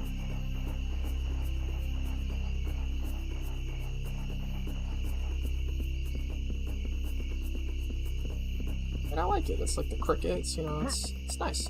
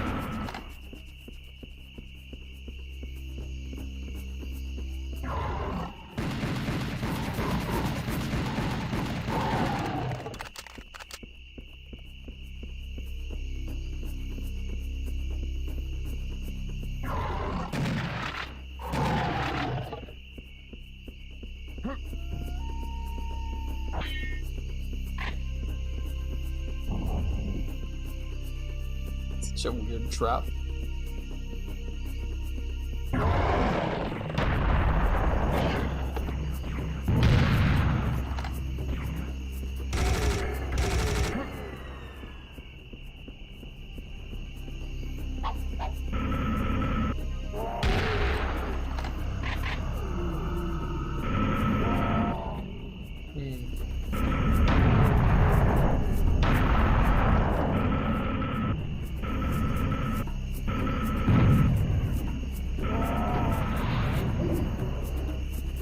Ow.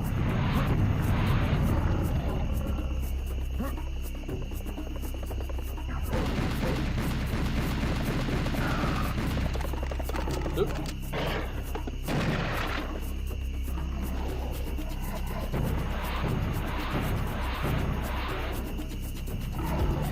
That's not what I wanted.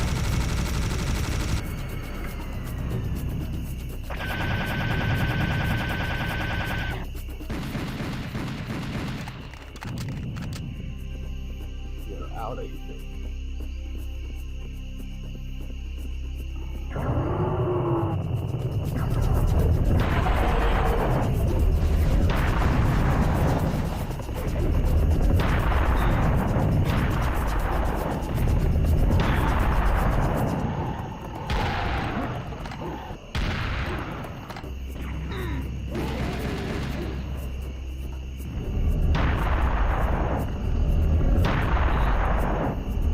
Always hurts to waste a shot at the cannon, I'll admit.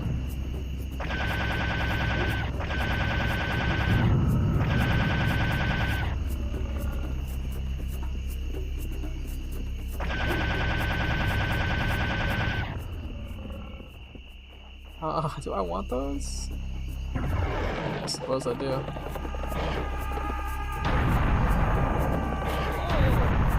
Time line them up.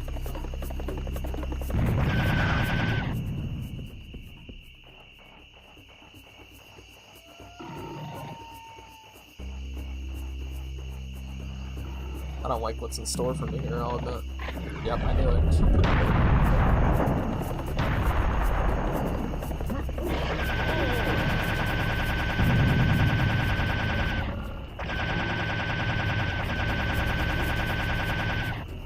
I think we are out of enemies to introduce too around this time in the game, beyond the final boss.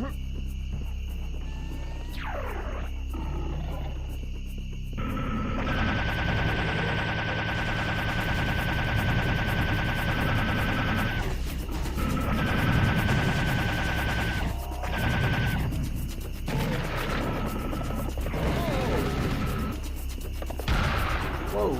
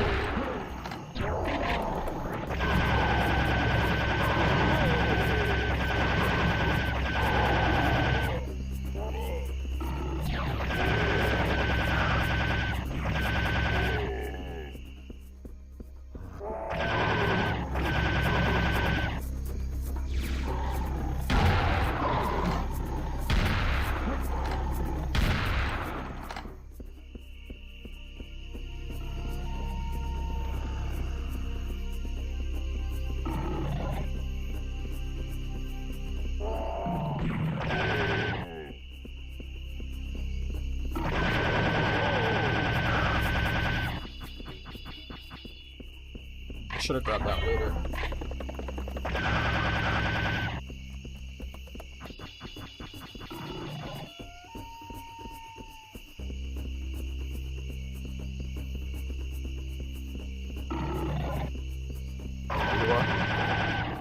Ooh, I heard something.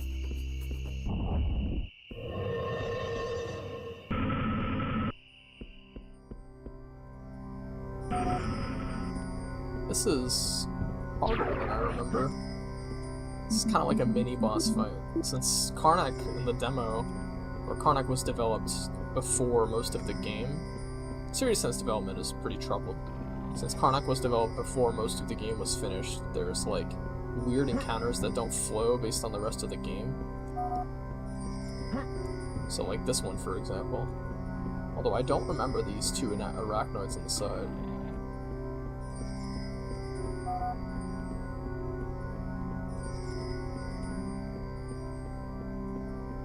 Pick it up yet?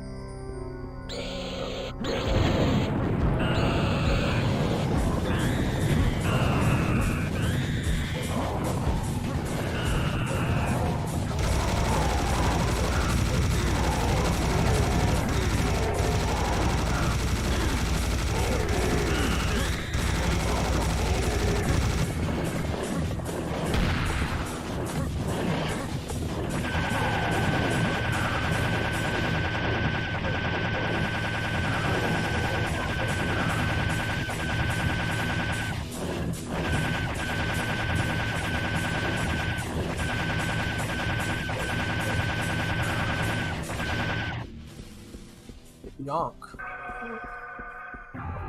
Whoa, whoa, whoa.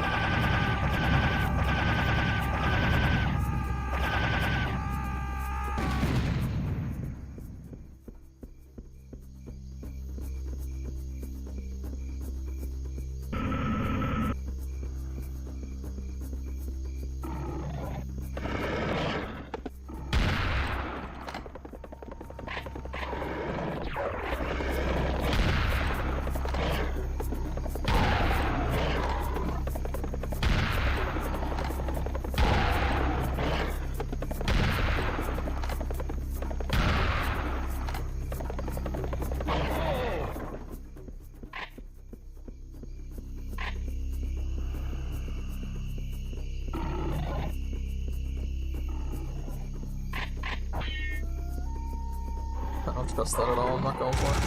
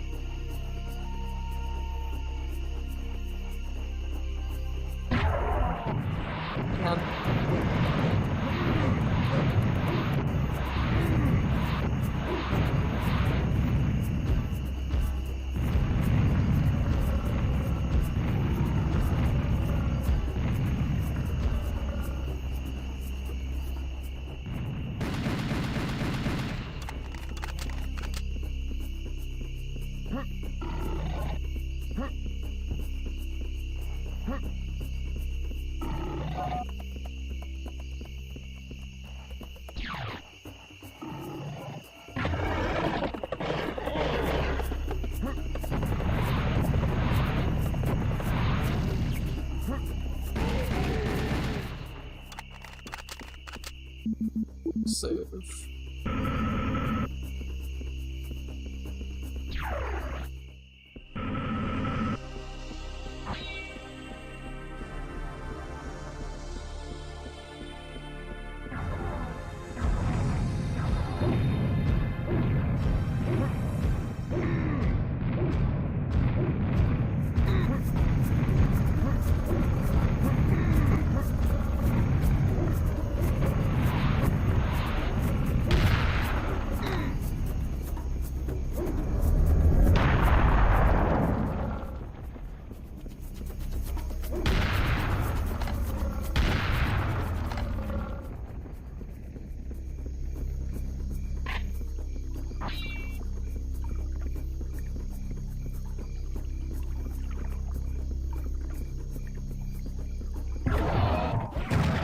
Oh no.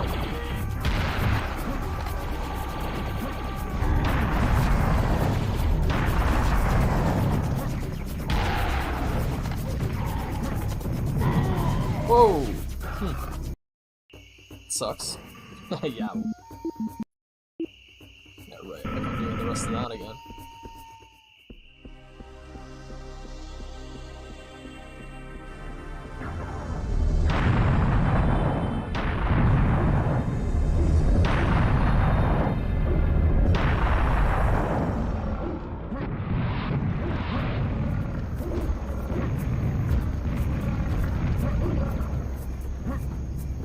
Peace, man.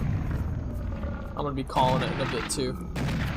Either finish Karnak or get through as much as I could. It was nice talking to you.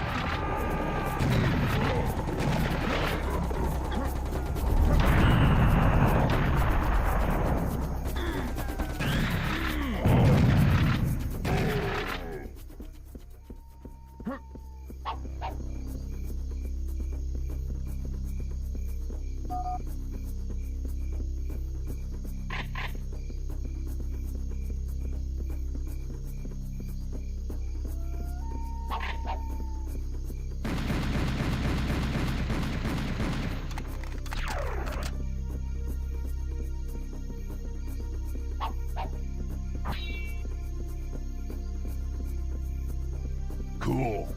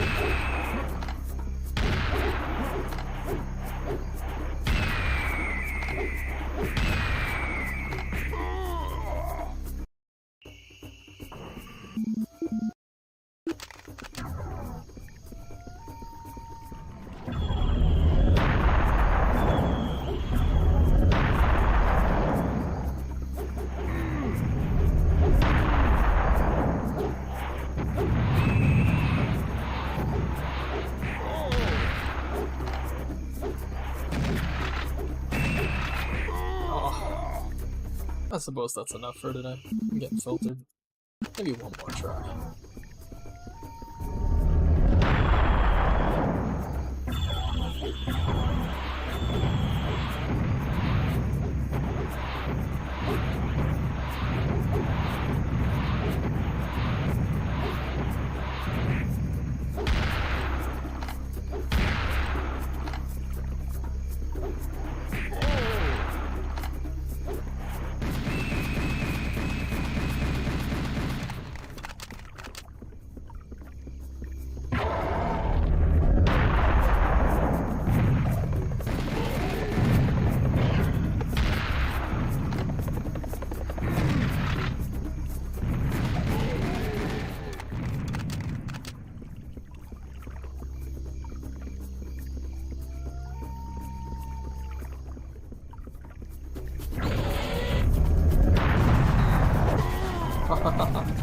Darn. Man, that's tough.